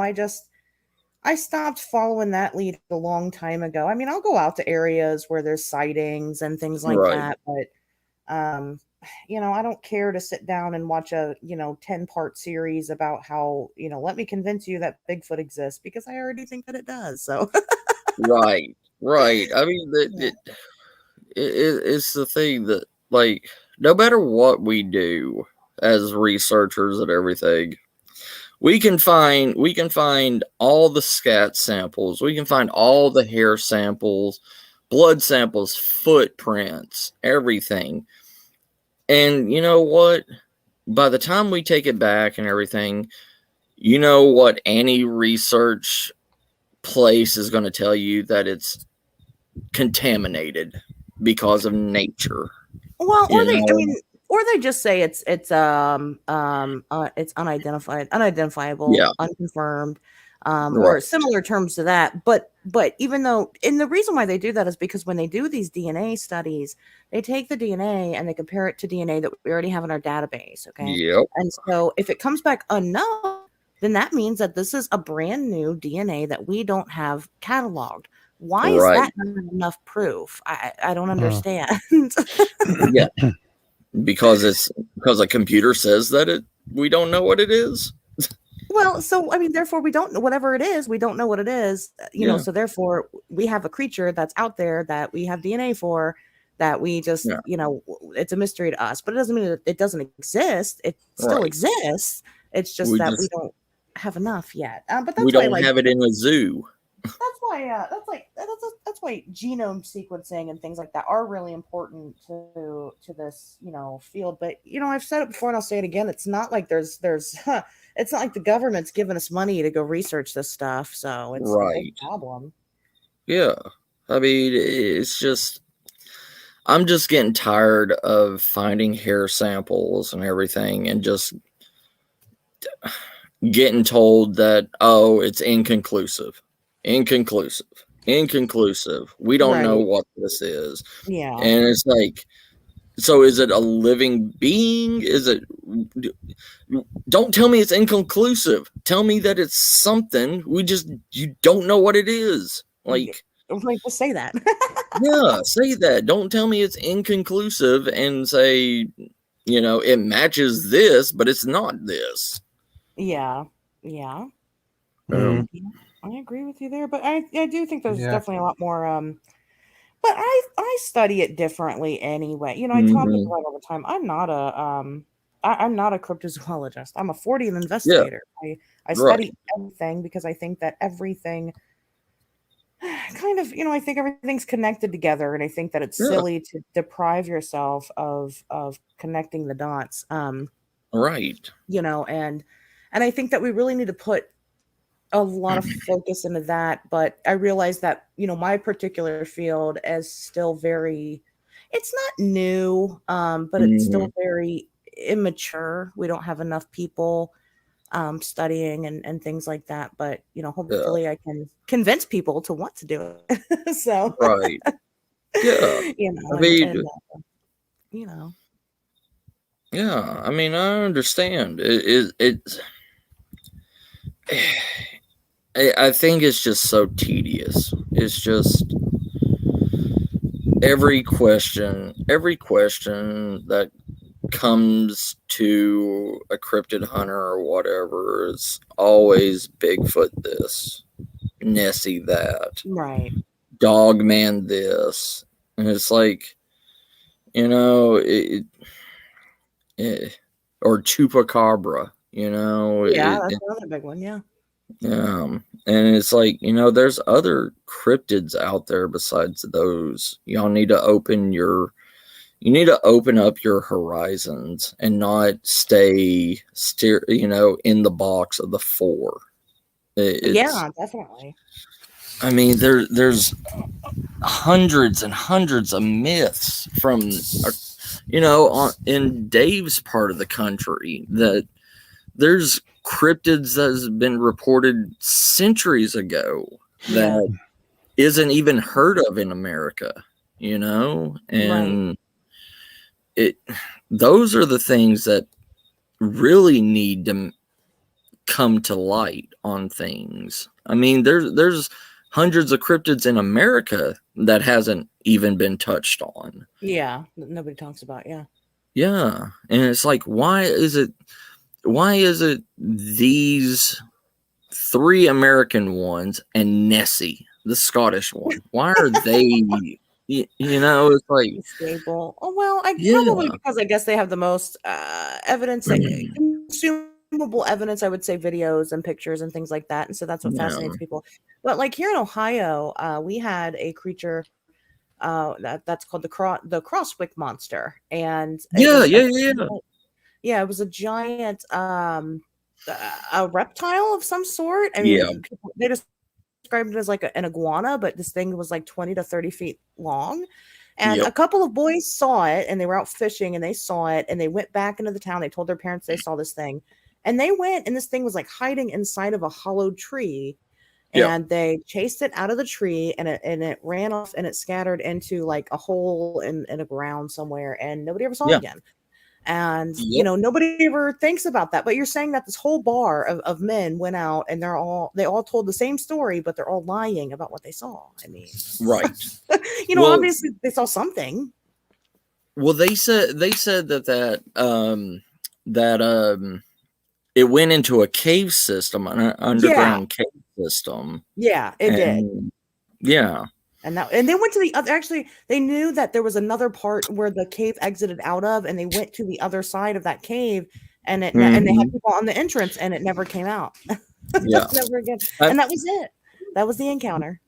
But that's the funny thing. Okay, they believe that it was just going to crawl out of the other entrance, and there's not other cave systems in it connected there.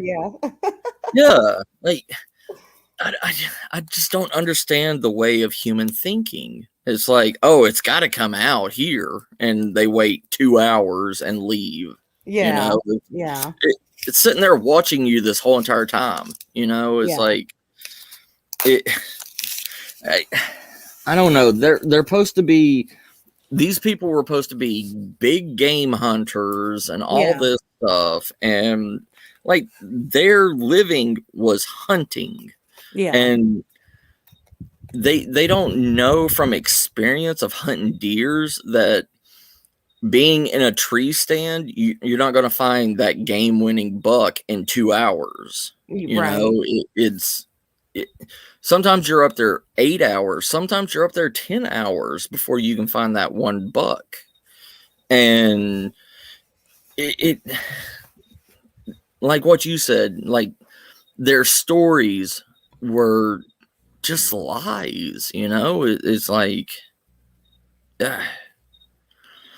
hey, I don't know. It's like the Louisiana alligator man, Mhm. you Yep. know, and that thing's been around since the 1800s, Yeah. and nobody's ever seen it. Nobody's ever, you know, there's been multiple reports of it that what is that? The guy that found the alligator creature, his granddaughter, great granddaughter or granddaughter is now like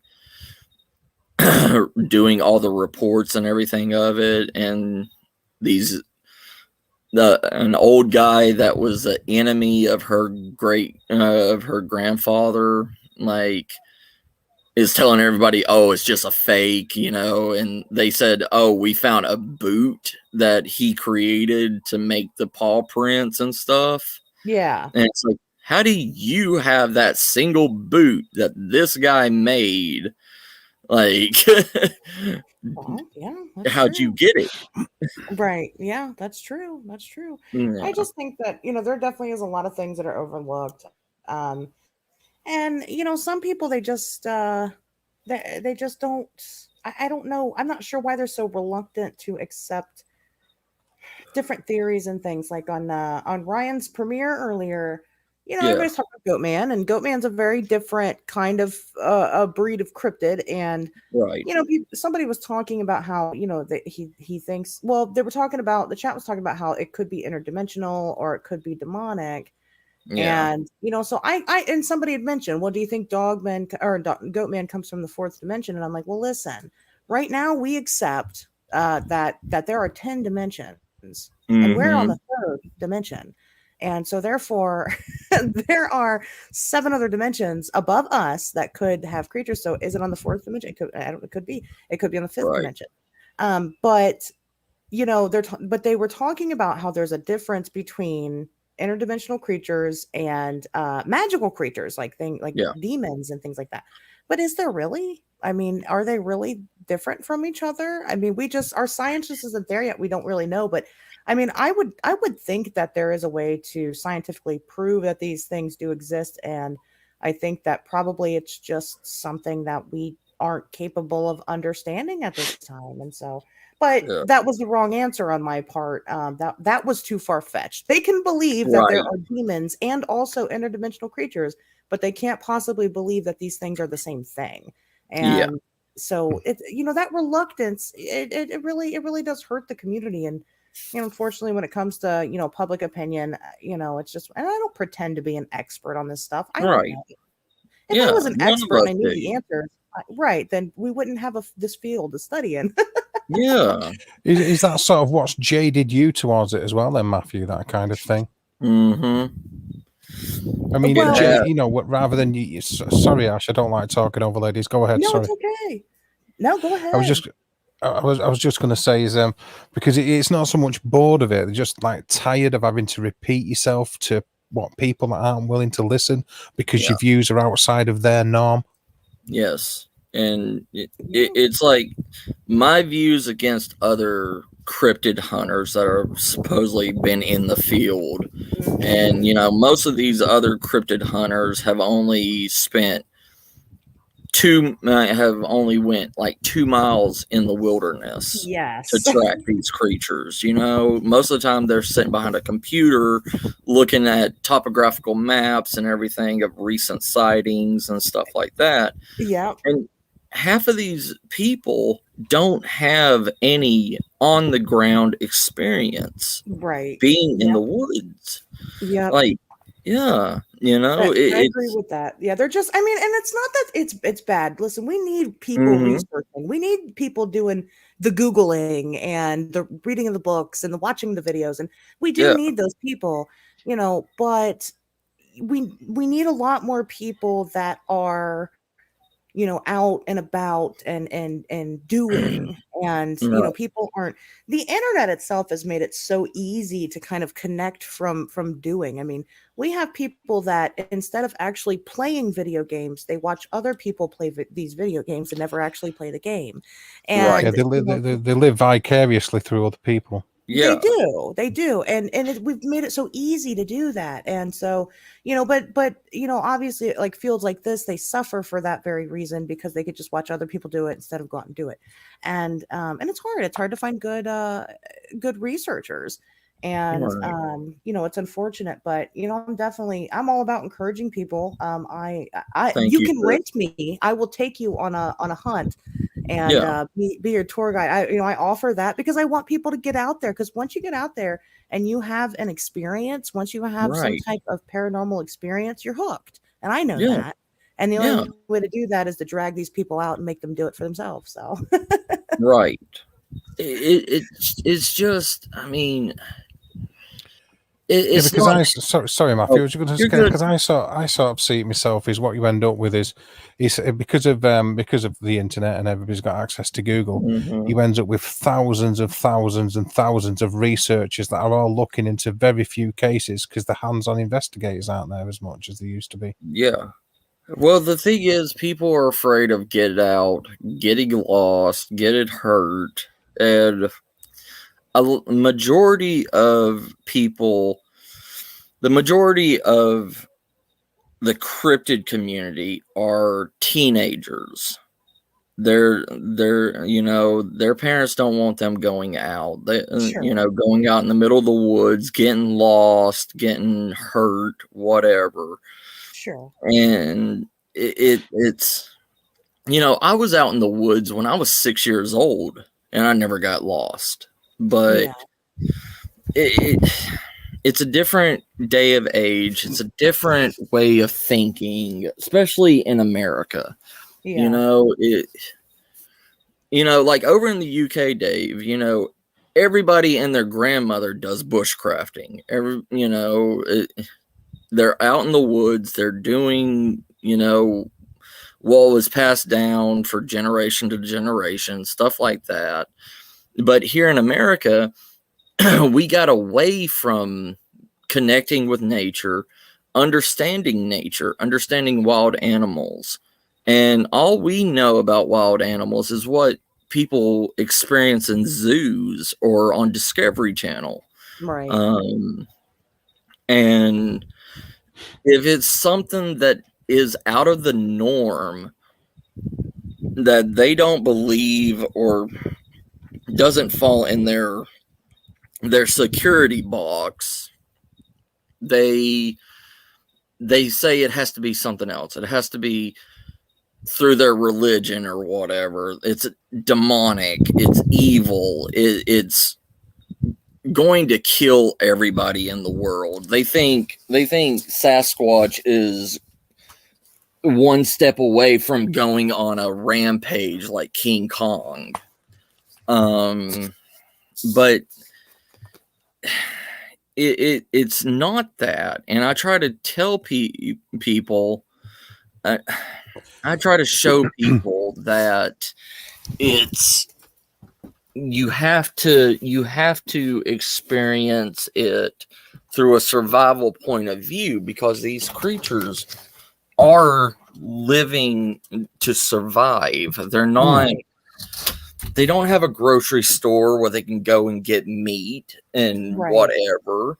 You know, they have to hunt, they have to gather, they have to, you know, they have to find clean water sources that's not polluted by us. I mean, we have water filters and everything that will protect us from nature, you know, from dysentery and stuff like that. Sasquatch doesn't have that kind of protection from dysentery or anything like that. I mean, besides their natural immunities. Even, and they believe that these creatures are born, they believe these creatures are born with an innate sense. Like other animals, they know what they can eat, they know what they can't eat. And that's not true. Not all animals have a innate sense. Deers have to learn what to eat and what not to eat. Raccoons have to do the same thing. Possums have to do the same thing. They're not, I mean, their blood, I mean, their DNA allows them to survive, allows them to be able to withstand cold, withstand whatever. But they're not born knowing what to eat, what to forage. You know, it's just like us. We have to learn the same thing. Yeah, well, indeed, there's evidence to suggest that that's the way that mammals are. You know, the longer gestational period and learning associative thinking around survival methods for that. Whereas opposed, you know, you get insects and you get reptiles, it's more instinctive. Yeah, and well, sometimes. So when it comes to humans, we've proven that arachnophobia is a genetic trait. It's not a. It's just something you're born to be afraid of spiders because of centuries of our ancestors being, you know, bitten by spiders and dying of spider bites, and so therefore, you know, we're this kind of natural instinct that spider bad, you know. So some of the traits can be passed down. However, you know, I wasn't born to know how to, you know, make a souffle. So I had to learn that, you know. So I think that, you know, that's up for debate, I think. Well, Because, I mean, you know, like, who knows? I mean, for centuries we learned how to. Here's an example. For centuries we learned how to skin and butcher deer and everything, but you're not born knowing how to use a knife to fillet a fish or to butcher the right parts of a deer like our ancestors did, because that was passed down for generations and generations. It's not an innate sense, but the fear of spiders and snakes and stuff is because it's an innate ability, knowing that it's dangerous. Like Sasquatch has an innate fear of humans because they know that we can kill, we can use guns, and you know that's different than being able to know what food will kill you or not. You know, it's they have to learn. I mean, especially because like animals don't, you know, you know, you're hungry, okay? You can and you can hop in the car and you can go down to your local McDonald's and you can buy $20 worth of food and you can sit there and completely stuff your face until you vomit. Animals can't do that. They also have like the starvation factor to play, and so therefore, you know, they can get pretty desperate when it comes to food, because when you're starving, you'll eat just about anything. Right. You can't just eat anything. It's like, I mean, a perfect example is what's his name in Alaska. You know, he was starving and everything, and he ate the wrong wolfberries, and he died 3 days choking on his own blood and crapping blood and everything because it was a poisonous berry. And if they have the same kind of a system as we do, that would be the same thing to them. You know, they can see, you know, they have more innate senses like smell and taste and everything, but still, like, if they smell wild blackberries, they're gonna know, you know, that blackberries are, you know, fully ripe. I can eat that. But if they go to another territory or whatever, another area of land that has a different, say like mulberries or something, mulberries if they're not ripe, you can't eat them. They're poisonous. So they could be taught at a young age that you can eat this stuff, but it has to be at a certain time. And if they're starving enough, and they go to eat those mulberries, it could poison them and kill them. It's just one of those things. I mean, I do believe that they are taught, and they have to be taught, because they just can't run around eating everything. And it's the same thing with all wildlife. There's literally half moon mushrooms here in Texas that are poisonous, but the only thing that can eat it is the millipede slug. They're the only one that can digest it and eat it because of the acid in their body or whatever neutralizes the poison, and that's all that they survive on. But if a raccoon or whatever else eats it, they would die. Wow. Yeah. On that note, I want to talk more, but I have to be awake. I have to be up in 3 hours. You're fine, Ash. You're fine. All right, no worries, Ash. So I'm gonna go. So, but we'll cryptid chat soon, and I will keep you guys updated on the situation with my sticky dinosaur. So awesome, Yes, do it, of course. do it. Be very disappointed if you didn't, quite frankly. Listen, this is happening. I don't care how much it takes and what the distance is. I'm gonna have a sticky dinosaur. So Yes, wonderful. Hashtag Sticky Dinosaur Club. Sticky dinosaur. all for right, the guys. win, Well, have baby. a good night or day or whatever it is over there. Good All night, sis. You have a good All right. See you later, Ash. Bye. Bye. Bye bye. Bye bye. But yeah, I don't Yeah. know, brother. I know. I sort of know what you mean about it. I mean, Yeah. I sort of like struggle with some parts of the fact that for me, conditional learning isn't the same as associative thinking. Right. So I know what you're saying, like they can be taught, Yeah. but I think it's a learning condition rather than they're associating it with a need to pick it up Yeah. in a creative kind of sense. Do you know what I mean? Yeah. Or in a formulative type of sense. I mean, like I was just gonna say, like what you were talking about, like you're not gonna go see Sasquatch picking up stinging nettles and knowing how to boil it. You're not to get rid of it. They're not going to touch it at all because of the stinging part of it. If they eat it or whatever, it's going to hurt them. So, we can eat it because we know how to boil it and get rid of the stinging sensation of it. And yeah. But a Sasquatch, they're not going to do that. They're going to grab it and it's going to hurt them. And they're going to be like, no, it hurts. I'm not going to eat that. And it's just, I don't know.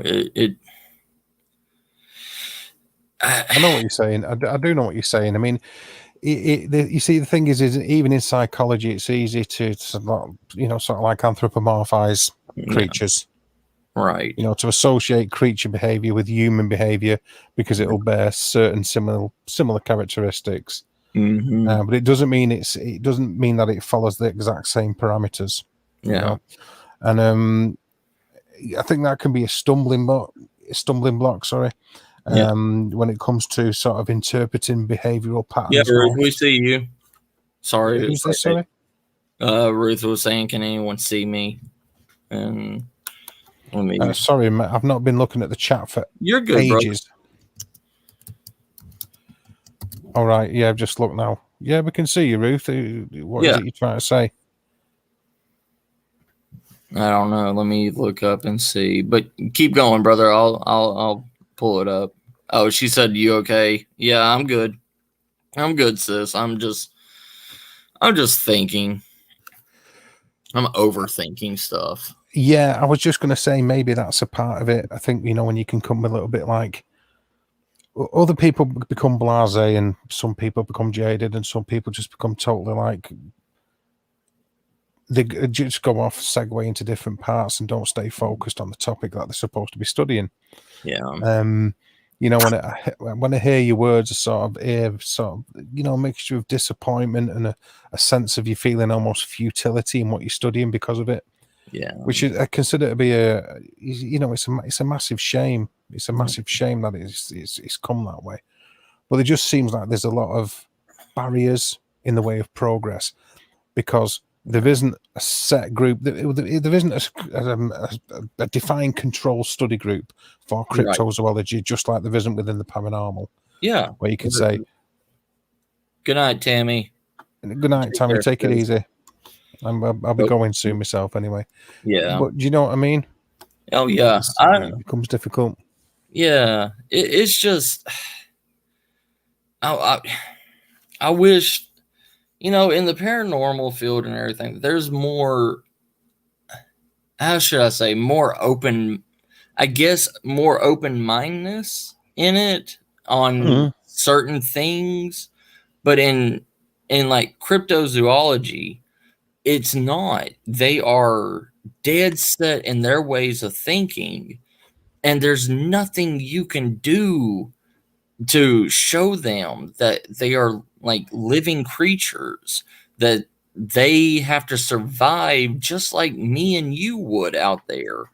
And they're like, no, everything comes natural to them, that like they're born knowing everything. No, it's not that.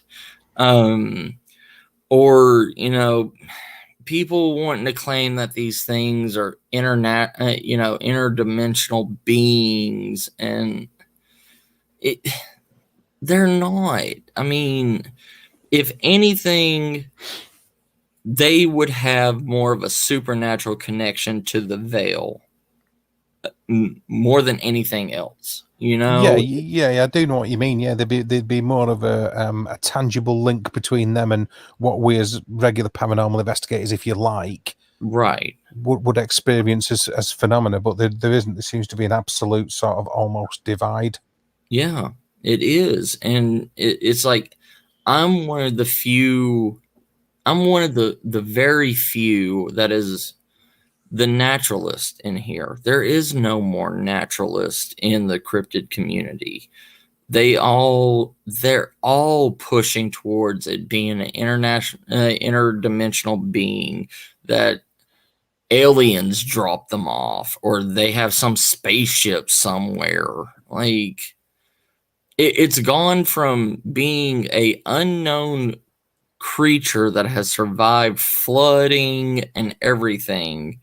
And I think that's the thing that people can't grasp, is saying, oh, there was no Bigfoot on the ark when Noah made it. Like, no, there wasn't. Like, I mean, you really think the Bible's going to say that? I mean, it's like, but it's one of those things. How did they survive? I mean, if the world was flooded, what did they do? Were they able to swim to a new island? Were they able to create boats? That makes so many different other questions about it, on how they survived. Yeah. I mean, you could have had something like the Gugway that was smart enough to, they can make weapons and stuff. Why couldn't they make a boat? At least hollow out a tree, and I think there's two sort of things that come into play though there, isn't it? And one is that the size of the flood was all enveloping and just flooded and the entirety of the earth, yeah. Right. And also the fact that it happened. Not only did it happen to the extent that it did, but that they weren't around or taken on the ark. Right. And why wouldn't they have been? You know? And it's like you've got to be careful of putting religion in with studying what ostensibly has to be a sort of pseudoscience. Yeah. But see, that's the thing, though. It always gets thrown in. So not only do you have to ask answer the natural questions and everything about it, but you have to answer the biblical questions about it, because there's the people that are hardcore Christians or whatever religion that ask those kind of questions, like what I just did, you know? Yeah, of course. Yeah, you understand that.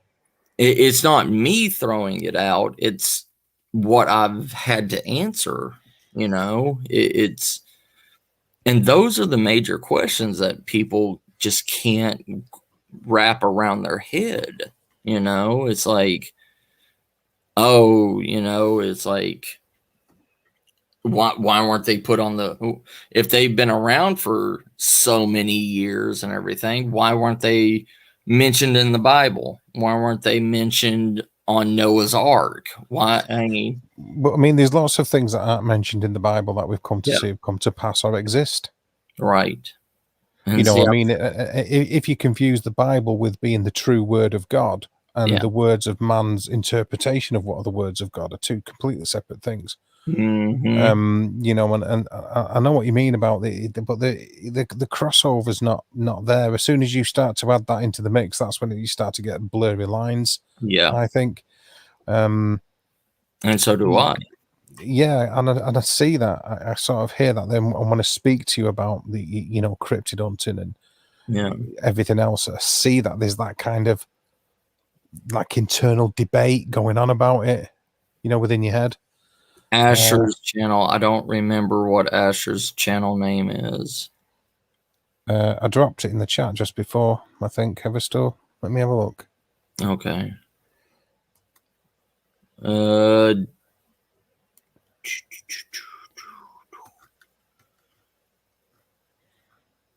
minute.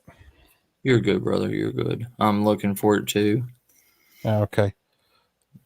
1 second. It's called From the Ashes, isn't it, surely? I think it is, yeah. Here we go. I've got it here. I'll drop it in the side chat. Okay. Thank you, brother. Yeah, I'm dropping it now, Luna. Sonic's way, Mary. Yeah, it like everybody wants to call them Nephilim. Mm-hmm. They all everybody wants to call it a Nephilim. Like, no, you can't just go throwing that word out all crazy like that. You can't, there is no definitive proof that it. Why would you call it a Nephilim if you're having contradictions of it's not even in the Bible? Like, where do you even come up with saying that? And yeah, well, again, you get into the realms of that. The Bible is the be all and end all go to of everything. Right. It's a glossary and list of creation. Yeah. When really it's a story of the teaching of God and the basic overview of what is allegedly the story of creation.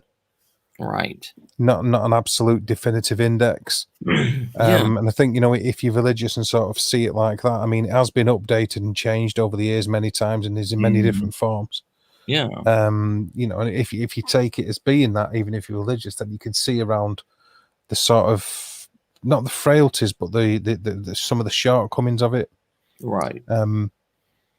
Because he's to say, well, if it isn't mentioned in here and it isn't stipulated in here, then it didn't exist and it wasn't to be. Yeah. So how can it be this one thing if it's not here? It's like you get contradictions all the time dealing with people like this in the cryptids. It's like they want to say giants are Nephilim. They want to say this and that, and it's it's thrown about all the time, that Matthew, that word Nephilim. And people start talking about like angels, and it's like, Mhm. it's like there's lots of go-to words, you know. In the paranormal, it's demons Right. is the go-to word when people don't understand exactly what's going on about a particular entity or energy. They'll Yeah. throw in the D word. It'll be explained away as being that. Right. Yeah. Y'all have demons. We have Nephilim. Throw it in there. Oh, Yeah. that'll cover it. Job done. Yeah, pretty much. Yeah. Oh, it's an unexplained bloodline, so it's got to be a holy bloodline. Like, really? No. That's why it's unexplained. That's why it's unexplored territory. We don't have these answers. Just because you read it on some wiki somewhere and you don't know the meaning of the word Nephilim or demon, don't go into some chat and just throw it around like you know what it is because you read it on a website. Yeah, I mean, this is it, isn't it? I mean, it's like you can go off on so many tangents and rabbit trails about it because theology comes into it. Yeah, and you know, I think as a grassroots investigator, personally for me, it's good to have. I'll sort that out for you in a minute, Mary. It's good to have an understanding of theories and the rest of it, but for the most part, it's like, you know, the evidence should speak for itself. Yeah, and the lack of evidence is the frustrating part about it, because there isn't anything there to speak for itself. So folklore and legend and myth starts to creep into it and to fill in the cracks and the gaps in between. Yep. Yeah, and you know that's another thing. Like, there's so many legends about cryptids that like the Moss Man, the Grass Man, you know, the only reason why we know anything about the Grass Man is because of that 1900s story, you know, and it wasn't mentioned anywhere else beforehand except for in the early 1900s. And you know, Sasquatch has been passed around and everything, but I think it got bastardized by every other state has Bigfoot sightings or supernatural creature sightings. It's like the Jersey Devil. Yeah. You know, the Jersey Devil, the first description of the Jersey Devil is not what we see today. It was literally like a disfigured half man, half bat, mutated like fetus. Like, it had a shriveled arm and it had feet that had 2 toes and a split in it. And they think it was because it was, you know, incest. But it had these like protruding little bumps out of its shoulder blades that they said was wings. But before that, there was a goat man demon that was supposedly here in Texas, and its picture was prominent here in Texas, and that's what you see now in the Jersey Devil Museum is that description from Texas. Yeah. That sole description from Texas, though. Yeah. And what people think is people moving from Texas and everything after, you know, the Spanish Revolution and all that. Yeah, of course, but not a conglomerate of different sightings from different areas, just from one staple sighting X amount of years ago has led to be the singular descriptive piece of evidence that suggests what it is and how it looks. Right. That solely. Yep. Yep. And that's the thing, like, and people don't want to do the full research on everything. They don't want to follow point A to point B down to point G and back up to point C. You know, they think, oh, well, this is the picture that shows everywhere else, so that has to be the image of it. That has to be what we believe it is. I mean, even when there was a investigation team that went and did a infrared search over the forest of the Jersey Devil, they saw something in the treetops that did jump from one of the oldest pine trees, and it looked more like an elongated cat with a wingspan instead of like a goat head or anything. But it opened its wings. It didn't fly or anything. It just opened wings or something that looked like wings. Its arms and its legs opened up, and some kind of skin-like appendage came out the back, and it floated to another tree limb, and that was it. That was all that they saw of it, and it disappeared. So could it been they said, oh, that's definitive proof that there's something in that woods. I mean, it could have been a flying fox for all we know. I mean, they see, this is the thing, isn't it? You know, you're dealing with a world where the sightings which lead to the circumstantial evidence are fleeting at best. Yeah. They're fleeting at best. Yeah. So the amount of time that people are exposed to. I mean, I know Ryan spoke about experiences he's had, which are an exception rather than the rule for the most part, I think. Right. People are seeing things as a brief glimpse of, furry creatures or dark shapes or whatever. Right. And the video footage that we see is of the same, really, unless you look at the Patty Gimlin footage, which is like over a minute or close on. Yeah, it's like 1:25 or something like that. Yeah, which is quite a long video footage of a cryptid or anything paranormal, and or stroke supernatural. So the sightings are fleeting. So again, that calls into how likely it is that people are remembering, right, to any viable and believable extent what it is that they think they're seeing, and how accurate their descriptions of what they see is really going to be. Mm-hmm. Yeah. I mean, because and the thing is, most like with cryptid hunting, it's not like paranormal hunting. It's not, everybody can go to Waverly Hills or whatever, and go there 5 times in a week and get a different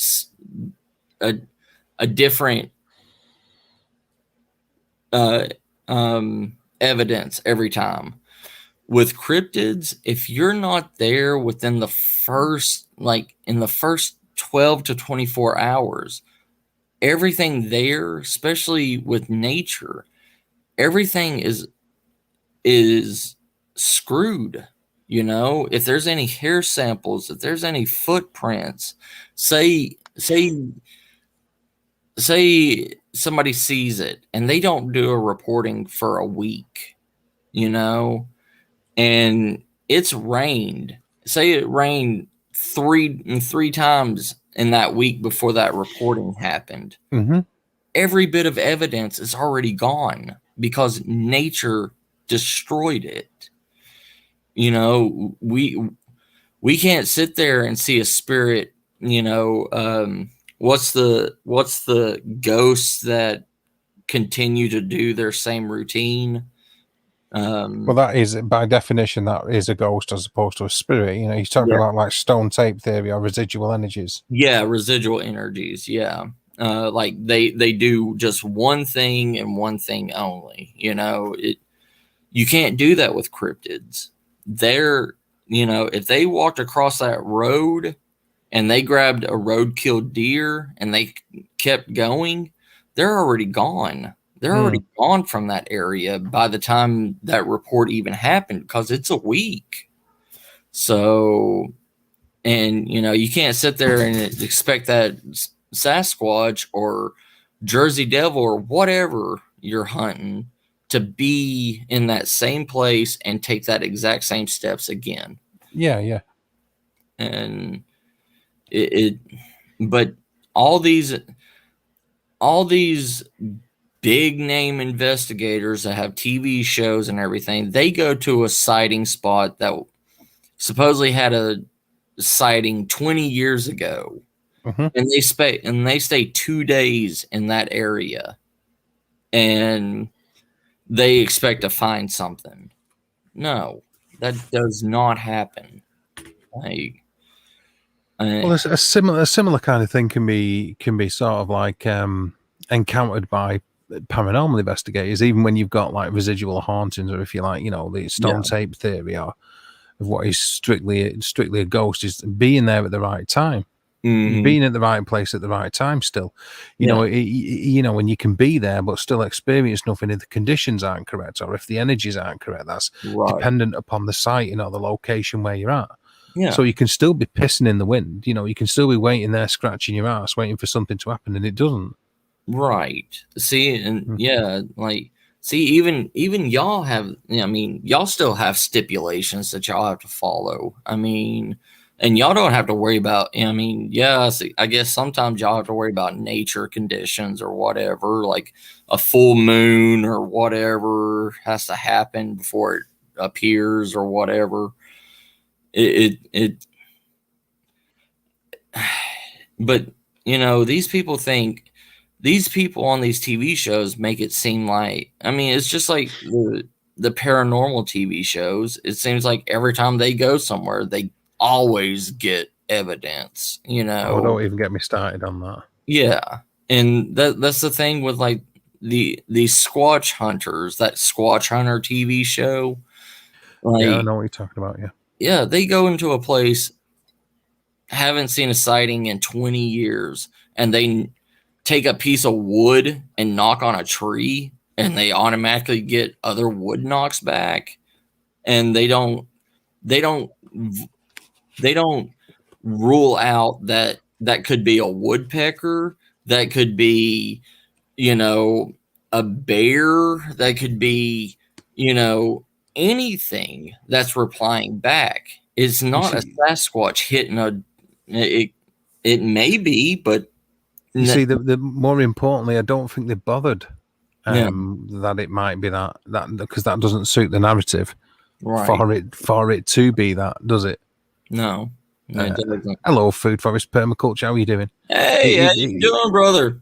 It doesn't suit the narrative, and that's the thing, is when you've got a narrative, and the more people you have to impress by your findings or by what you do or how many you have to entertain, then the more likely you are to sell out, to put bums on seats. It's just the way it is, whether it's cryptozoology, whether it's paranormal or ufology. It's a little bit more difficult with ufology. Yeah. But it's still prevalent for all of it. Take care, country boy. See you later, country boy. Yeah, it's just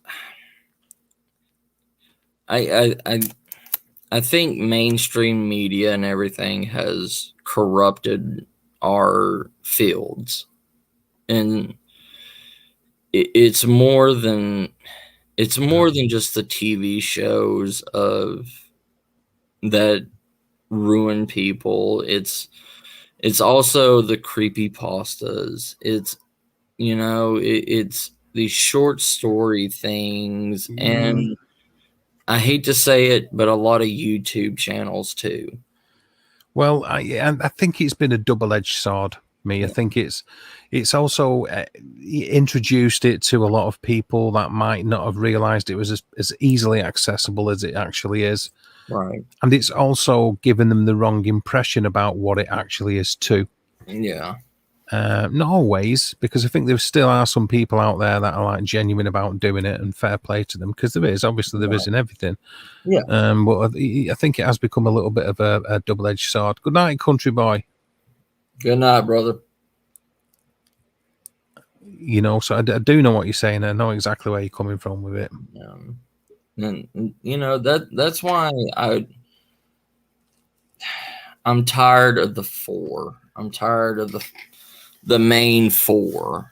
and I want to start hunting the other legends, the other cryptids that's out there, because if I do go out and hunt them, then I can, if people say, "Oh, you're hunting a myth and a legend," yeah, I can say I am hunting a myth and a legend, and I'm trying to prove it. It's not like I'm hunting for something that every Tom, Dick, and Harry already knows. Is that your meter going off? Yeah, it's okay. It's me doing it, Matthew. I'm Okay. away. Okay. Sorry. Good ears, though. Well done. Yeah, thanks. But I'd rather listen to their naysay about I am hunting a myth and legend, and not hear their expertise from Wiki about what I should and should not be doing out in the woods hunting for the top 4.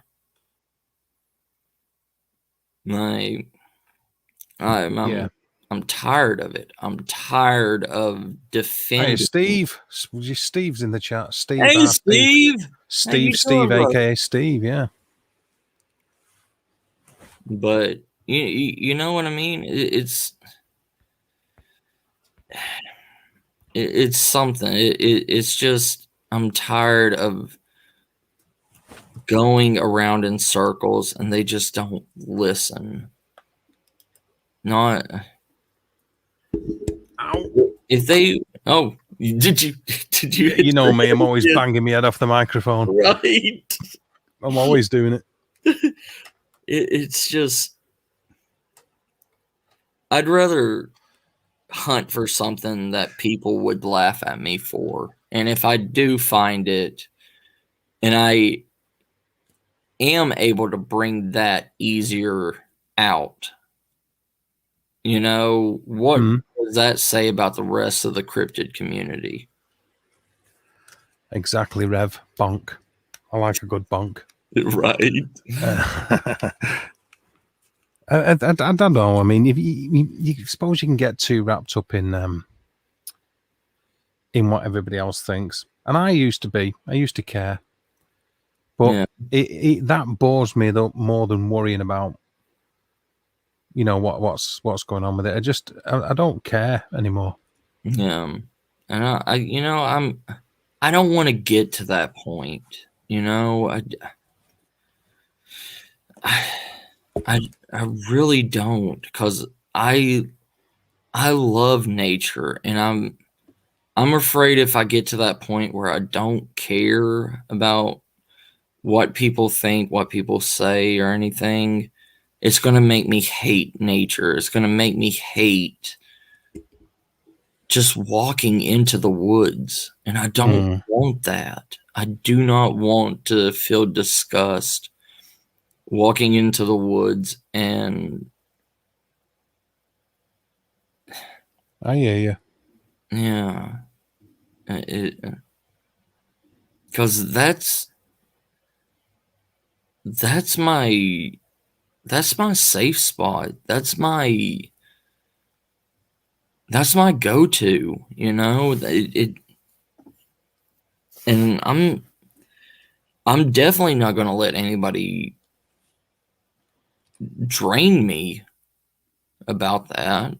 But I don't know what I have to do to make people understand that these are true creatures and not some interdimensional being.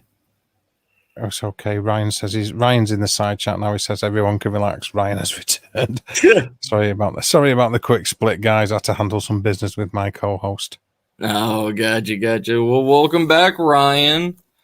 Steve says, yeah, we've been on for a few hours, Steve. Yeah, just a little bit. Just a little bit. Here you go. Was going to try and get you up here for a short while, but you went absent without lead. Leave. Absent without lead. What is he, a dog? I don't know. I just I know if I hear one more question about how big is Bigfoot's dick, I'm going to shoot somebody. I really am. It's got to that point, you know. One more. Woof, woof. What's up, Steve? I know, yeah. He obviously heard me say lead instead of lead, didn't he? Right. Morning. Thought I'd got that one by. Oh, sorry. I'm a bit tired and exhausted, but yeah, I heard you saying about a lead. I wish I had dog. I'd be sent up after that pitch upstairs, I'll tell you. Ryan sent you a message on Twitter. On the Twitter. Okay, it seems everybody's calling it that, so I think I'll have to, yeah. You're right. What you been talking about anyway? Oh, God, all sorts of stuff. I would have tried to go on early, but my internet went down, so I decided to go to bed, try and get some sleep.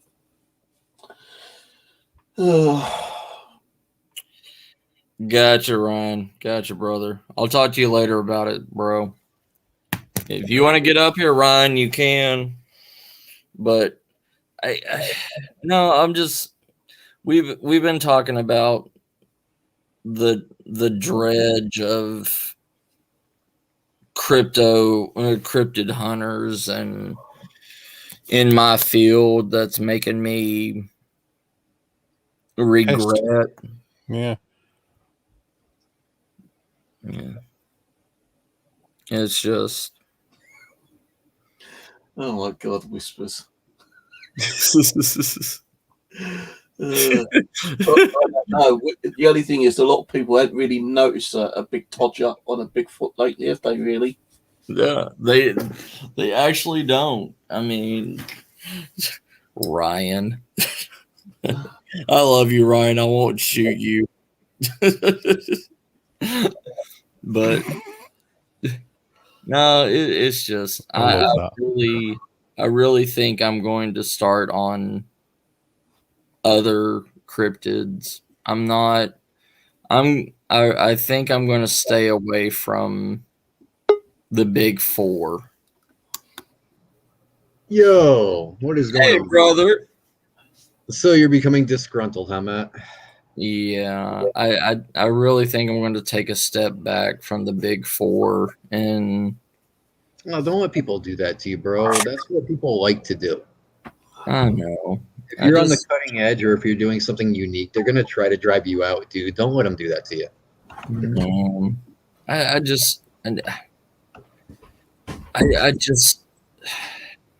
I hate what they're doing. I like the words and the dumbass questions, the real dumbass questions, you know? I get that, man. I do. But you got to think of it this way, Matt. If you just take a step back, all those stupid people are kind of given free reign, man. Yeah, that's true. Yeah. Yeah. I've said to this before, haven't I, as well? You know what I mean? If you do it, then you all that's left. If you sort of like the last bastion of what's true in trying to find answers, and if you give way to the pressure of all the fucktards, for want of a better word, you know, all that's left is the fucktards. You're not there to dilute the dickheads. Yeah, precisely, dude. And if you leave a really big opening, dude. You just leave a void, you know, and continue what you're doing, man. Don't let them stop you. I know. Yeah, I take a lot of knocks too, bro. I take a whole lot of knocks every day, but you can't. Oh, I know you do. All the time, man, from every angle. Yeah. I don't know. I just think. Thank y'all, fam. Thank y'all. I just think it'd be such an amazing thing to be able to be one of the first to find one of the unlisted cryptids. And you might very well be. Yeah. Exactly.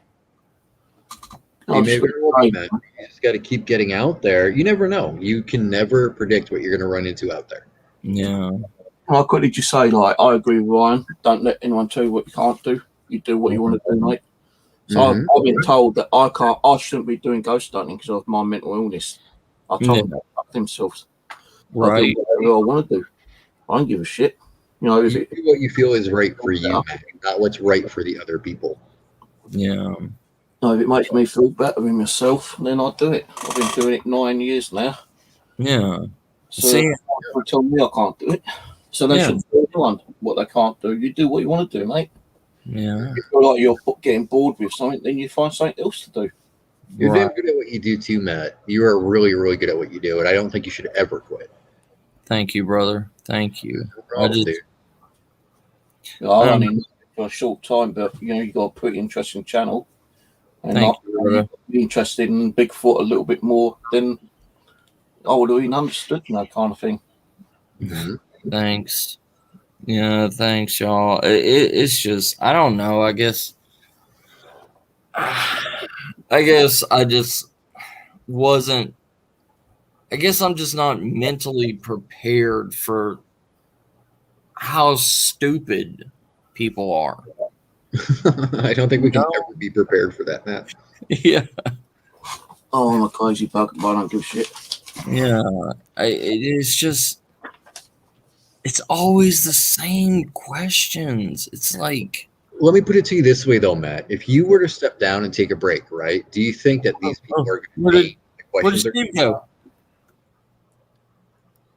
No, they won't stop being assholes. They'll still be spewing the same propagandist bullshit.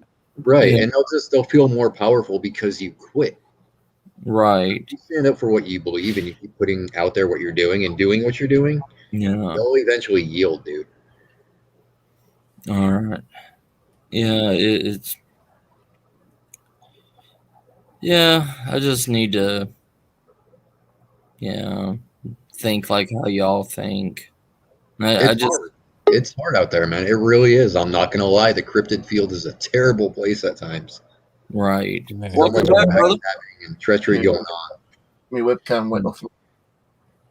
And yeah, like what you said, like there's so many cutthroats and everything in our field.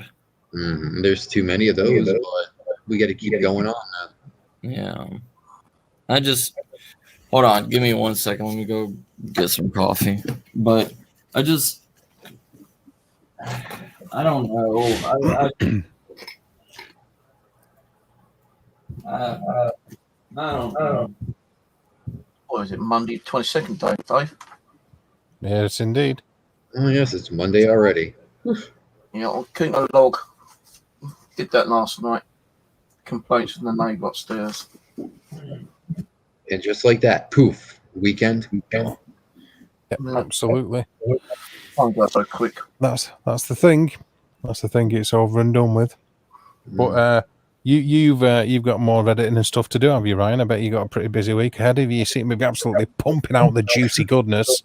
Oh yeah, I got to record another episode during the week, and then we'll be doing like a 2 or 3 parter with this subject. So yeah, I mean, more video editing and all the fun stuff, Dave. Proper hardcore, you brother. Right? I'm an animal. Yeah, Ryan's a busy guy. I've seen him on Eli's channel quite a few times over the last week. Yeah. Cat. Yeah, exactly, Matt. Ow! I'm not a freaking climbing post. I knew it. Yeah. We're gonna hear Matt go, "No kitty, my papa. No kitty." Right? Oh, she climbed me.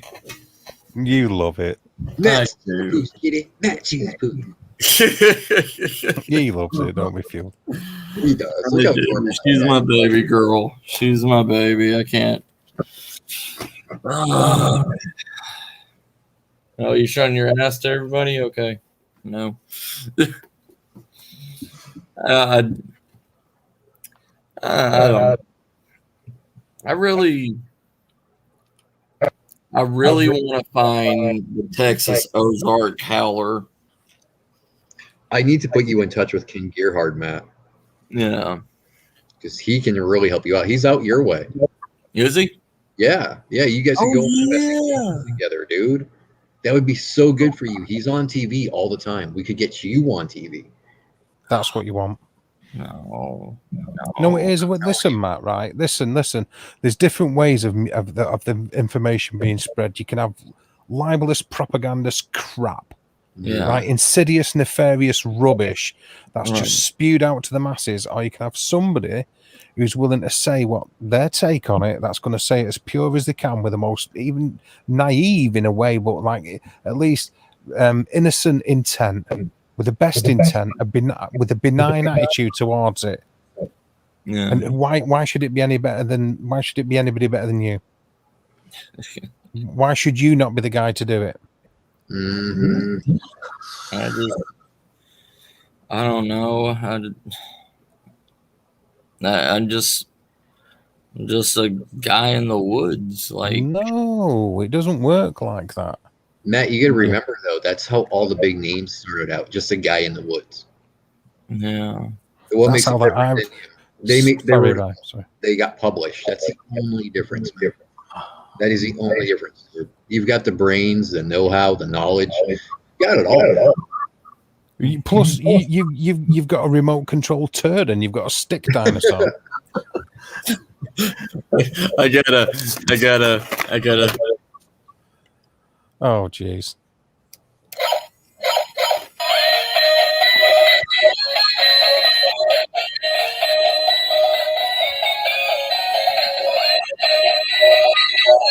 Okay, nothing. Stick that out in the forest and said the Sasquatch to come and play with it. Right. I was saying that earlier on. That's what's missing. Is that's the one. That's the thing. They might think, oh, that's interesting. Let's go and play with it. Yeah. I can shoot you some numbers though. I've got Ken Gearhard's number. I got Lyle Blackburn's number. Okay, brother. A lot of people. I think you should talk to them. Sit down and talk to them and see what you can do. Okay. Yeah. Absolutely. If I was you, if we Can I bring my dog? Absolutely, you can. What was you saying? What did you say, Steve? Yeah, sorry, Steve. If I was you and you could get on TV or radio, I'll go for it. I've had a few offers, but I've rejected it because of the situation I'm in at the moment. Yeah. Mm-hmm. Someone wanted to do an updated version of Haunted Mitchum, but I said no. I just ain't ready for it. I didn't. I'm a complete whore. I've been on radio many times. I'm a proper slut. I don't care. Absolutely no morals or scruples whatsoever. Yeah. I saw what you did for a Klondike bar. Call me. There you go. That was me being up market there, actually. I don't know. I just really want people to understand that the animal aspect of this, and not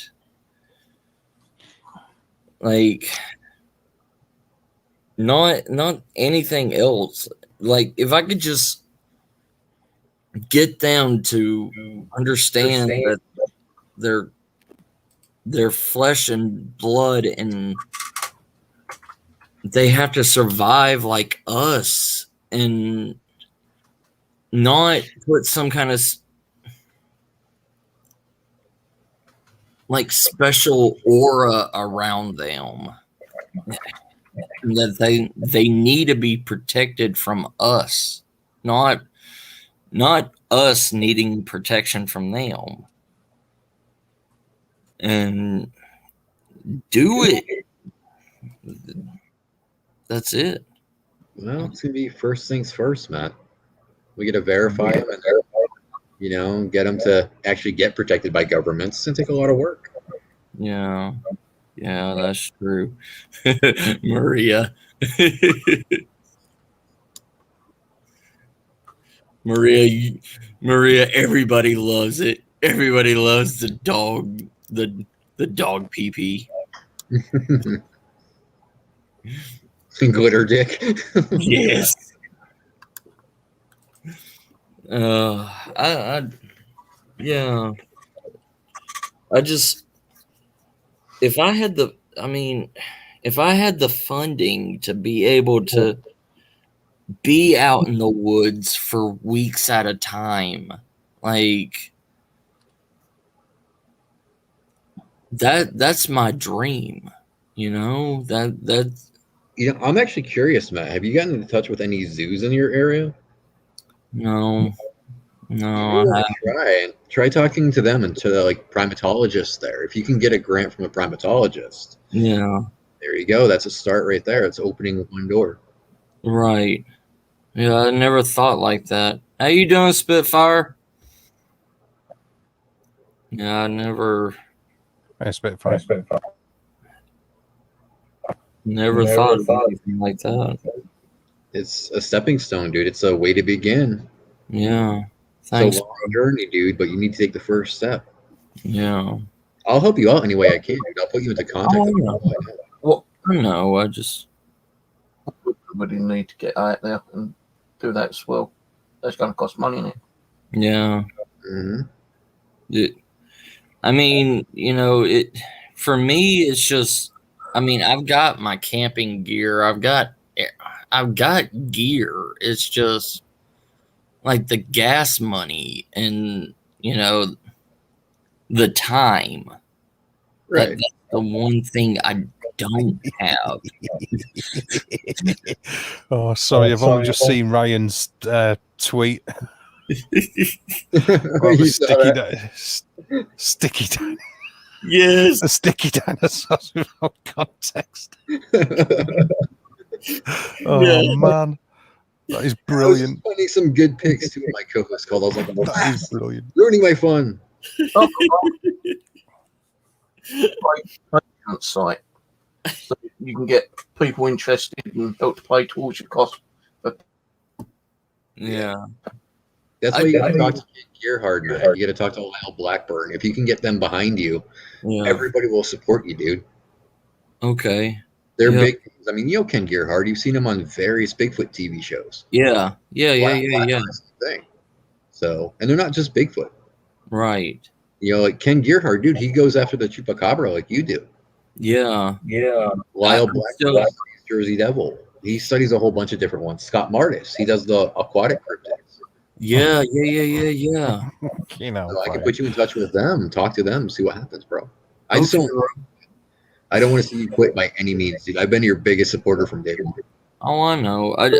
I'm not gonna quit. No, I'm not quitting. I don't know. I was just having second doubts of just the big four, like, As you do, yeah. yeah, it was just, I don't know. You become disillusioned with it. I get that. Yeah, That's why I turned to Dogman, dude. That's because it's a better field for me. right. Yeah, I won't. I don't know. I noticed over here there's a lot called Frogman, apparently. Not the Frogman. The Loveland Frog. Yeah. Yeah, something like that. That's an interesting one. We'll be doing the show on that in a couple minutes. Nice. It's gonna be fun. Y'all are gonna laugh at me for it, but I really want to find a unicorn. Like, if I could find a unicorn, I would change this world. Like, that would be tremendous, dude. Yeah, like I wouldn't mind to sacrifice my life to better this world for everybody else. I don't think. Well, then that unicorn needs to be your knowledge and your research, doesn't it? Yeah. Even if it's a hypothetical one. And if that does anything towards making the cryptid world that little bit better, even if it's in a small, minute way, then it's been worth it, hasn't it? So all the more reason not to give in. That would actually be on a huge scale, Matt. Do you know how tremendous that would be? Yeah. Because unicorns, A, they were mentioned in the Bible. Okay. Yeah. B, they are technically a cryptid. So if you found a living unicorn, who's to doubt that there's other cryptids out there? Right. It'd be a floodgate. Yeah. Yeah. That's true. And it would bridge the gap between everything. Like, absolutely would.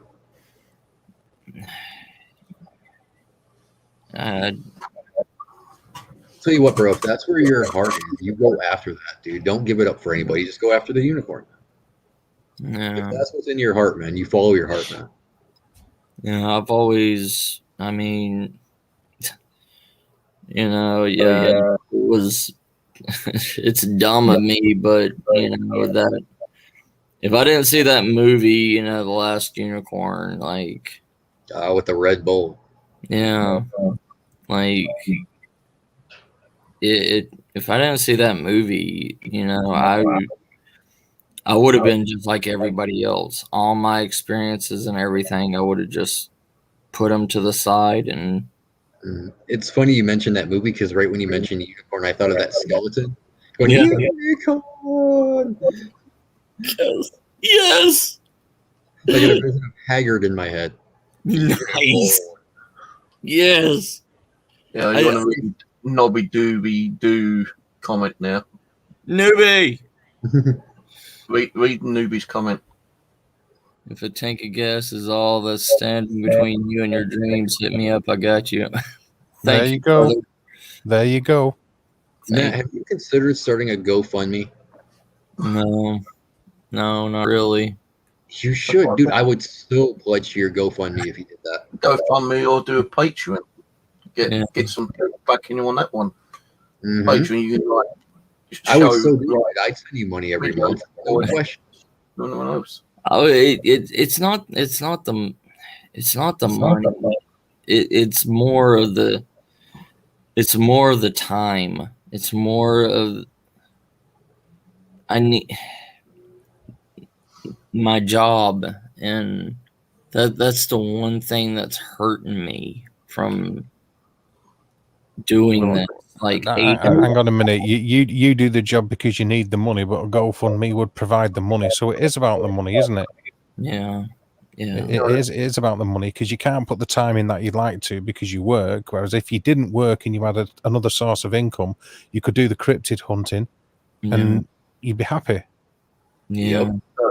If you had a lot of people backing you, you could ditch your job and just do that full time. The cryptid stuff. I would. No, people have done it in the past.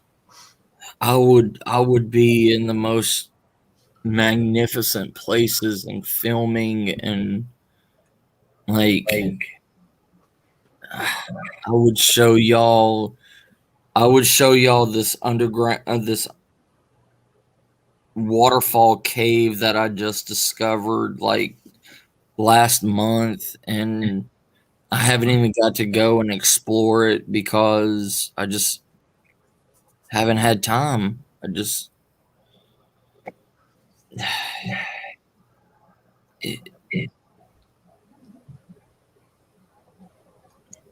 I feel like something's there. I tracked movement to that area, and I swear something is there. I don't know what. I really don't yet. And sounds like synchronicity, Matt. Yeah. Definitely not ignore that. Yeah. Like when you get there, you feel a sense of like you shouldn't be there. Like something's warding it off, but stop doing that, you cat. It's but it's so beautiful and so peaceful out there. And the cave system is just beautiful. It's got quartz growing out the sides of it and everything. Mm-hmm. Sounds like you were meant to find that place, Matt. Yeah. It's bushcrafting camp out there. Ignore it. yeah. I just I don't know. Like there was weird tracks and it seemed to slither like a snake. But it had indentions in it to where something was gripping it to move. So it's something serpentine in a way. Yeah. And I've never seen any kind of tracks like this before. And it goes straight to that waterfall. Hmm.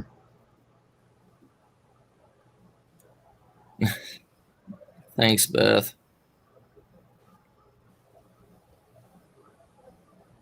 Well, whatever you decide, Matt, you definitely have my support, bro. Thank you, brother. Thank Anytime. y'all. I mean it. Thank y'all, fam. I don't know. I just want the truth. That's it. I just want everybody to know the truth, you know? Like it's a dumb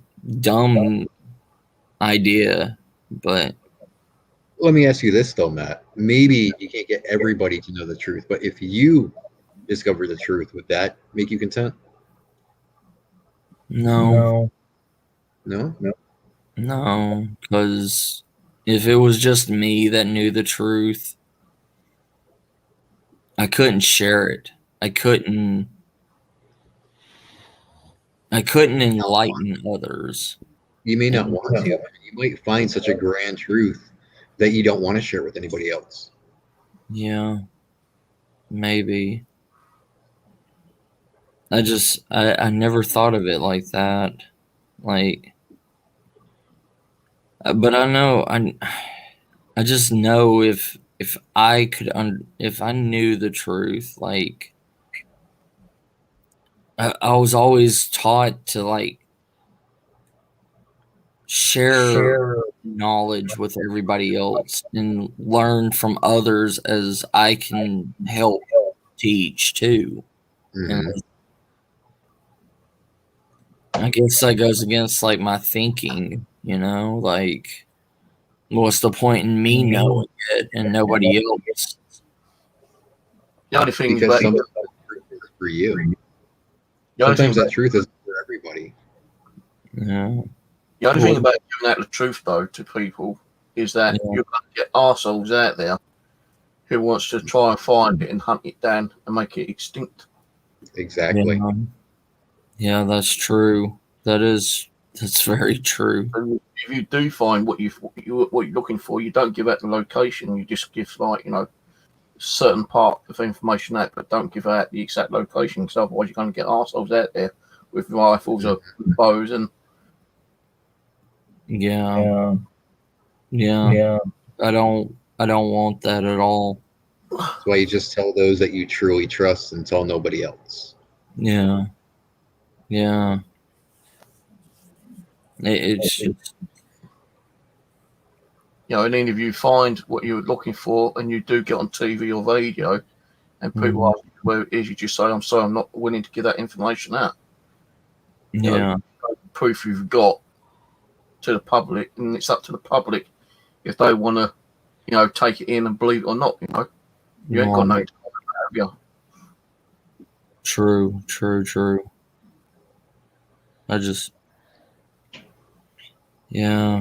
I guess I don't know. It's just It's sort of different for us, isn't it? Because if we get any kind of absolute proof, I think most of us would be like shoving it in people's faces and saying, here you go, you know what I mean? Right. Here it is, check this out. it's a totally different thing because it's not the same kind of tangibility in the evidence that it is for you guys, having to provide something that needs to be pretty much slapped upon a slab and then dissected. Mhm. Yeah. It's a different thing for us entirely. Or at least we're led to believe that it's a different kind of thing. Right. And that's one of the things I don't want. I want to find out, but I don't want them on a table, and I don't want them cut open, and I don't want them herded into zoos and it's like they've been protecting themselves for hundreds of years, and it takes one person to go and screw it all up, like. Unfortunately, you can't fight human nature, Matt. And there you go. Yeah. I mean, I get where you're coming from. Believe me, I do. But you can't fight that, brother. You're standing against the wind. Yeah. I understand that. 100. It's true. It's true. I will wear that purple cod piece and chaps on live TV, Rev. I've just seen it. Yeah, just don't wear the purple marabou cod piece. You'll be dancing the achy breaky heart on live TV wearing that. Who wouldn't want to? Who wouldn't want to do that? I would wear King Henry VIII's cod piece, and I will do the moonwalk on live TV to everybody. I'd be like, listen here, you Wikipedia people. He'll be telling him off while he's doing the walk. That's it. Oh God. I just, what's up, stranger? Yeah, we're all the reprobates are coming in now. You're right. Freaks come out. How are you doing, buddy? Yeah. Well, the freaks come out in the morning over across the water. Hey, we got the full complement. Sorry, Ryan. I was just saying we got the full complement now. We got a UFO buff. I'm a sort of mixture of all sorts. Steve is a paranormal guy. Yeah. We got Ryan the cryptid guy, and we got Matthew the sticky dinosaur dude. Yes. Sticky dino wrangler. Yeah. I'm a dino wrangler. That could sound sinister if said by the wrong person. It could sound really bad. I'm a T-Rex tamer. Well, at least you didn't say we're a cock wrangler. Right. Oh. For a minute, I thought he said he'd been tagged by a T-Rex. Then it was like, pardon? He'd been tag teamed by a T-Rex. Yeah. T-Rex and a Stegosaurus. I've got to say, I've got a lot of respect for you, Matthew, and I've got a lot of respect for Ryan, which is why he gets a round of applause when he comes on the channel. And I can't help but notice that you can't be asked doing that for this particular gentleman, Matthew. Also, had it been my channel, I would have highlighted the absolutely brilliantly comedic Sticky Dinosaurs tweet that he done. I feel like you playing that fucking thing there. Yeah, that makes up for it. I took that dinos thing into a whole new direction, man. I was like, I'm gonna get in trouble for this. Oh, don't I know? See, Dave, you need to make a T-Rex, like the Jurassic Park T-Rex, when it comes down to the Jeep and it starts to roar, and it just goes out like. I can get that sound on the guitar. Yeah. I want to do that. Yeah, I can get that sound by dive bombing on the guitar kind of thing, or doing a pull up on the tremolo. There we go. Just the T-Rex opened his mouth and it's just like. Never watch Jurassic Park the same ever again. You're gonna hear that thing next time. Tell me. After seeing that and that tweet of them sticky dinosaurs, I don't know what you was imagining. I'm sure it's supposed to be chocolate and all innocent, but Oh, I was definitely not taking innocent with that when I found that picture. good man. I was hoping you'd say that. I never think innocently when it comes to anything. That's where my brain took me as soon as I saw it. Oh yeah, I saw the picture. Oh boy, my brain went there. I love y'all, fam. I really You do. should do. We're absolutely fantastic people. I know you're fantastic,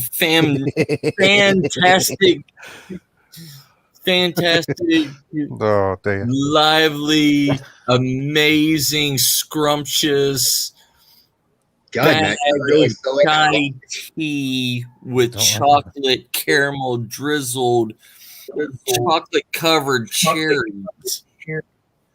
Well, that got me hungry. Way to go, Matt. Yeah.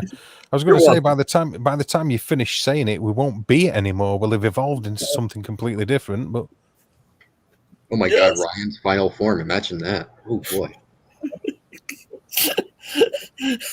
who would win between a T-Rex versus a dragon in a fight? It says Spitfire the dragon. I'm going with a dragon.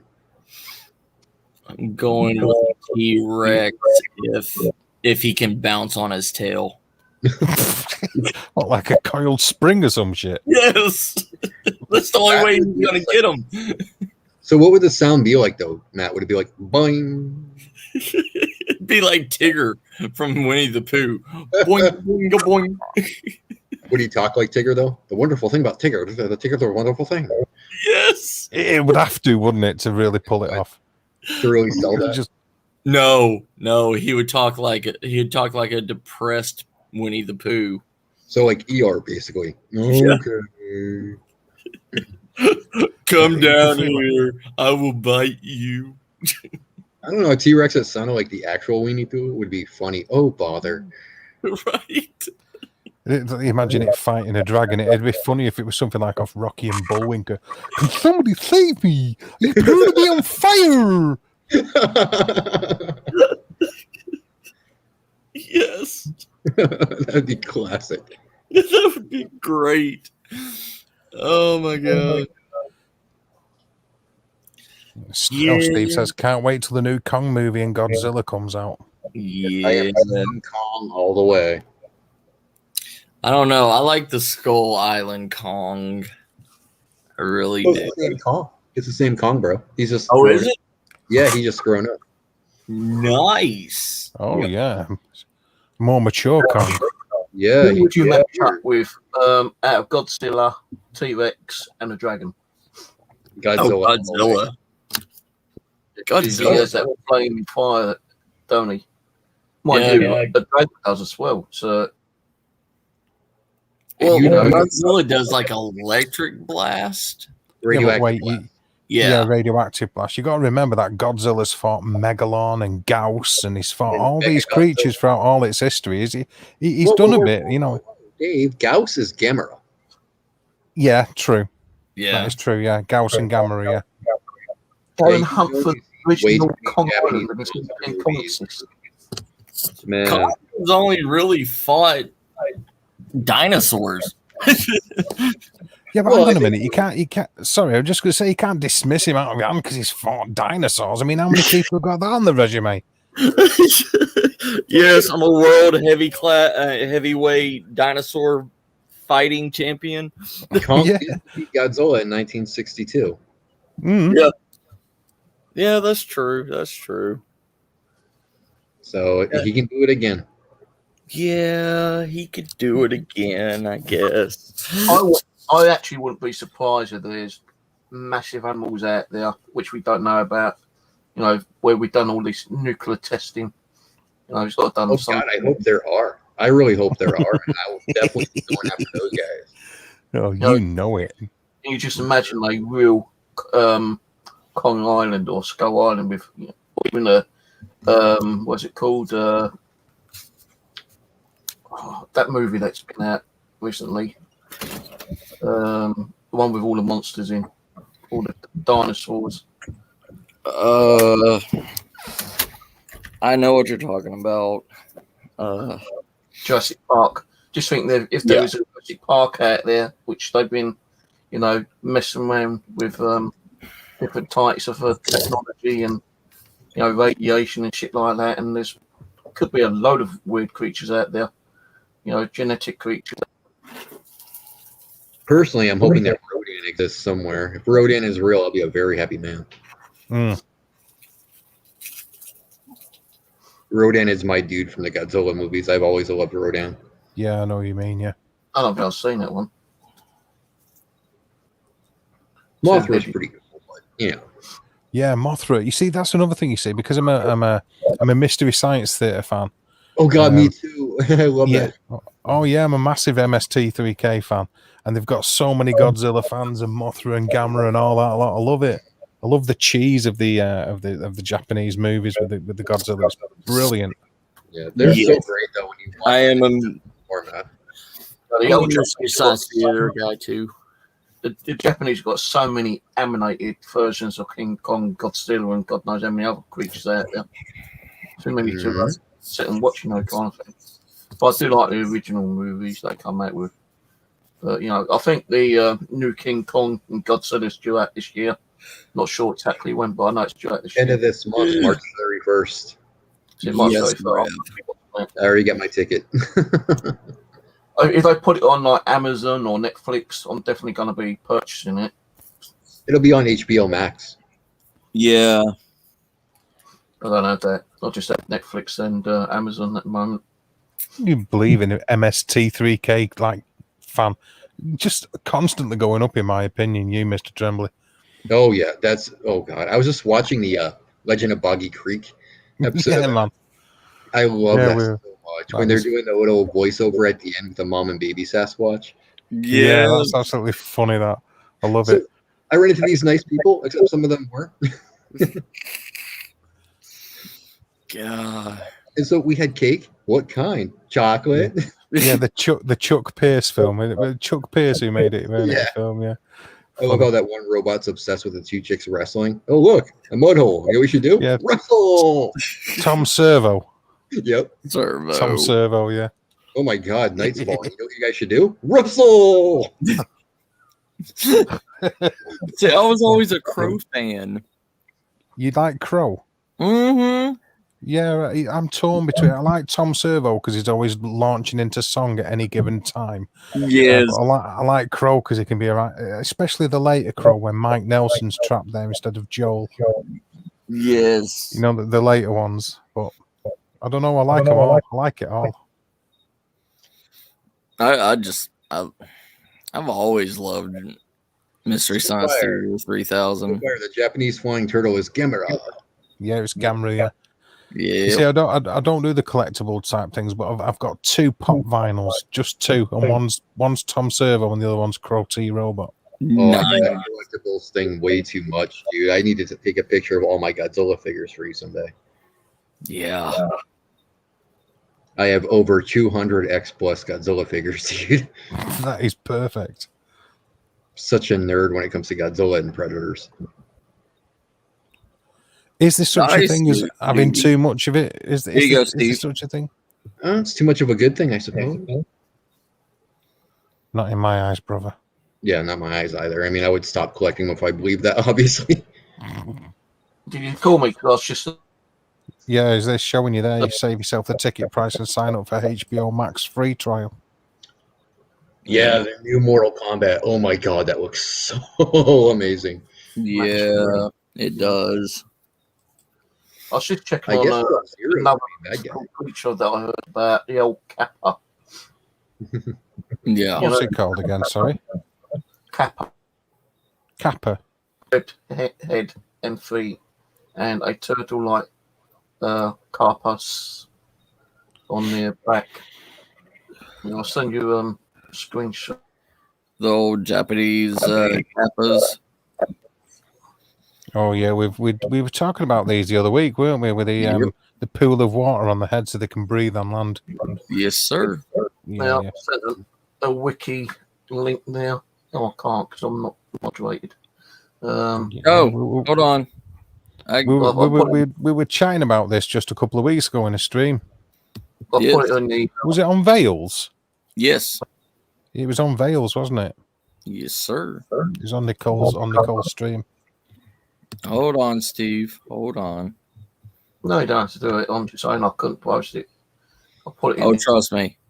You weren't here when I was going on mod spree. He's been enlightened on how to mod people, so every single person in the world is now a Smurf with a spanner. Yes. Cool Bulgaria, if I'm going to be a Smurf. See, I was always a Space Godzilla fan. Oh, Matthew. What? Godzilla doesn't belong in space. Yeah, he does. He was so much cooler. Yeah, Space Godzilla was a badass. Yeah, he was. He didn't care. Like, he fought dirty. He was even trying to kill the baby, remember? Yeah. He didn't have to care, though, did he? Because he didn't have, like, certain, like, parameters to deal with, like, you know, the right gravity and stuff like that. It's like, no, man. Have him, like, trashing buildings in Japan and all that kind of crap. Yeah. Like getting bits of Tokyo stuck in between his toenails. That's the kind of stuff Godzilla should be doing. I wonder if Godzilla got tired of saving Japan. If he's like, you know what, you guys keep attacking me with your military and shit. Then a monster shows up and you're like, Godzilla. Oh yeah, sure. I'll save the big bad monster when you're just trying to kill me afterwards. Yeah, Maria, didn't you know Uncle Bulgaria really exists over that woman? What's she put? Smurfs loud. Oh god, Smurfs theme song. Don't get me started. No. Yes. Yeah, I believe. Yeah.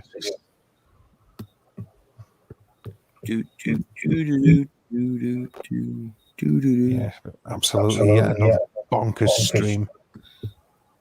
Shit, man, I just got the Inspector Gadget theme out of my head a couple of days ago. That thing was stuck in there for weeks.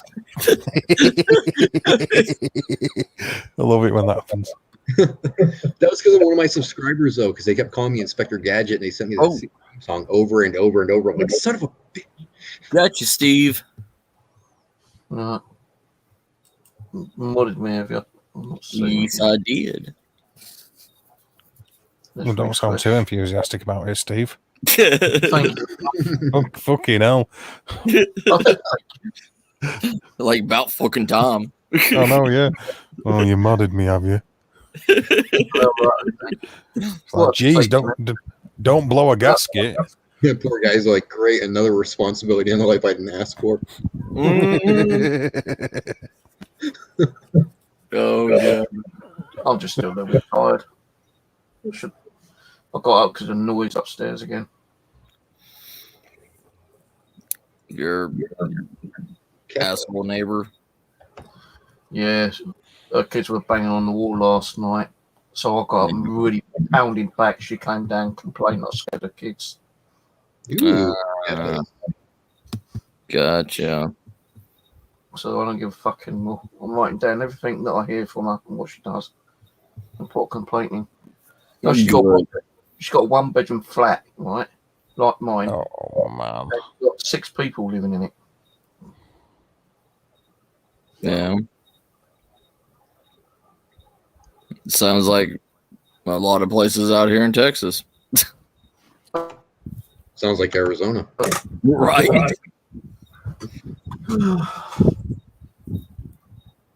Hopefully I'll get some shit sorted out.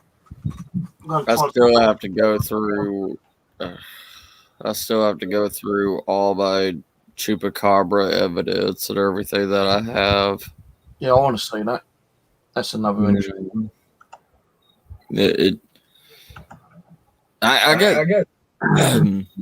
I got 2 skin samples from there, right? They were like 2 foot by 1. No, they were like 2 foot long by maybe about 5 inches, and one of them has already shriveled up and starting to decay, and the other one's not yet. Here, Matt, I'm going to leave a Twitter link for you in the chat. You need to follow this guy. Okay, bro. Bam. You'll recognize the name right away.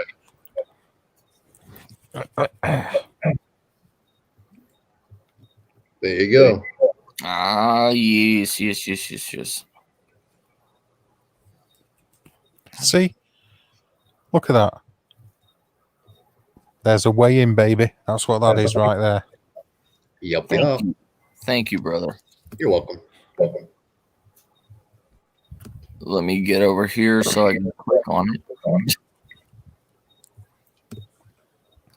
But yeah, I have that. I still have the one skin sample, and it's still good. It's just becoming. It's becoming more like leathery now, but the other one has turned brown. How old are these, Matthew? Going on what, 3 months now? Mm. Yeah. So any DNA might actually be dead in them. See, that's what I'm afraid of. Okay. But Get with Ken, dude. Contact him and see what he suggests. Mhm. yeah. In fact, I'm about to send you another link as well. Oh, And you need to get in touch with this guy as well. You're going to recognize the name the minute I drop this link. okay. There you go. Thank you, sir. Come on. What is wrong with you, YouTube? Hope it helps, brother. Thank you, sir. Yeah, I just I've got almost like 30 hours worth of I'm about to send video. you another link as well. See, the thing is Matthew is to who's the audio's that? You're going to recognize the name. I have no idea who that is. The way to make it work, Matthew, is to make it work. If it make Right. it help is to do it, is to get on it and do it. Have a chat to these guys. That Yep. I will. Definitely reach out to them, bro. I'm telling you. You got to start somewhere, man. Yeah. Don't do it. Some other person will get it and do it before you. Right. Yep. All And right. take your foreskin samples. Oh, I've ran into this guy. He's from Texas. Yeah, they both are. That's why I said Yeah, that. I've ran into him. I've talked to him before at Starbucks. They can meet up with you, dude. You guys can investigate together. Yeah, Ken. Mm-hmm. Okay. Yeah. I've actually met him. You see, and these guys are in your state. Yeah. Yeah, Ken's a buddy of mine, so Nice. Just name drop the shit out of Ryan. yeah. And Josh Turner. Every Name drop chance you get. Josh Turner. Yeah, there you go. There you go. Yeah. Do it, Matt. Okay. You chunk of sexual chocolate. Yeah, I'm willing to help you, brother. Any means necessary. Thank you, brother. Anytime, bro. Anytime. All right, I got them both followed. There you go. Excellent. That's the first step, bro. Awesome. And if Thank you get famous because of this, I'm going to tell people that I know you really well, Matthew. Is that okay? Yeah, that's fine, brother. That's fine. And I'll be over there across the water here looking for European cryptids. I'll say I'm the friend of a friend of a friend of a friend, and I've talked to him on YouTube. Yeah. Like if you His don't wife- believe me, go to his YouTube channel. His wife sent me some cat ears made out of pipe cleaners. Yes. We got. I still got to send your thing to you, and I still need to get with Ryan and give him his survival bag I made him. Definitely. Yeah, he knows Nah. too much. That Ryan bloke, he knows too much. I know, I know, right? It makes you wonder if I work for the government or something. Yeah, you just know too much, fella. He's a man. He's the man in black. He's not. He is. He's not with the men in black. He's the man in black. Oh, singular. Yeah, he's definitely a singular entity. Right? Yeah. Spitfire. Actually, I know Lauren Coleman too. Do you want that link too, Matt?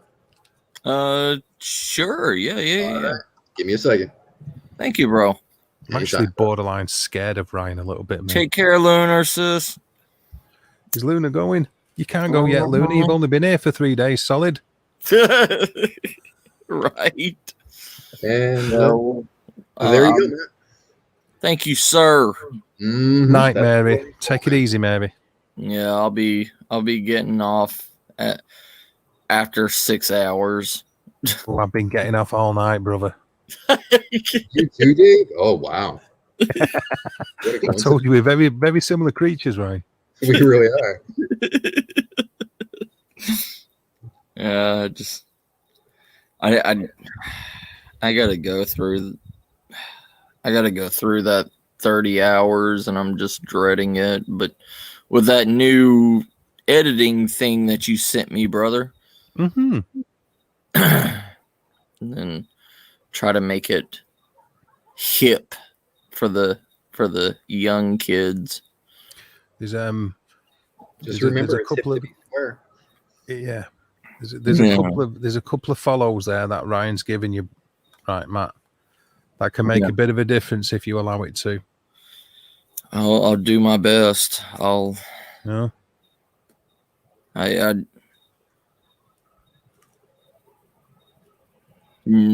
Nice Spitfire. Mm-hmm. Yeah, Lauren kind of now. Everybody Spitfire. He's kind of the grandfather of this stuff, so we all learn from him. Yeah. Well, then Spitfire just simply rocks. Right. I just want to bring. I want to bring all our fields together. I really do. It's gonna be very hard to make that happen, though, Matt. I know it is. It's just. It's a. I know it's a cloud dream, but people are just set in their ways. When they like things how they are, they don't like change. Yeah, that's true. People are scared of change, Matt. People are scared of change. They find comfort in things remaining the same. Exactly. Yeah. Creatures of habit. Yeah. That is true. It is true, Matthew. It is true. It's no good sulking. I know. I know what he says. It's just. I know. I get what you're saying, though, Matt, because it's really hard to separate paranormal from cryptozoology when so much paranormal events happen with cryptids. Yeah. It shouldn't be separated like it is, but people like to separate it, dude. They like to cherry pick. Right. That's true, too.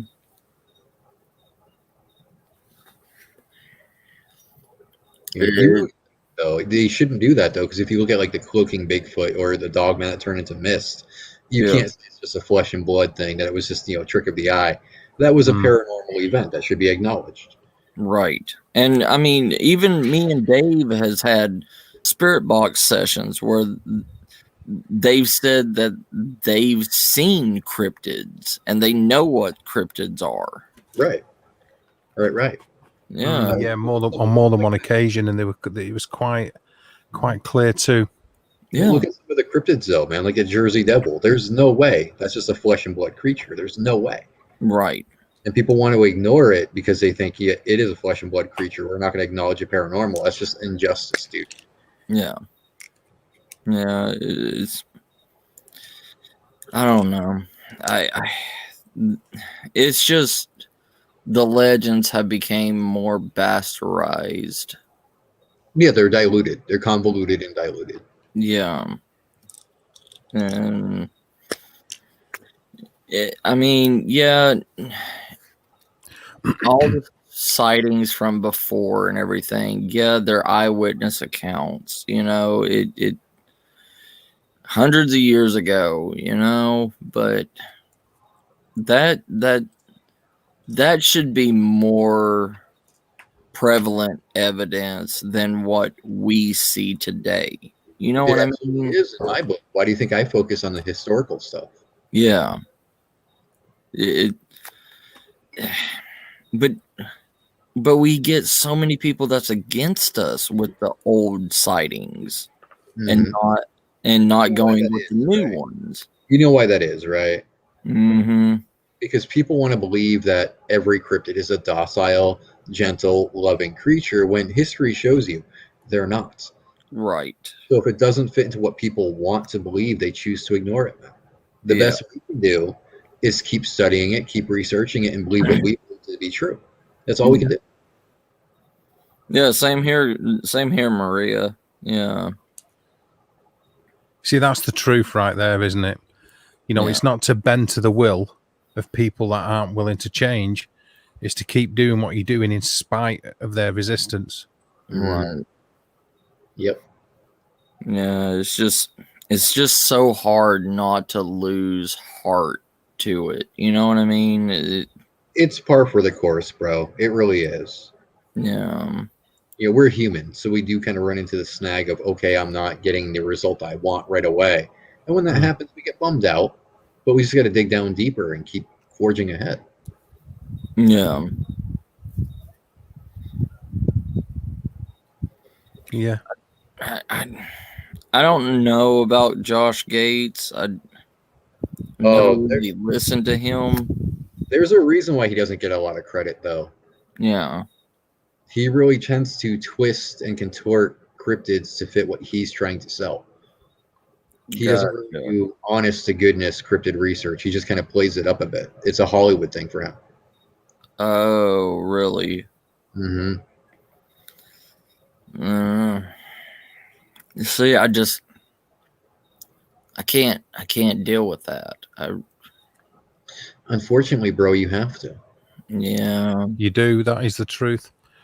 That is the truth. I've seen it. It's massively destructive in the UFO community for the same reason. It really is. People try to outdo one another, especially when you're getting into the realms of cattle mutilations and you know, EBE like abductions and stuff. It starts to get ridiculous.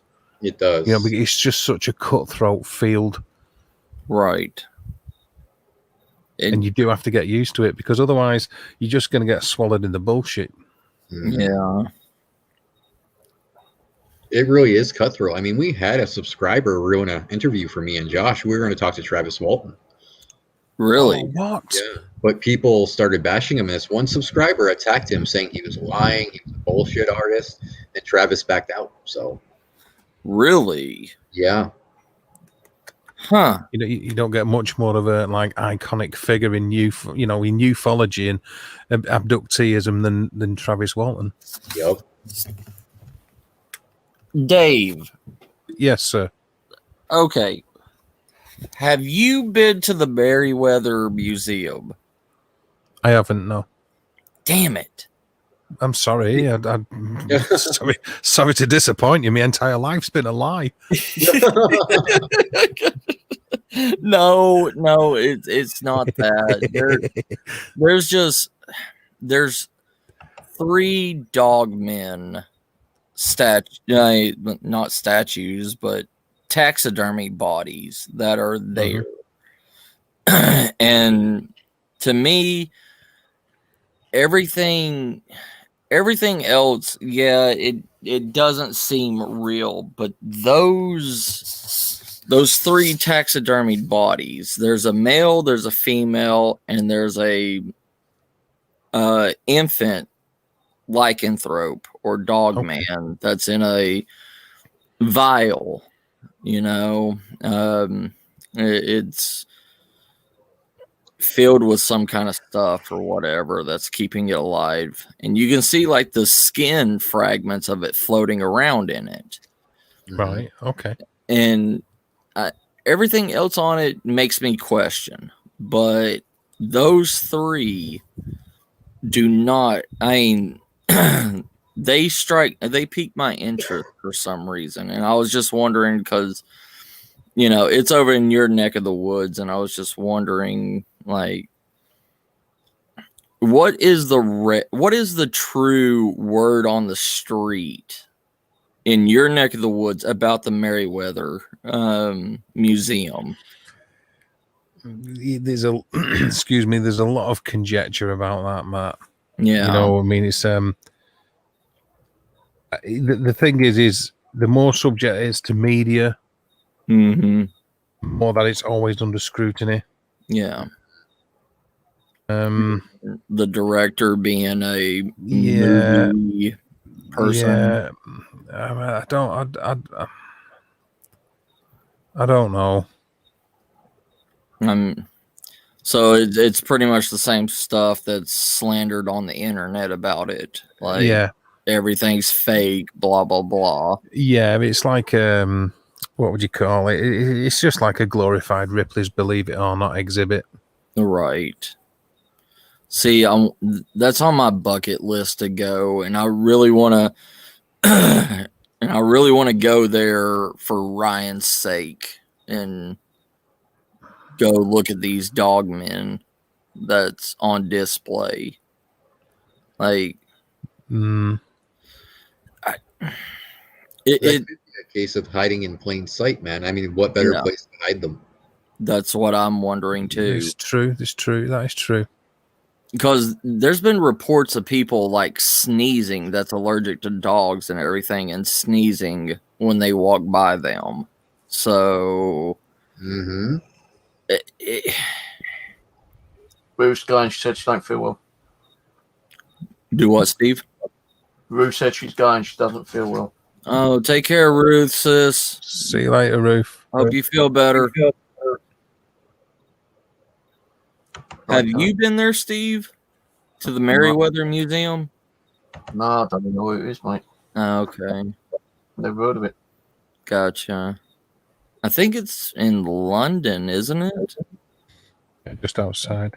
Yeah. It's just one of my bucket lists. Like, I'm not having doubts on those three things only. Everything else I can give two shits about. You know, it's just the muscle structure and everything of it. It seems too hard to fake the muscle structure of it. That's in my opinion. But you do have to be careful though, because there are some really good artists out there, Matt. Yeah. Oh yeah, I know. Given some time and some materials, I could make some pretty killer things too. So. Oh yeah, I know. I've seen your work. I could pull off a hoax real easily, but it's never crossed my mind. Yeah. I guess the one that piques my interest is the infant, because the only reason why is because I can see the skin samples floating around in it. You know what I mean? And definitely intriguing to say the least. Yeah. Maybe it's just a gray wolf. I mean, what's the one that went extinct in Europe? No, it could be a gray wolf. It very well could be. Yeah. A taxidermy body. Definitely could be that. Yeah, that's what I'm thinking too. I don't know. I'd still like to go there just for shits and giggles at least. As you should. You should definitely go. Yeah. It's definitely worth a shits and giggles visit. Yeah. I don't know. But excuse me, is it like a mecca for cryptid hunters? I would say no. No, for some, yeah. But what's really the hot spot for cryptid hunters is the Lion's Den pub in London. The Supernatural Hunter Society that stays there or whatever. That's really the calling for people to go over to, London and everything. For me, it's Bluff. Yeah. Yeah.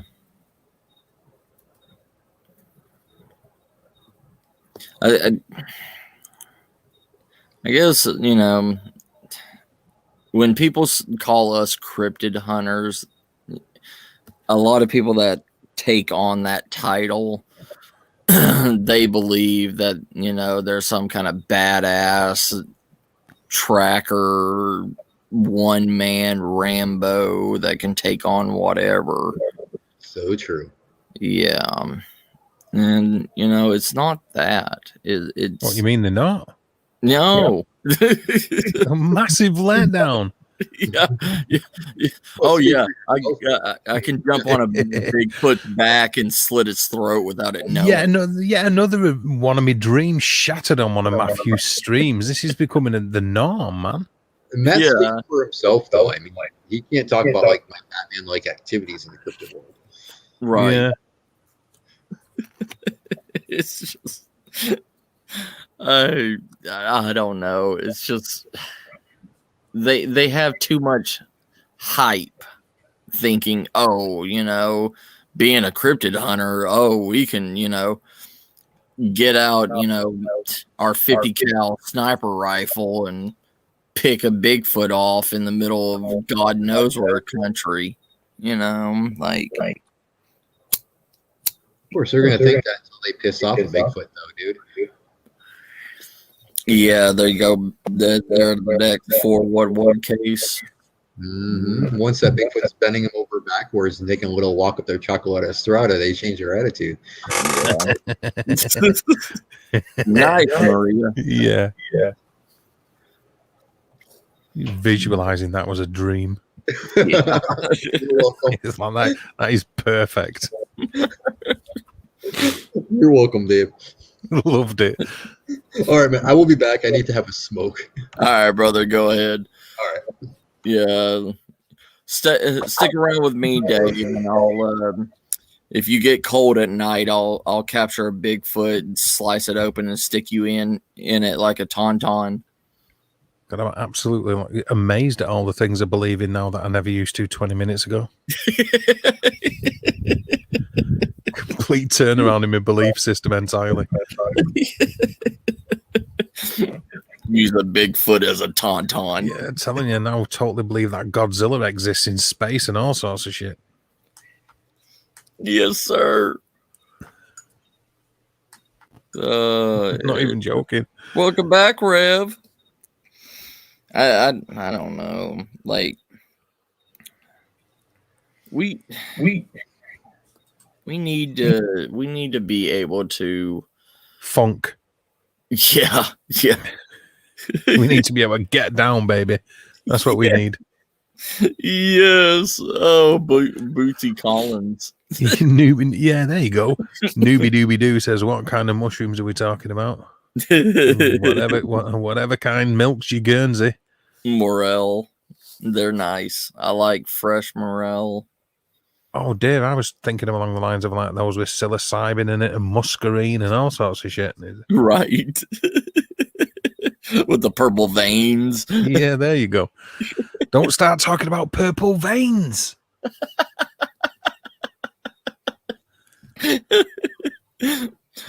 I'm taking it downhill again, ain't I? Yeah, that's an entirely different conversation yet again.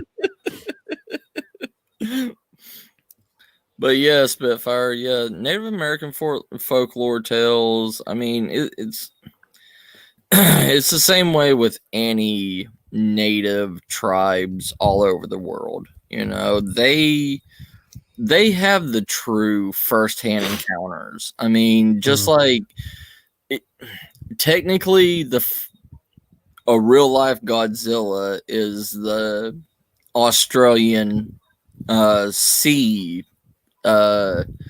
Crap, what is it called? But it's like the giant sea iguana.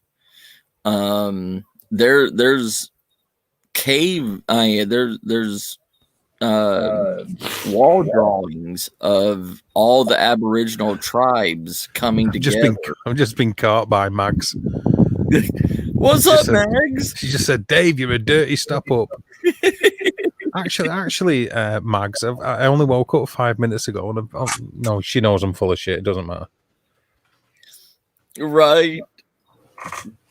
But I'm not even going to bother with that. It's actually a true. What do you mean you agree, you Steve? You're a dirty stopper. And Unbelievable. Either on mine or on yours or on fucking Matt's.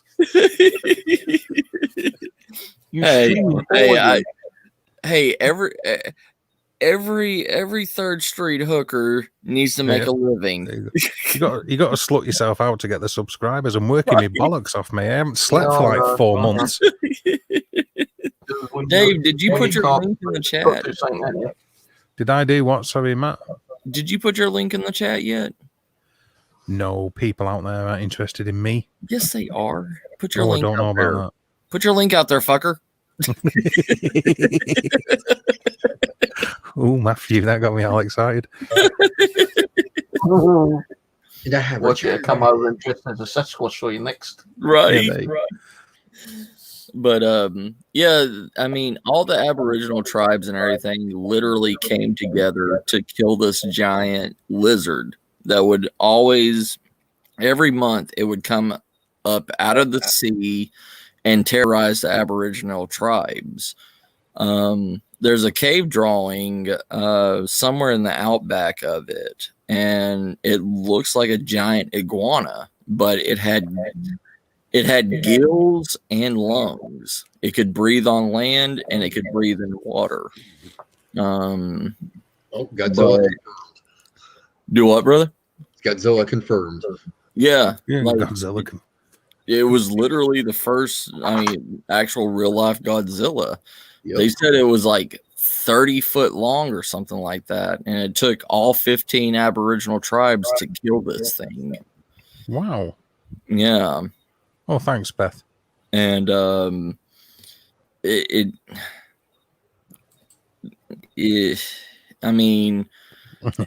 there's been they say that there's another one somewhere in the Australian outback. Like one of its eggs or something hatched, and there's a new one that's roaming around Australia, but nobody's ever seen it. But people have reported seeing like a giant tail in the water, but no actual physical proof sightings. No pictures taken, no video taken. It's just eyewitness accounts from like the last remaining Aboriginal tribes out there. Yeah, sure. I gave y'all mods for a reason. Not the first time I've been shouted at off Mags that. Right. When are you gonna start making new videos? Yeah. Yeah. Miss the cooking with Rev stuff, man. How to boil water. Right. That's about the limit. That's what I could. That's me. That all over. Out of boiler toast. I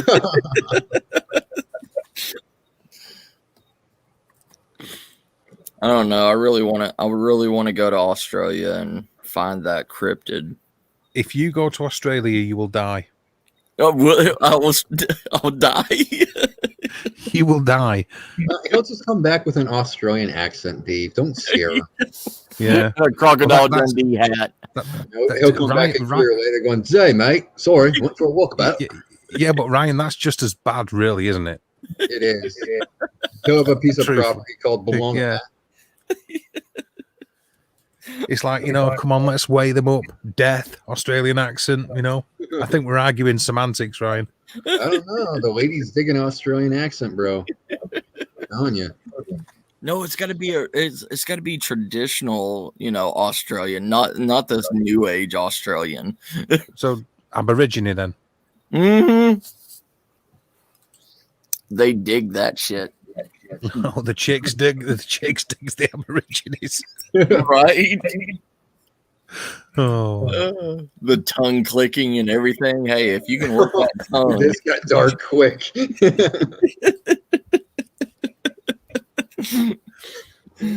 oh god, Come back sounding like Starvin Marvin. right?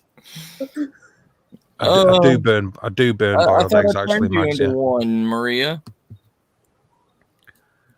Is Maria shouting at people as well now? She wants to be a Smurfette. Hold on. Oh shit, wrong thing. In this kind of light, as I look at your picture there, Steve, you sort of look like one of the guys from the Screaming Eagles from the Second World War. He looks like he's got a mohawk.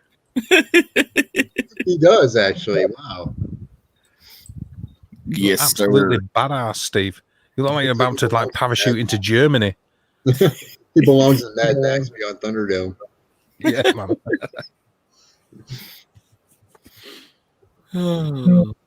Well, that this fucking thing work? Well, it did then. We heard you swearing at it.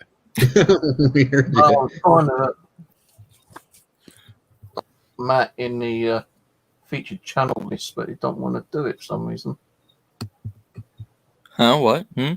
He wanted to put you in his featured channel list. Oh, thank you, sir. It's not letting me. You know what, Matt? I need to do the same thing for you. I'll put you in my featured list as well. Okay, thank you. I don't know what that means. That means you will be in the channels to follow. Oh, thank you, brother. When people land on their channel, say if I put you in mine, and when people land on my channel, Yeah. underneath on my page, it'll have you within the featured channels. Also subscribe or please subscribe or go and give these guys a lick, whatever you want to call it. Thank you, brothers. Go give these guys a rub and a squeezy. Yes. Perfect. You know what, Matt? I need to do the same thing for you. I'll put you in my featured list as well. No, you There's do. those voices in my head again. On. Okay, thank you. Throwing his voice 6,500 miles. Hell yeah.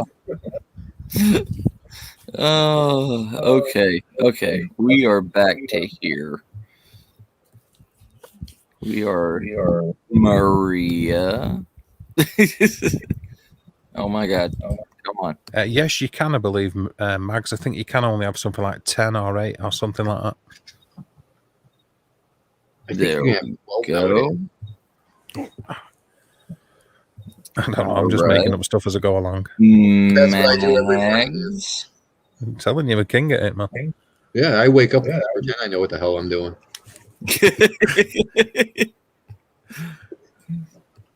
Okay, yeah. Am I Fantastic. missing anybody else? What's your one, Ryan? Stranger. What's No, mine? he's not. Sorry. What's your channel name again? It's a whisper to a scream.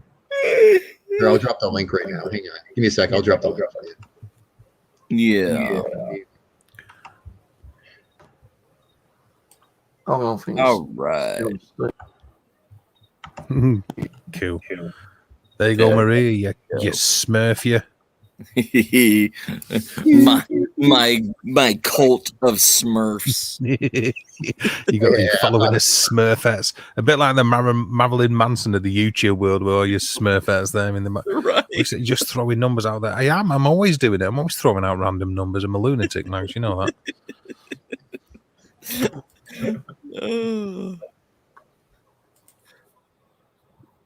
My stats are based on bullshit.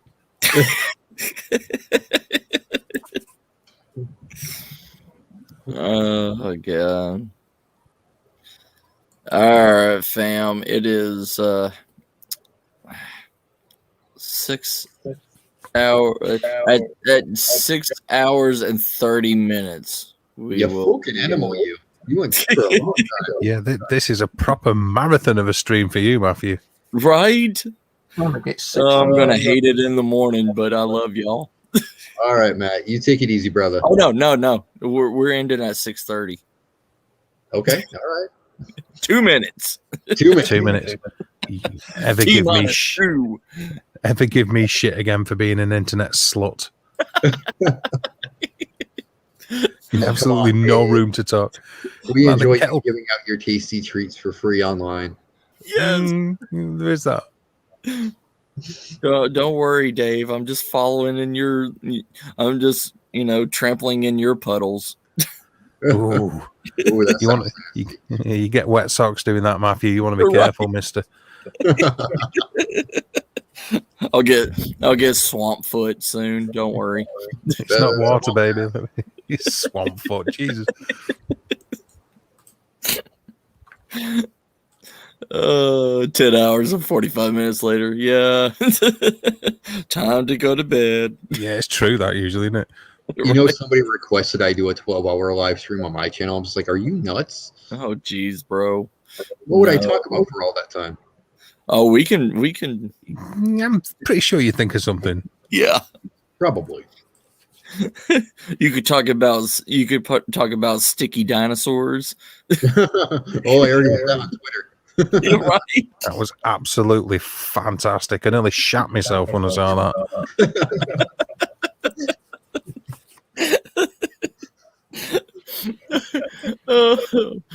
I had to mute my mic because I couldn't breathe.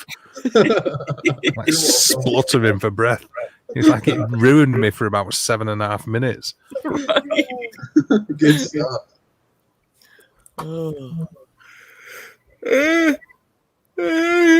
You're not allowed to yawn until it's 6.5 hours, Matthew. That's contagious. I'm sorry. Oh shit. Almost 6:30. We'll hit 6:31 just to play it safe. That's what we done with mine the other day, weren't it? It's like, come on, one more minute, motherfucker. Right. All right, everybody. By the time this goes off and everything, and saying bye to everybody and all this stuff. All right, fam. I love y'all. Y'all have a See ya. good night. Bye-bye, everybody in the chat. Yeah, y'all take care, you crazy animals. Much Crazy love. Don't leave me. Much I love to one and all. gotta go to bed. Well, you ain't got to go home, but you can't stay here. Right. GTFO. All right, much love, people. Talk to you later. All right. Oh, Love See you you. later, guys. Y'all See you take later. care, brothers. See you later. Bye, family. Love y'all. See you later, Matt. Take care, brother. You have a good one, Dave. Bye-bye. Bye. Bye. Take care, family. I love y'all. I love y'all so much, and thank y'all. But yeah, I'll get in contact with what Ryan showed me and everything, and hopefully we can bring this community closer and closer together. And I will do my best to keep this community together the best that I can. I love y'all. Y'all take care. I love y'all, fam. Bye, everybody.